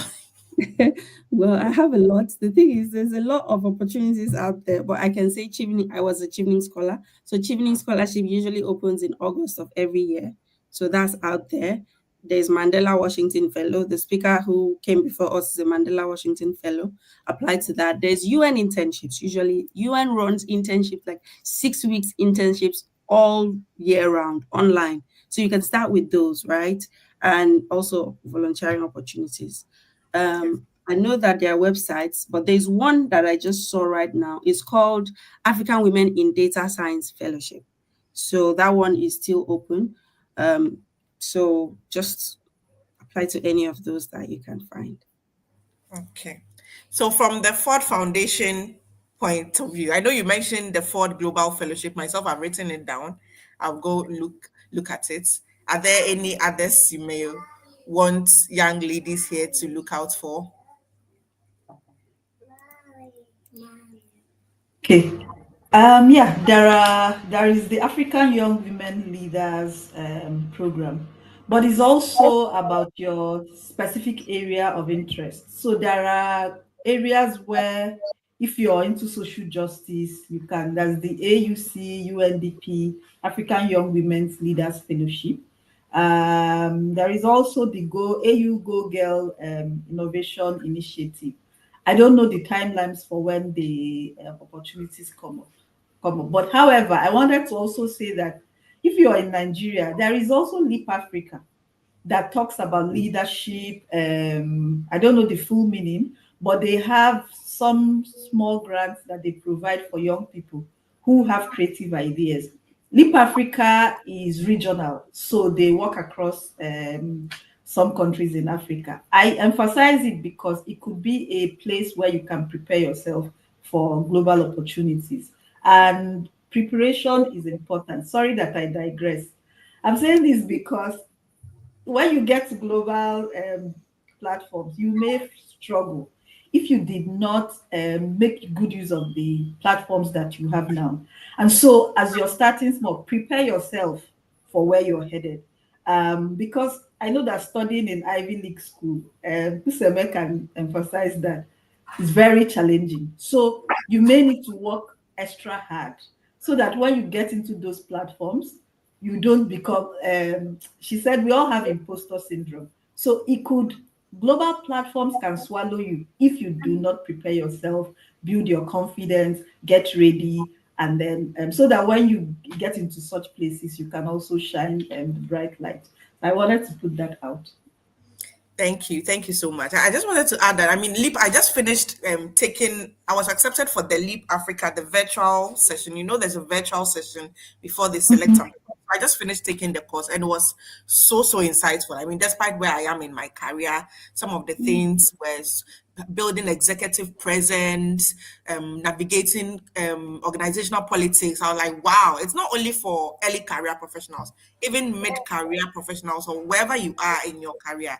I think you should apply for Leap next year, and you'll be happy you did. I think if you're in Ghana as well, you can also look at a Niger Global Fellowship. Unfortunately, because of the USA stop work order, the Young African Leadership Initiative Regional Leadership Center has been put on hold. We don't know what will happen in the future, but should it come back, it's also a very good opportunity for up and coming leaders. So these are some of the few opportunities you Yeah, can. Grace, if I could just add, I just remember that McKinsey Consulting, they usually offer online internships as well. Yeah. Very impactful. I did that as well. Then there's Tony Elumelu Foundation for creatives and people who want to set up businesses. There are opportunities everywhere, to be honest. And most times, your first bet should not probably just be applying for an opportunity outside the country. Try to utilize the ones inside because they will prepare you for the ones outside. Yeah, thank you so much. I mean, talking about Mackenzie, I also took a virtual program, the Forward program. Yep, that's the one. We have learned so much. Yes, so you can all take a look at it. Now, Kusame, I mean, Chevening Scholar, what are your top tips for writing applications that stand out? Whether it's for grants, maybe you can answer for grants, and then Onyinye can answer for fellowships. I mean, since she's with Ford, and she might have seen some of the fellowship applications. So, Kusame. Top tips. Well, I am not at the reviewing end, so you should ask me. What you did. Tell us what you did. I would say that the first or the only thing I usually tell people is writing your application in the STAR approach is a way of being able to communicate your value very succinctly, right? Global opportunities that is very competitive. And if I receive 1,000 applications and I need to sort down to like 50 candidates, I would try to eliminate as much as I can based on very little insignificant things. Now, what would you do to really help your application to stand out? Use the STAR approach. That's what I was taught when I was applying for Chevening Scholarship. That's what got me in. That's what got me into uni abroad. That's what got me my current job. So it has always worked for me. So what is a STAR approach? Situation, the task, action, and result. So every time you want to write something, you want to present, or you want to answer a question, for instance, you say, what are the challenges you're facing in your industry, and how do you think you're going to overcome these challenges when you get this fellowship or when you get this scholarship? So the situation is the challenge, right? Oh, let me use, for instance, oh, there's a lot of delay in the legal system in Nigeria. Disputes are not resolved easily. That's a challenge. Okay, what is the task? The task is we're going to find different ways to optimize the legal system in a way that will allow people to go to alternative means of dispute resolution. What action did you take? Okay, I started advocacy. I started speaking to my colleagues in school. I rallied around. I spoke to my lecturers who supported me in writing policy briefs, and we presented it to maybe this organization or this government body. What was the result? The result was that government, or let me not even use government because they'll say that I'm talking about bigger platforms. So the result was that people had awareness of the fact that apart from going to court, I can go to my community leader to resolve my dispute. People had awareness, at least not your result doesn't always have to be 100% you've gotten it. It could just be the fact that people are now aware of what is happening, or people now have the knowledge of the different dispute resolution mechanisms that are out there. So that's the easiest way to explain the STAR approach, because it means as I'm reading that application, I understand what the situation was. I even understand that you, the writer or the applicant, you know the problem and you know what you're looking out for, you know the steps to take and what results you're looking out for. Because somebody talked about SMART goals, you must always be able to measure the results. Even if it's not the peak result, at least what has changed. What has changed? So that's the STAR approach. I think that's one way to be able to communicate your value. I'm sure that Onyinye has others. Definitely. I mean, the STAR approach is even very helpful in interviews and in so many other things, In aside. everything that I use that everywhere and it works. So Definitely. Okay, so Onine, you mentioned authenticity earlier, but I mean, I want you to, from your years of experience, what top tips would you give us to stand out? Okay, so I will talk about the grants, the process to writing grants, but also what we look out for in applications. But where I have been an applicant, right? So to put it out, Kuseme, I tried Chevening many years ago. I got to the last phase and I didn't succeed. So I thought I had lost all opportunity to go to school abroad. Like 10 years down the line, I tried Oxford Commonwealth Scholarship to 2021 and I got it. And what did I do? I didn't know the STAR. I'm just learning it now as you're even explaining. So thank you for that. However, what I know is that the simplest way to learn is to ask yourself, I'm trying to apply for Commonwealth Scholarship. What do they require? You may read the application, but your own interpretation of it may not be as apt as you think it should be. So I did the basic thing. I went on YouTube and I said, applying for Commonwealth scholarship. People who had done it before, that had content online, that had done video, the type of questions they were asked, the things to look out for, their own mistakes, they said everything. So I listened to as many as I could find. And then I wrote down the tips. So I used the tips, I came down to my own story, and I was using that as a guide to write. I'm saying this to tell anyone who doesn't already have a methodology to responding to applications. You could also leverage on what other people have, but that's only a guide to what you need to do. So coming back to Ford and how we approach applications, first and foremost is that you have to know yourself. So the type of questions we ask would be things like, what is your leadership style? So you have to know how you lead, why you lead, what it is it that you want to do. I like what Kuseme said about what have you done. So we ask questions, talk about your experiences in leading, because we are looking for young, under-resourced leaders, which is where most of us will fall in. What have you done with your own leadership opportunity? It could be in your family, in your school, in your church, but we want to know the qualities that you exhibit as a leader. The other thing would be, how many people would our investments in you influence? So if you're just thinking about you, you want opportunity to go to school, to be in global platforms, that's okay, but nobody is interested in growing one person. We would rather invest in somebody who thinks that her contribution will influence many more people, no matter how small you want to begin. So you can talk about how if you get exposed to this opportunity, you will cascade whatever it is you learn in your village, in your community. So the person will be like, okay, you have a big mindset. I think the other thing is you also have to talk about when you failed.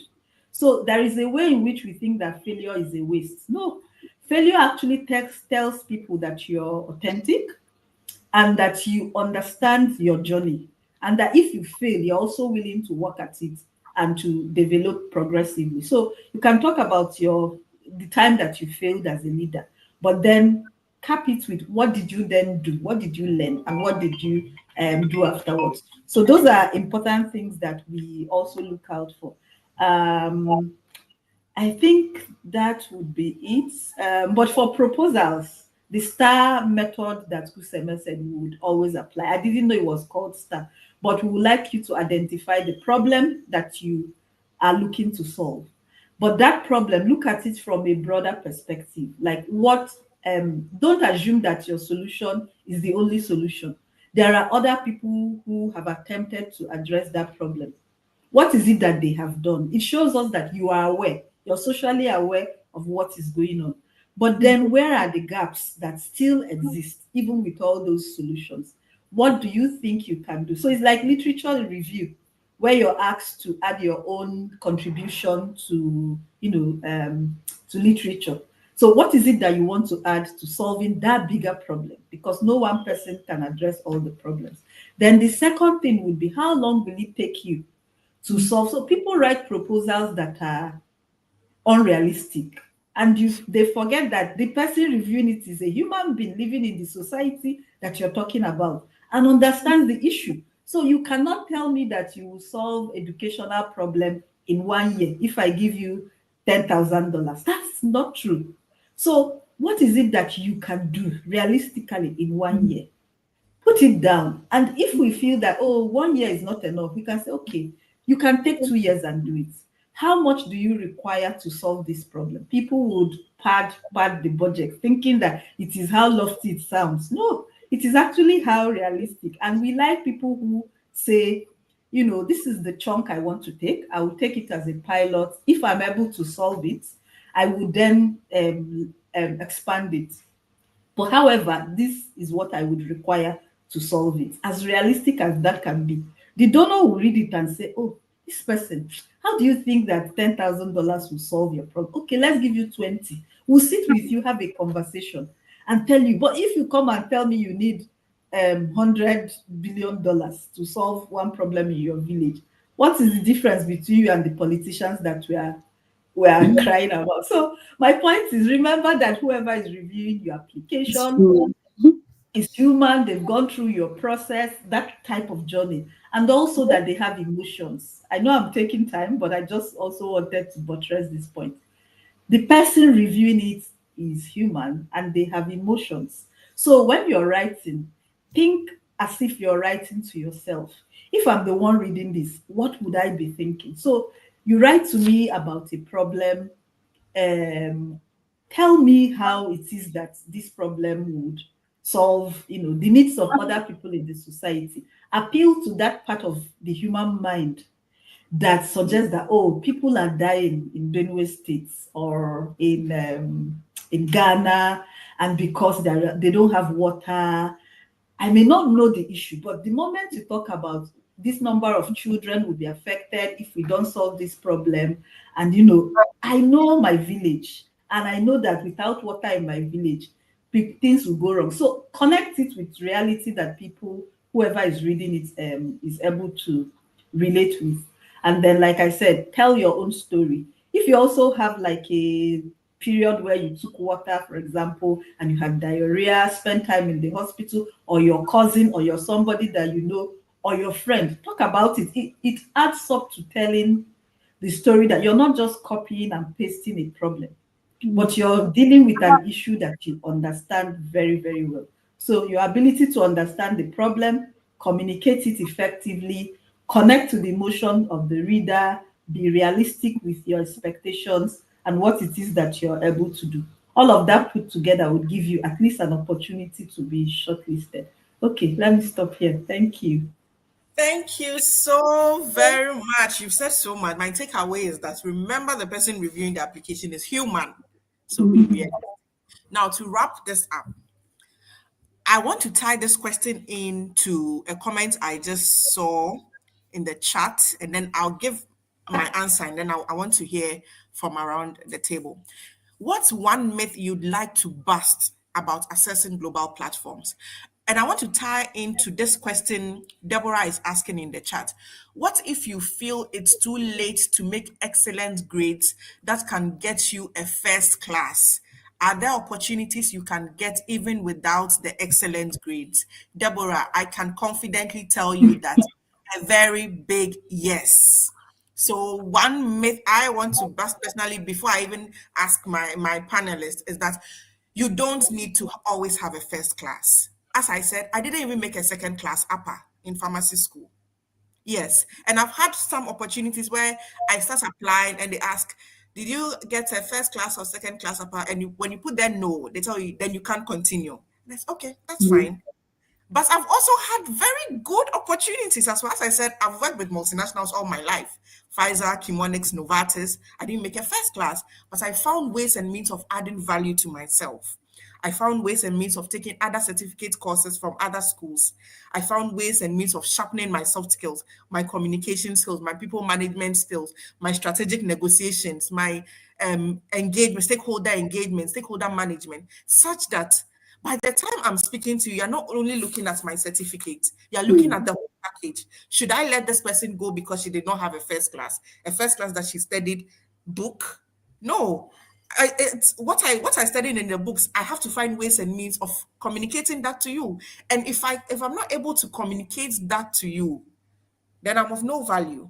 So, my dear Deborah, it's not too late. You can always find other means and ways of adding value. You don't always need a first class. We are very happy Kuseme had a first class and she's our inspiration. But if you are like me and you didn't have a first class, it's not too late, my dear. You can always find other ways and means of making it. So I'll take you to Kuseme and then Onyinye, and that will be the conclusion. So Thank one you, minute, Grace. and you can add your closing remarks. I see our live studio person is here, so we have to conclude.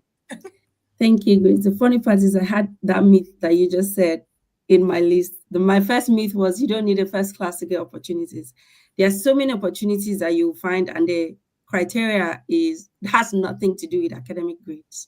So what are you going to do if you have a first class and you don't have any other thing to show for it, and you want to apply for an opportunity that does not look for academic grade? What are you going to do? You're going to be stuck. So that's not even it at all. I think for me, I would say you don't need a leadership title to be a leader. I'm saying this from the perspective of Chevening Scholarship. If you want to apply for Chevening Scholarship, just like Unye said, I'm that kind of person that have put out every content out there on YouTube, from application to interview, on how you can become a Chevening scholar. So you usually, most of like Chevening Scholarship, Commonwealth, they'll want you to be a leader. And in their definition, a leader is just basically someone who is able to make impact, someone who is able to influence others to take action. And some people will see that and think, oh, I needed to be a president of my student union. I needed to be a senior of this. No, you don't need that title. We don't look at the title. It is say you have the title, what have you done with it? So it's majorly the impact that you have made in your little corner that matters, not the title that you hold. Thank you so much, Kuseme. Indeed, I read something over the week that said leadership doesn't always come with titles. And truly, it's not about the title, the impact you make. So Mm. that's very timely. So, Onyinye, over to you. What's one myth you Okay, want to bust? thank you. At the risk of sounding very spiritual, the God, the God factor is so powerful, and I think we undermine it. Sometimes before I write, I would pray. And what that does, I have seen where the strictest person in our team who would stick to highest standard will say, oh, yes, I know this person's application is not strong. I know that they didn't, but let's give her a chance. And we have clear criteria that we say if you don't have, you're not going to be selected. And people will make a case, and before you know it, the person gets an opportunity. So my point is don't ever think that you do not belong or you do not qualify. All that you have to keep in mind is every opportunity you see, take it prayerfully. Do your best at doing what you know you should do. Do it well and leave the rest. You never know who would be on the other side. So don't stop yourself before they stop you. My point is take every opportunity you see, give it your best shot, pray about it, and you may land yourself the best opportunity ever. Thank you so much, ladies. I have so much enjoyed moderating this session. Don't stop yourself before they stop you. I love it. I've learned so much from here. I believe we all have. One thing I'm taking away is knowing how to communicate your value, being authentic in your applications, using the STAR approach: situation, the task, the approach, the result, and you not necessarily having an excellent grade or being academically top notch to apply for opportunities. I've learned so much. Thank you so much, Miss Onyinye. Thank you so much, Miss Kuseme. And I believe every other person here has learned a lot. Thank you again, and please do enjoy the rest of the sessions. I hand over to you. Thank you for having me. Thank you so much, Kuseme. Thank you, Onyine. Thank you also, Grace, for moderating this very powerful session. Me, I have learned quite a lot from this session. And this session just reiterated everything we've been discussing since yesterday about leadership. Leadership is about titles, like Kuseme just mentioned. And then Onyinye said, when you're putting in your application, you should not forget the God factor, because God is just very important. He's the most important person in your life. So don't forget to pray about whatever application you're putting in. So whatever it is that you have picked up from this session, please put it in the comment section, because for me, like I mentioned earlier, I have learned quite a lot. And one thing that he said, have a problem solving mindset. Have a problem solving mindset. You don't prepare for the global opportunity when you see the adverts. It's before that time. That is when you prepare. So if there are issues in your community, if there are things that frustrate you, if there are things that you're not comfortable about, start changing them. Start doing something, start taking action, so that when the global opportunity arrives, you're already very prepared, you're already very equipped. So I want to say a very big thank you to our panelists and to the moderator on behalf of the Healthy African Foundation. Thank you for giving us value. Thank you for impacting us. Thank you for inspiring us. Thank you for giving us practical insight on how we can access and utilize global opportunities. Thank you so much, and do enjoy the rest of your day. So we are going into our very final session for today. And so before we go into that session, please do not go away. We have a very, very, very important announcement to make after the final session. And I can assure you, this is an announcement that you want to hear. Please don't go away. And for people that have been asking, how do I join the Healthy African Girl Foundation? How do I collaborate with THAG Foundation? How do I key into the work that you are doing? Please, you will want to stay to the end to hear that announcement. And please also stay through this very next session, because it's a very important session. It's a session on how to turn your ideas into action. You know, sometimes a lot of us have very beautiful ideas, but we don't even know how to execute. So to take us for this session is Brenda Okoraba, an award-winning learning experience designer, resource mobilization advisor, and community builder with over a decade of experience advancing gender equity, education, economic empowerment, and inclusive leadership across Canada, Ghana, Eswatini, and Ethiopia. She has advised government agencies, nonprofits, and global initiatives on feminist policy, climate resilience, disability inclusion, land rights, youth employment, women's economic empowerment, and financial inclusion. Through her firm, Moments with Brain Consulting, she strengthens mission-driven organizations by designing equitable programs and unlocking sustainable resources. Brenda has sourced and mobilized over $5 billion in funding, including scholarships, grants, research awards, and innovation capital, connecting students, early career researchers, emerging professionals, smallholder farmers, entrepreneurs, and nonprofits to life-changing opportunities. As a strategic board member and advocate for community-led development, Brenda brings a bold, intersectional, collaborative approach to driving systemic change. Her commitment to global cooperation, diplomacy, and social justice continues to shape inclusive solutions that improve lives and expand access to opportunities and possibility worldwide. So, as usual, with virtual rounds of applause, please join me as we welcome upstage Brenda Okorawa to take us on this session. Thank you very much. Thank you so much for that introduction. So, hi everyone. Good morning. I'm joining from Ottawa, Canada. Good afternoon, good evening, wherever you are. I'm really excited to be in this brave learning space because I love to create learning experiences, especially with young women. So, today we're going to be learning and sharing ideas on how to turn your ideas and knowledge into action. Actions that create change, actions that create lasting impact. Okay. So let me start by saying that the very first thing you need to work on is your mindset. I have my background in psychology, so I always tell people that if you really want to thrive, if you want to succeed, if you want to progress in life, then you need to work on your mindset. Okay. I heard some of the speakers talk about, having a problem solving mindset. That also includes having a growth mindset. So everything you want to do in this life, think about growth, okay? I'm not talking about growth that seems like you're progressing, but in reality, you're stagnant. That's not the kind of growth I'm talking about. A growth mindset is you questioning what is happening in your environment, interrogating yourself, because I always tell people you need to befriend yourself.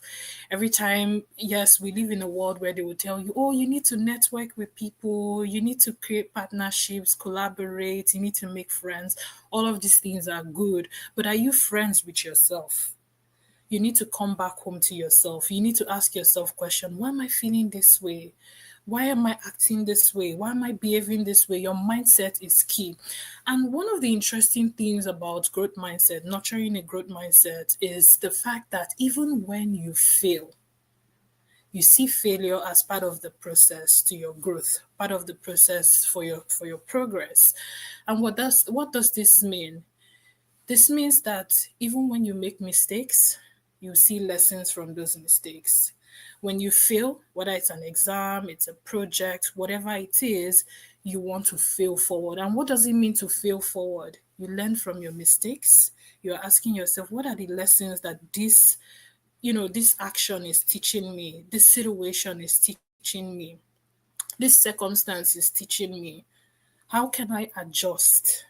What am I learning from this? What strengths can I even uncover from this whole situation? That's what a growth mindset teaches you, that even when you fail forward, because every setback is actually setting you up for something greater. So your mindset is key.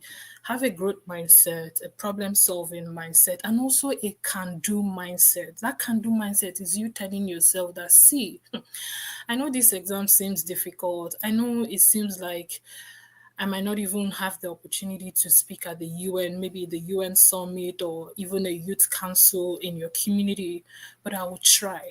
I'll keep taking baby steps. I'll keep taking those actions, those tiny, small, intentional, and consistent action that will get me closer to my goal.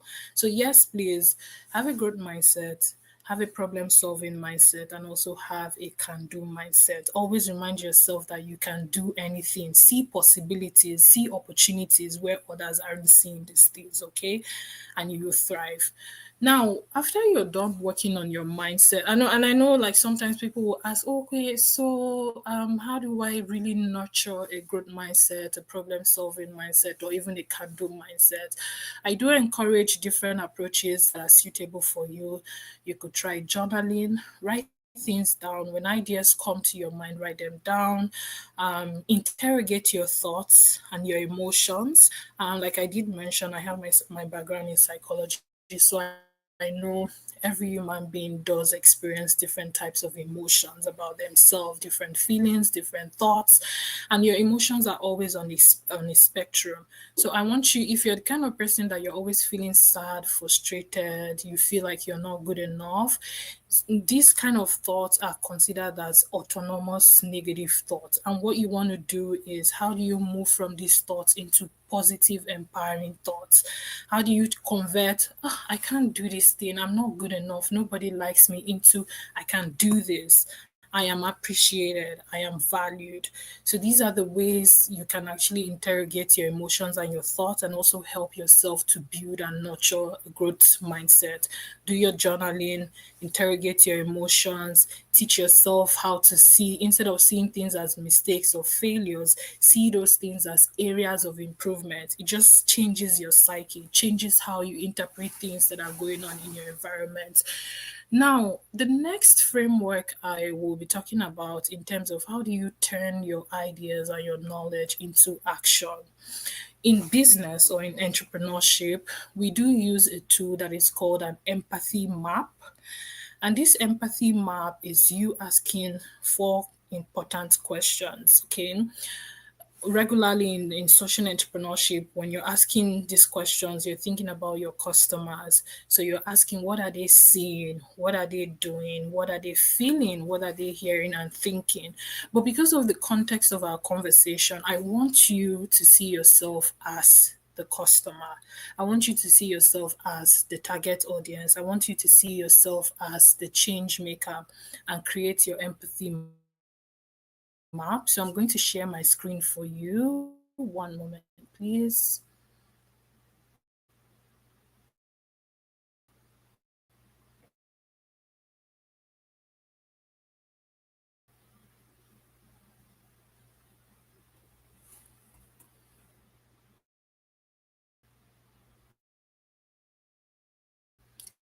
So on my screen is I'm taking some time to load. I would just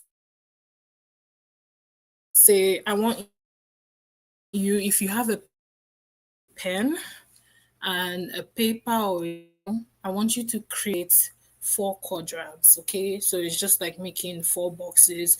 On one end, I want you to write what is going on around you, your physical surrounding. What are people doing? What are people making a difference?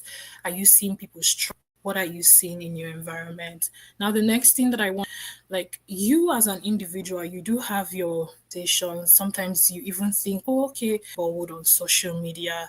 These are the things, creating your own internal monologue, your insight and your perspective regarding your thoughts, your feelings, your desires, and the things that are also happening in your environment. I want you to also write that down. What exactly are you seeing? Are you seeing people struggling? Whether it's in education, is their health? What exactly are you seeing? And what are you hearing?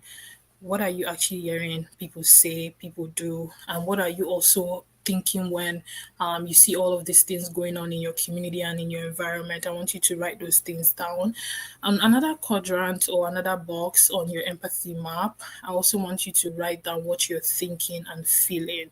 Okay, make inference about your thoughts, your emotions, your motivations, your concerns, your worries. Are you motivated? What is actually motivating you? What is causing you to be stressed? What is causing you to be frustrated? What is causing you to be excited? What is making you have concerns? Concerns that when you go to bed, you're either crying or maybe you're even excited that life is good for you, but you want life to be better for other people as well. I want you to write these things down. They are very important to have a better understanding of the things you're seeing in your environment, the things that people are saying and doing around you, the things that you're also thinking and feeling, the things that you're hearing, and also what you're telling yourself.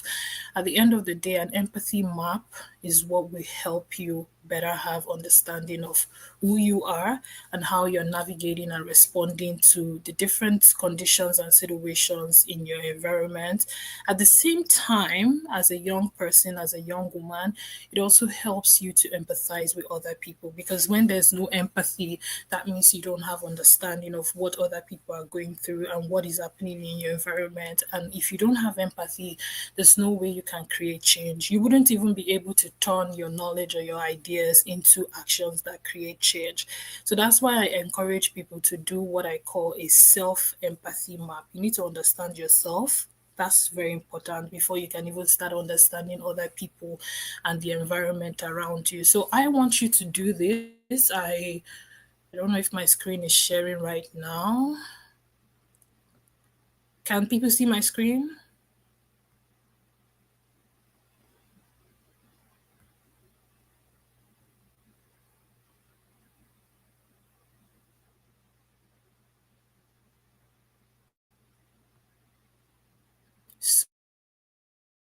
So do your empathy map. Is very, very important, because it's one thing to have an idea. You can say, oh, I want to start a book club. I want to start a YouTube channel. I want to start a podcast. I want to start a newsletter.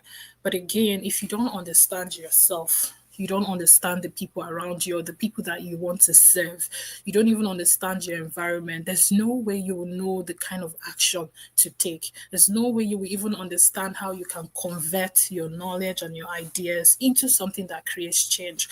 So do your self empathy map out your moment. Ask yourself, wait, right now, I'm 25 years old.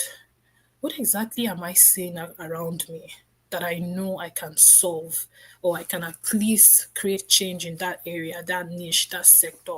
You need to observe your environment, okay?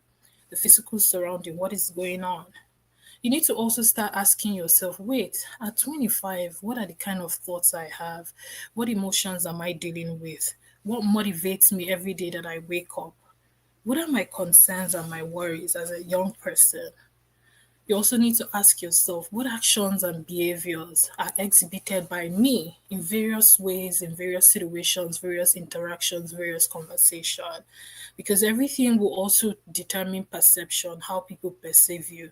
Are you a problem solver? Are you a joy bringer? Are you someone who is very chaotic? When you enter into any room, people will start getting angry. People will start feeling annoyed that you're even there?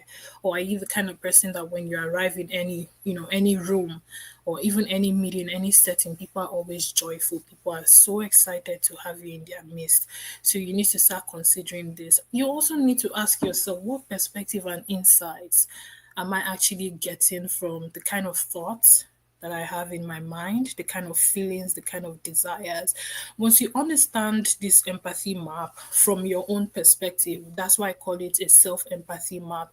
It makes it easy for you to start mapping out your moment. Oh, I'm actually good at ABC. Then that means I can solve XYZ. So I'll give you an example of something that I always talk about. You need to find that point where you're saying, what am I good at? What do I like? What does the market need? So, in the market in this context, I'm referring to your environment, to the world around you. Okay. What does the market need? What does your environment need? And also, what can I provide in terms of solutions that will help solve whatever needs or worries or concerns or challenges or barriers that exist in the market or in the environment where I find myself? So do your self empathy map. It helps you a lot because this is a mental thing. It's not just about, oh, okay, I see that the environment is dirty around me, so I'm going to start a Saturday sanitation. No, you need to understand, why is that environment always dirty? Does it mean that people do not, appreciate cleanliness? So you need to understand your environment, understand why people behave the way they behave, and also why you're concerned about these things that you're seeing in your environment. So that's that about the self empathy map. Now, the next framework that I like to talk about when it comes to turning your ideas and your knowledge into actions that can create change are the 5 L's. Okay, listen. First L is to listen. Are you listening to yourself? Are you actually listening to yourself? The kind of conversations you have, even when you're alone, what are you telling yourself? What are you saying to yourself? And that's why I always tell people, you need to come back home to yourself, okay? You need to come back home and understand, why am I the way I am? Why do I behave the way I behave? Why do I say the things I say? Why do I react the way I react? Why do I respond the way that I respond? You need to listen to yourself. You need to listen to other people around you. You need to listen to your environment, okay? Watch videos, keep up with the news. I know keeping up with the news can be very overwhelming. So, yes, I do encourage taking breaks from social media, but you need to also listen. What is going on around you in terms of politics, in terms of economics, in terms of social affairs? What are the things happening around you? So, listen to yourself, listen to other people, and listen to what is going on around your environment. Now, the second L is learn. So it's one thing to listen, it's one thing to learn. What are you learning from all the things that you've heard in your environment? From all the things happening on social media, what are you learning? And it's not all knowledge that needs to be, worked on, or that needs to be converted or translated into action. There are just some things that you should learn them for learning's sake. It doesn't mean that you have to convert that knowledge into action. Okay. So ask yourself, what are you learning? Is there anything good? Is there anything meaningful? This conversation, this news that I heard today, or this social event that happened in my community, is there anything reasonable or meaningful that I learned from it? Oh, I've been talking to myself alone in my living room, or in my bedroom, or in my bathroom. What kind of conversations am I having? What is life trying to teach me? What are my emotions and thoughts and desires and feelings trying to teach me? So learning is key. And how can you learn? You can learn from books. You can learn by watching videos, whether they are YouTube videos, TEDx videos. You can also learn from other people. You can learn from mentors. For those of you who are already working, there are people who will call your accountability partners or even champions and sponsors. Okay, you can learn from them. You can learn from your peers. You can learn from people older than you. You can even learn from someone who is way younger than you. You can learn from podcasts. You can learn from people's newsletter. Always find something to learn, whether you're learning a new skill, acquiring new knowledge, or even learning something about your immediate environment. Learn something. The next L is leverage. Okay, so I listened to the previous speakers. They talked about how they leverage the opportunities in their immediate community and environment, whether it was on campus, off campus. They leveraged everything they had, even the knowledge they were getting from their school. They took all those classroom knowledge and took it into the community to solve a problem. They leverage their skills, they leverage their story, they leverage their voice. Okay. So, and that way they were able to secure scholarships to study abroad. They were able to start their own projects, or to start something, start an initiative that is creating change. So there's always something you can leverage. You can leverage a skill. You can leverage the knowledge you have. You can leverage your voice. You can leverage your personal story, your lived experience, or even someone else's story. And that's why I started with the empathy map. What are you hearing? What are you seeing? What are you doing? What are you saying? What are people saying as well? All of these things are things that you can literally leverage. And when you leverage these things, that's how you start creating change. You noticed, maybe for an example, you notice that young girls are dropping out of school. Why are they dropping out of school? Once you figure out the root causes, you can start taking action. You mobilize other people, you talk to adolescent girls or teenage girls. Maybe they're dealing with violence, sexual violence in their community. And then you see how you can mobilize people and start addressing or tackling sexual violence in that community. Okay. So always find something that you have within you, whether it's your skill, your expertise, your knowledge, your voice, your story that you can leverage, or you look around your community and ask yourself, what are things that I can actually leverage? Can I leverage my access to certain people, my friendship, my interactions, or even the kind of mentorship that is available, or programs like this, right? Can I leverage these things to get the knowledge that I need, to get the expertise, to get the wisdom, to get the confidence, so I can create the change that I want to create in my community? To leverage something, find something to leverage: your story, your voice, your skill, your expertise, anything, your talent, your gift, or even someone else's story or what is going on around you. Leverage and use that to create the change you want to create. And you start from where you are with what you have, but take steps that are small and consistent and also very intentional. That is how you create change. The next thing is for you to leap. Okay. I'm pretty sure everyone here, we were once little babies, we were once toddlers. And I know how our parents would have been worried when it's time for us to start taking those baby steps and start walking the way our mates are walking. You see, your parents will be cheering, yes, go, go, go, Ada. So that's the same approach. As an adult, you need to ask yourself, okay, I've listened to myself, I've listened to people around me, I've also listened to what is going on in my community, I've done a lot of learning. Now I'm leveraging my skill, I'm leveraging the things that I can leverage or optimize. It's time for me to take that leap. And what does it mean to take that leap? It's you going out of your comfort zone. Have you been so scared and worried that, oh, if I start my podcast, if I start this YouTube channel, if I start this newsletter, nobody's going to listen, nobody's going to read what I'm writing? But that's not true. That is coming from a place of fear. And you need to convert that fear into a growth mindset, into a can do mindset. I will start. Even if it's one person that is watching my YouTube channel, it's fine. If it's one person or five persons who sign up on my newsletter, that is okay. Just start from where you are. Start small, but be consistent and intentional. And then before you know, you start growing. And I'm not saying that when you're taking a leap in terms of converting your knowledge, your ideas, or your skills into action, I'm not saying you should be worried or preoccupied by vanity metrics. That is not what I'm saying. I watched the video yesterday, and I remember Dr. Adana had said, she had mentioned, don't focus on vanity metrics. It's not about the number of likes, the number of shares, the number of reposts, retweets, or comments. That's not it. It's about the change you're making in people's lives, whether you're helping them modify their behavior, you're helping them get access to better opportunities, whether it's education, job, or anything, or mental health support.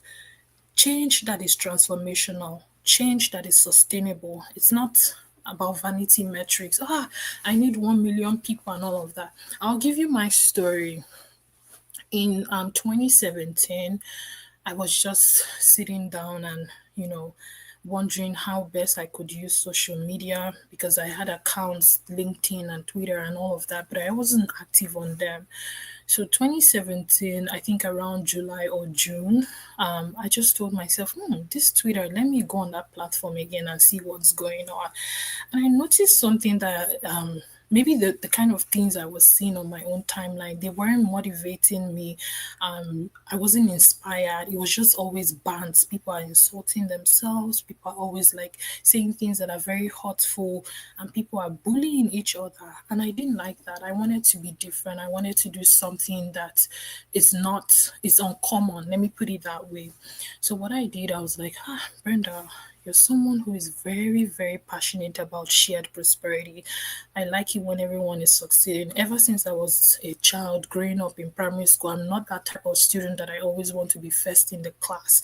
Yes, I want to make good grades, but I also want my classmates to, make good grades as I am doing. And what I usually do is if I'm very good at something, I will share that knowledge.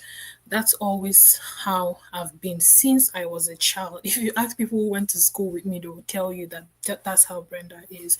So what I did with my experience on Twitter, I started sharing opportunities, resources, and trust me, I wasn't preparing for people to start following me in thousands to the point where my name was now even getting mentioned on national news. And I'm like, what's going on? Like, I'm getting calls from Nigeria because I'm Nigerian. And also where I live in Canada, people will see me on the bus and say, hey, I follow you on Twitter. Thank you. Oh, I got a job because I saw it on your timeline. And I'm like, oh my God. And then students were getting scholarships to study abroad. Even people who graduated with third class, my timeline became a university on its own because that's what people were saying, that your timeline is dubbed as an online university on its own. There's nothing you're looking for that you will not find on my page. Whether you're looking for something regarding your mental health, Brenda is always sharing something. Whether you're looking for something about life challenges and how you can deal with that, Brenda is sharing something. You're looking for scholarships, Brenda will even tell you that even with the third class, you can study. And that was how I started creating change using social media for social good. I also did the same thing on Telegram. But then again, while you're taking a leap, you're taking that bold move out of your comfort zone. You need to take care of yourself. Remember, I started this conversation with taking care of your mindset or checking in with your emotions. You'll get to a point where as you've started converting or translating your ideas and your knowledge into action, and now you're getting the kind of visibility you need, you're making the change and the impact you want to see in your community, it can get overwhelming because people will put you on a pedestal. People automatically see you as a savior, a change maker. And if you stay too long on that pedestal that you've been placed, you will lose yourself. So this is why I always tell myself and tell people who care to listen that while it is good to make changes in your community, in your environment, on social media, please find time to return home to yourself and say, please, you deserve rest. You can't be there for everyone, okay? Because you're going to get exhausted, and you will start having resentment as well, right? So what I did was I started stepping back. I said, you know what? I do acknowledge how important it is for me to convert or turn or translate my ideas and knowledge into action that is creating change in people's lives and also in the community. But I need to take care of myself. I do not want to be overwhelmed. I don't want to be frustrated. And I also don't want to have resentment towards anyone. Because when you start taking a leap, a lot of people start seeing you as a messiah, a savior, a change maker. There's a lot of expectation on you as a human being. And that's why, for example, you see what people do to celebrities.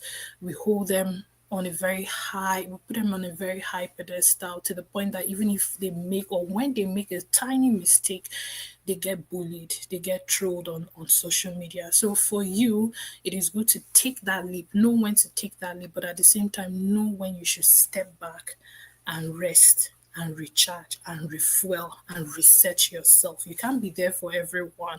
Okay. You don't have to create a massive change in the entire Nigeria, Ghana, Sierra Leone, Canada, wherever you come from. Do what you can in the little consistent and intentional ways, but do not forget to always take care of yourself. Very important. Now, the last L is to lead. I listened to the previous speakers and I do love what Kusime and Onye said. Leadership, leadership is not about titles. It's not about position. It's not about status. It's about showing up for yourself and for your community and for others in all authenticity. Okay, your goal for leadership is to make change, is to listen to other people and ask, how can we co-create meaningful experiences together? How can we co-create change together? There's power in co-creation. So don't say, oh, leadership, well, I started this reading club, I started this podcast, so I have to do it all by myself. No, you can start looking around you and say, oh, are there people that I can collaborate with? Are there people that I can partner with? And when it comes to leadership and you putting yourself out there and also seeing how you can help people develop their own leadership skills, you also have to do it from a place of empathy. So you see, we started this conversation with a self-empathy map. Operate from empathy. Try to put yourself in other people's shoe, okay, and understand how best can I solve them? What kind of questions can I be asking people in my community? I do it as a change maker. I don't just jump and say, I will solve XYZ for you because I have a degree in ABC. That's not how I work. When I work with clients, I sit down, I do what we call a needs assessment. I'm asking, what are your current challenges? What are your current worries and situations? What would you like to see in terms of change in this situation you're dealing with or this barrier you're facing? Now this person will start speaking to me, and this is what the meaning of empowerment is, because sometimes all of us will say, we are leaders, we want to be leaders and change makers, but the style and the approach we use when we're doing things, we are disempowering people.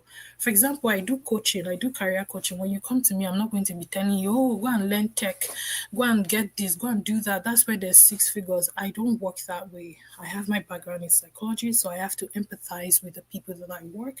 I ask them, what are you interested in? How do you want to solve this problem? What do you want to do from here? What resources do you think will be helpful for you?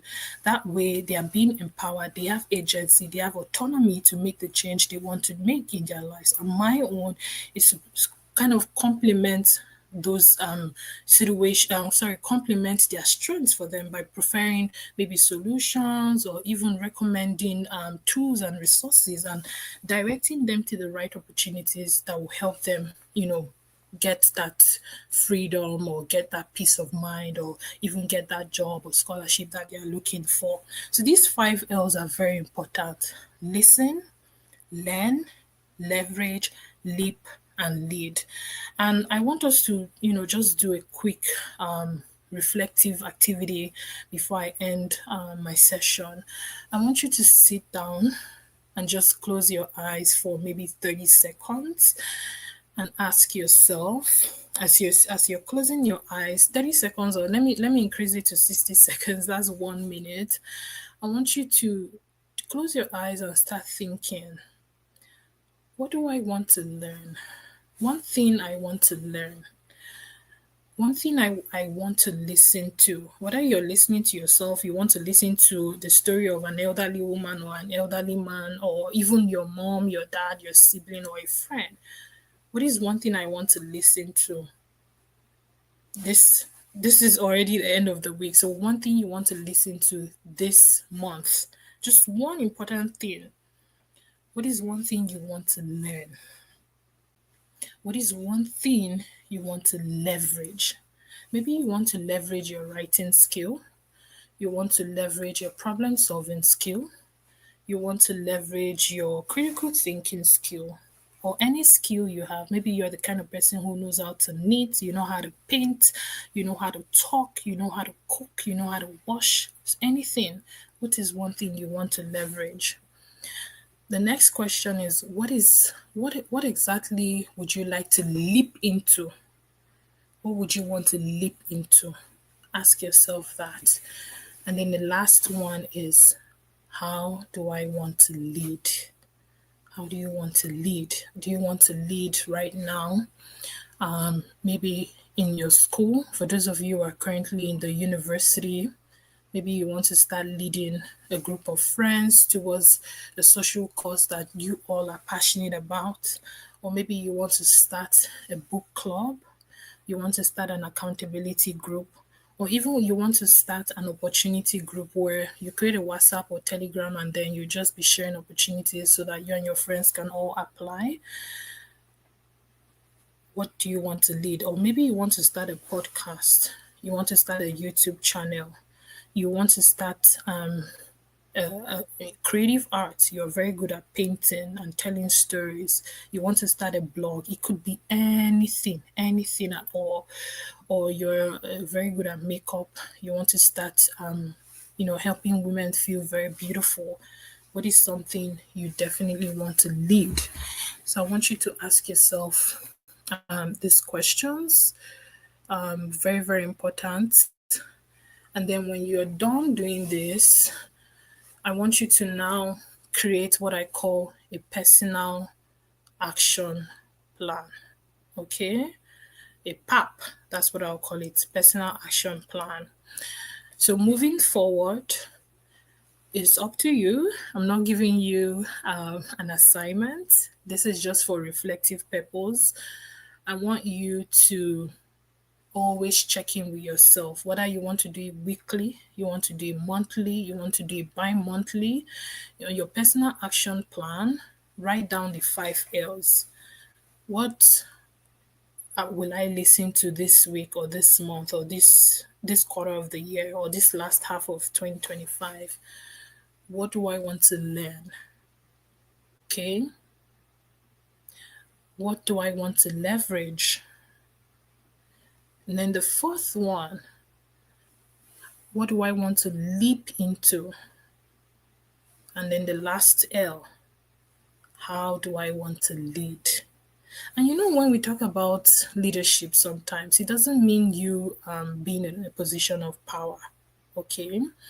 You can lead with your voice.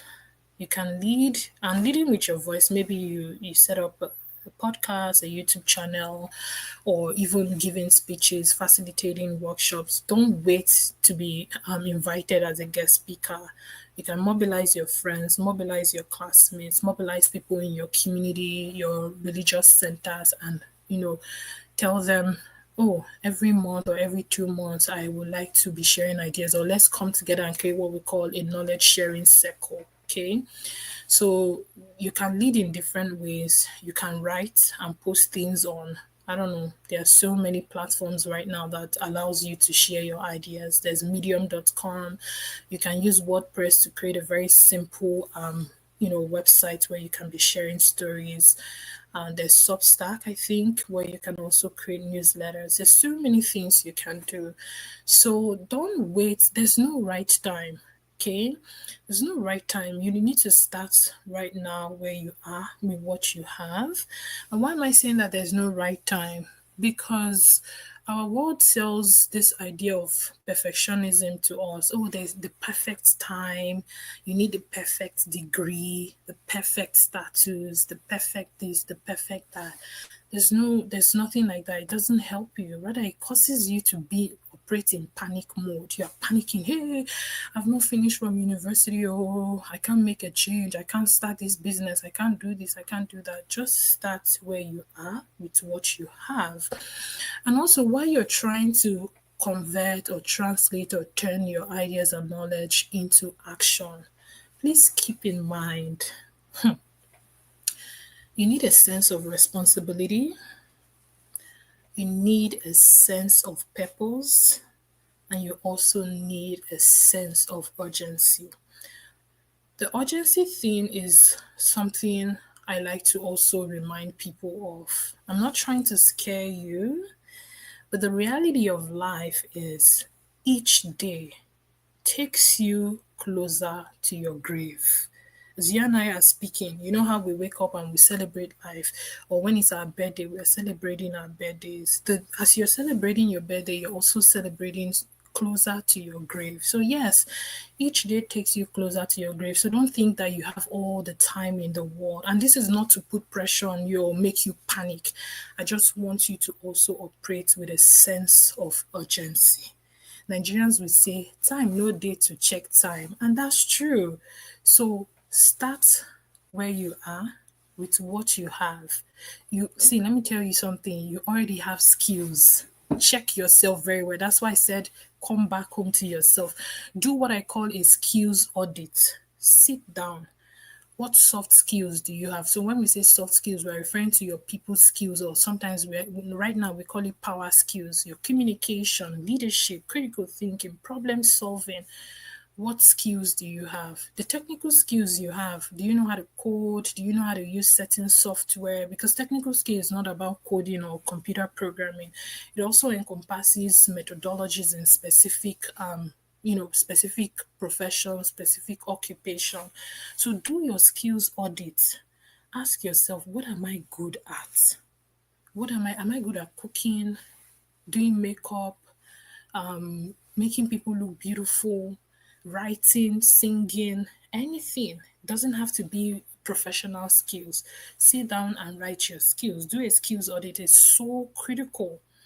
Another thing you should do, and I'll be ending this conversation with that, is what I call a personal SWOT analysis. Hey, you want to turn your knowledge and your ideas into action. My dear, you need to do a SWOT analysis. Sit down, just get your pen and your paper, create a table. One quadrant, you can say S, which stands for strengths. What are your strengths? And when you talk about strengths, what are your skills? What advantages do you already have? Maybe you already have certain certifications, academic degrees, you've done some internships, you've participated in mentorship programs, or even in conferences like this. All of these things constitute your strengths. Look within. What do I have that I can leverage on? Now, the next thing on your SWOT analysis is the T, the W, which stands for weaknesses. If you recall, I mentioned that when you fail forward, which means when you fail, ask yourself, what are the lessons to be learned from these mistakes or this failure? because failure is part of the process for growth and progress. How can I adjust? What is this situation in life teaching me? And how does that help you when it comes to the W on your SWOT analysis, which is weaknesses? It helps you reframe weaknesses as areas of improvement. You're not saying, oh, I'm a failure, I'm not good at this, I'm bad at this. No, you see weaknesses as areas of what? Improvement. Okay. Maybe it's a skill that you currently don't have and you need that skill to get a job, then you have to learn it. It's kind of like Excel. Everyone says, oh, they know how to use Excel, but hey, if you're not proficient in Excel, or you don't know how to use advanced Excel functions, then it might not help you get the job you desire, right? Or maybe you're trying to get a role where you need to talk to people and you're a shy person. Okay, I acknowledge that there are people who are introverts, and that's okay.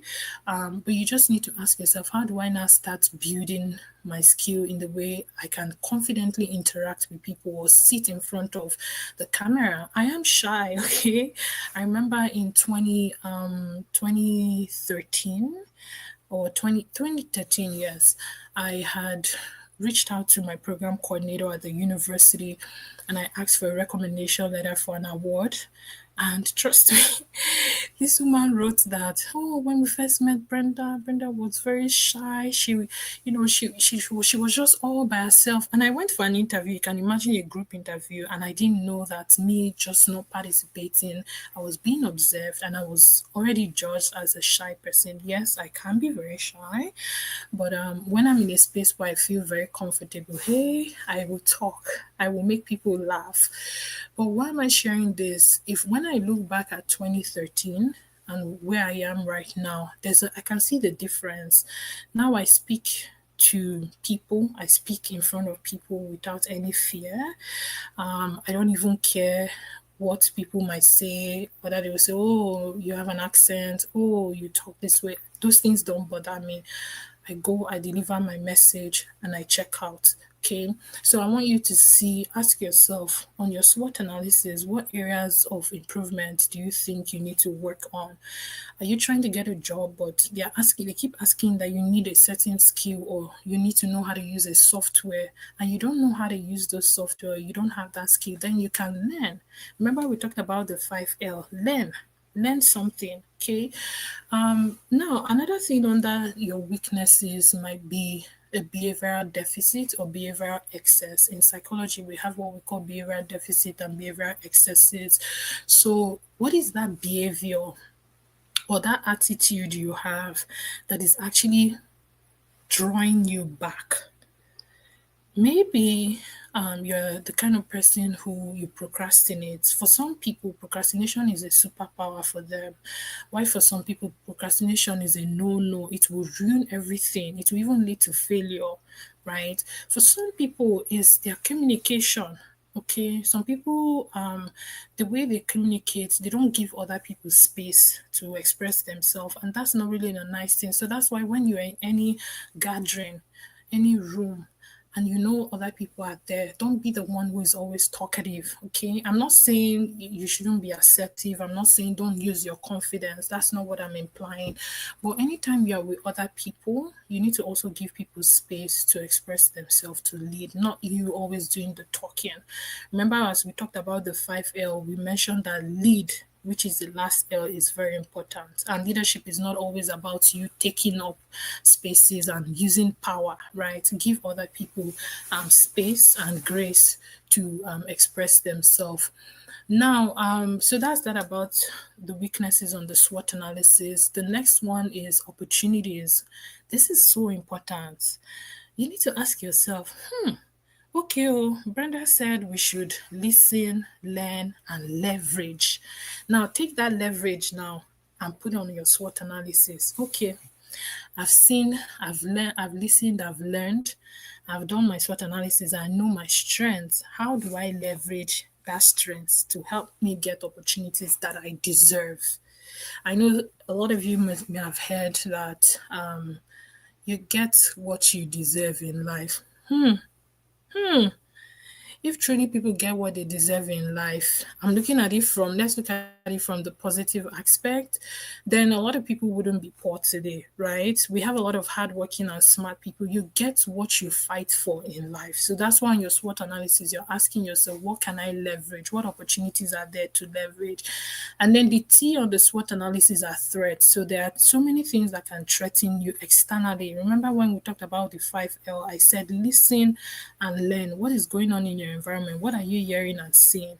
That influences the T on your SWOT analysis. What threats exist? Are there economic issues in your country, in your family, at your workplace? Threats are usually external, but I think sometimes it can be internal as well. You're fighting with yourself. You're battling with your emotions, your thoughts, and your desires.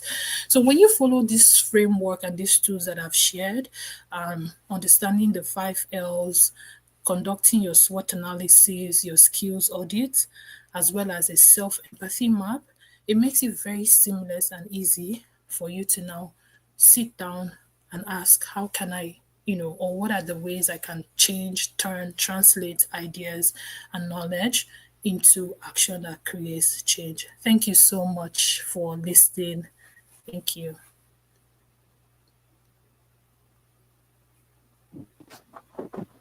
Thank you so much, Brenda.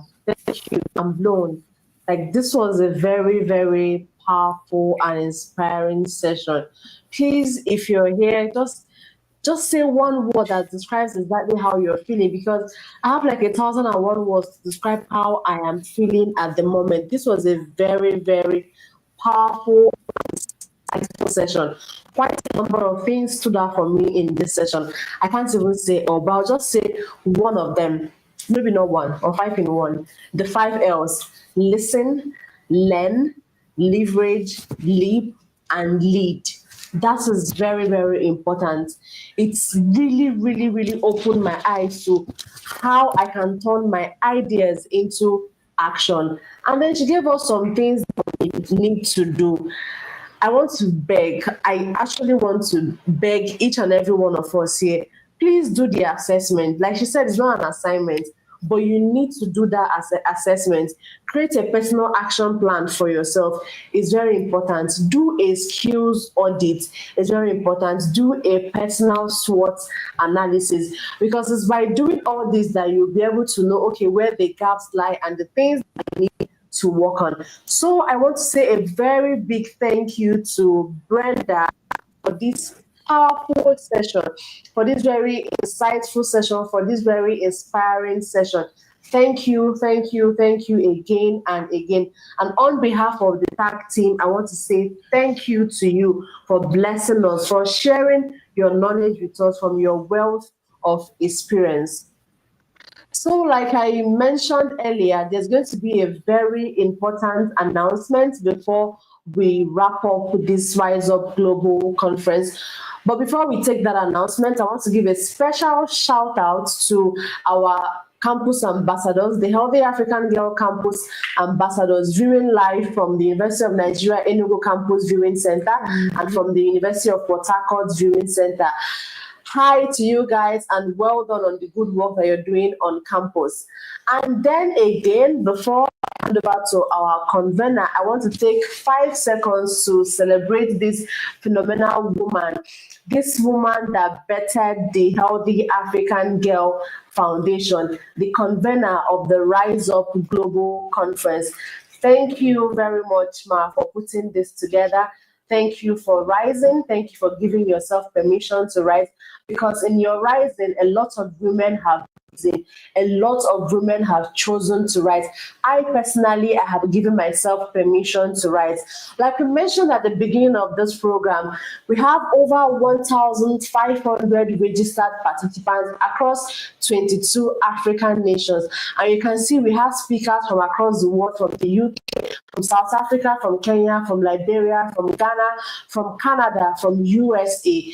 And so this is a very good opportunity for you to rise. All the knowledge that you have gained from this conference, please do not just close your book and leave it. Take action. I'll say again, take action and give yourself the permission to rise, because in your rising, a lot of other people are going to rise. So before I hand over, I want to say thank you to everybody, to the cast, to the crew, to everybody, the participants, for engaging, for asking your questions, for lighting up the comment session. Thank you very much. It was such a pleasure doing this. Once again, my name is Chidima Ezenwa, and it was an honor hosting the Rise Up Global Conference. Over to you, ma'am. Thank you so much, Chidima. My heart is full. What a packed 2 days this has been. And it's amazing to see resilient people that sat through this number of hours, first yesterday and also today. That shows your commitment to rise. I believe that beyond the conversations we've had in these 2 days, the most important thing is the action that you're going to be taking following all that you have been loaded with in these past 2 days. And this leads me to a very important announcement. Drum roll. I want to see the drum rolling in the comments. Who is excited? Who wants to hear what the announcement is about? You know, a number of people have reached out to us to ask, okay, we want to be a part of the Healthy African Girl Foundation. How do we get fully integrated into the Healthy African Girl Foundation? And also, we've had some people asking questions in the comments because a lot of things have been said, but it is one thing to know what to do, and another thing to know how to do it. And we understand that there is a whole journey between your knowledge and your results. There has to be the place of applying your knowledge, which is actually wisdom. Because when you know something and you don't do it, there won't be any change. And that is why we are excited to announce the Rise Up Mentorship Collective. Rise Up Mentorship Collective. So basically, our intention is to empower young African women to discover purpose, lead boldly, and amplify their impact. Because I know that a lot of us have ideas popping based on what you have learned in the past 2 days. And then you're asking yourself, how do I rise? That is the whole essence of the Rise Up Mentorship Collective. Now, see what you're going to gain from this mentorship collective. First of all, you're going to get some clarity on your purpose. We've heard about identity and purpose. And a lot of us might be wondering, what is that thing about my purpose? But through this mentorship collective, you have some clarity on what that purpose is all about. We are going to be equipped with leadership skills. Like we said, leadership is beyond title taking. So you begin to learn the skills of a leader, which will definitely stand you out in this 21st century. And then you're going to learn how to brand yourself. Smart personal branding. So we are going from the English to the action. You learn how to use some basic digital tools and ultimately learn how to make social impact. And while we are doing it, we believe that we'll be able to build a cross-border sisterhood with people from different countries across Africa.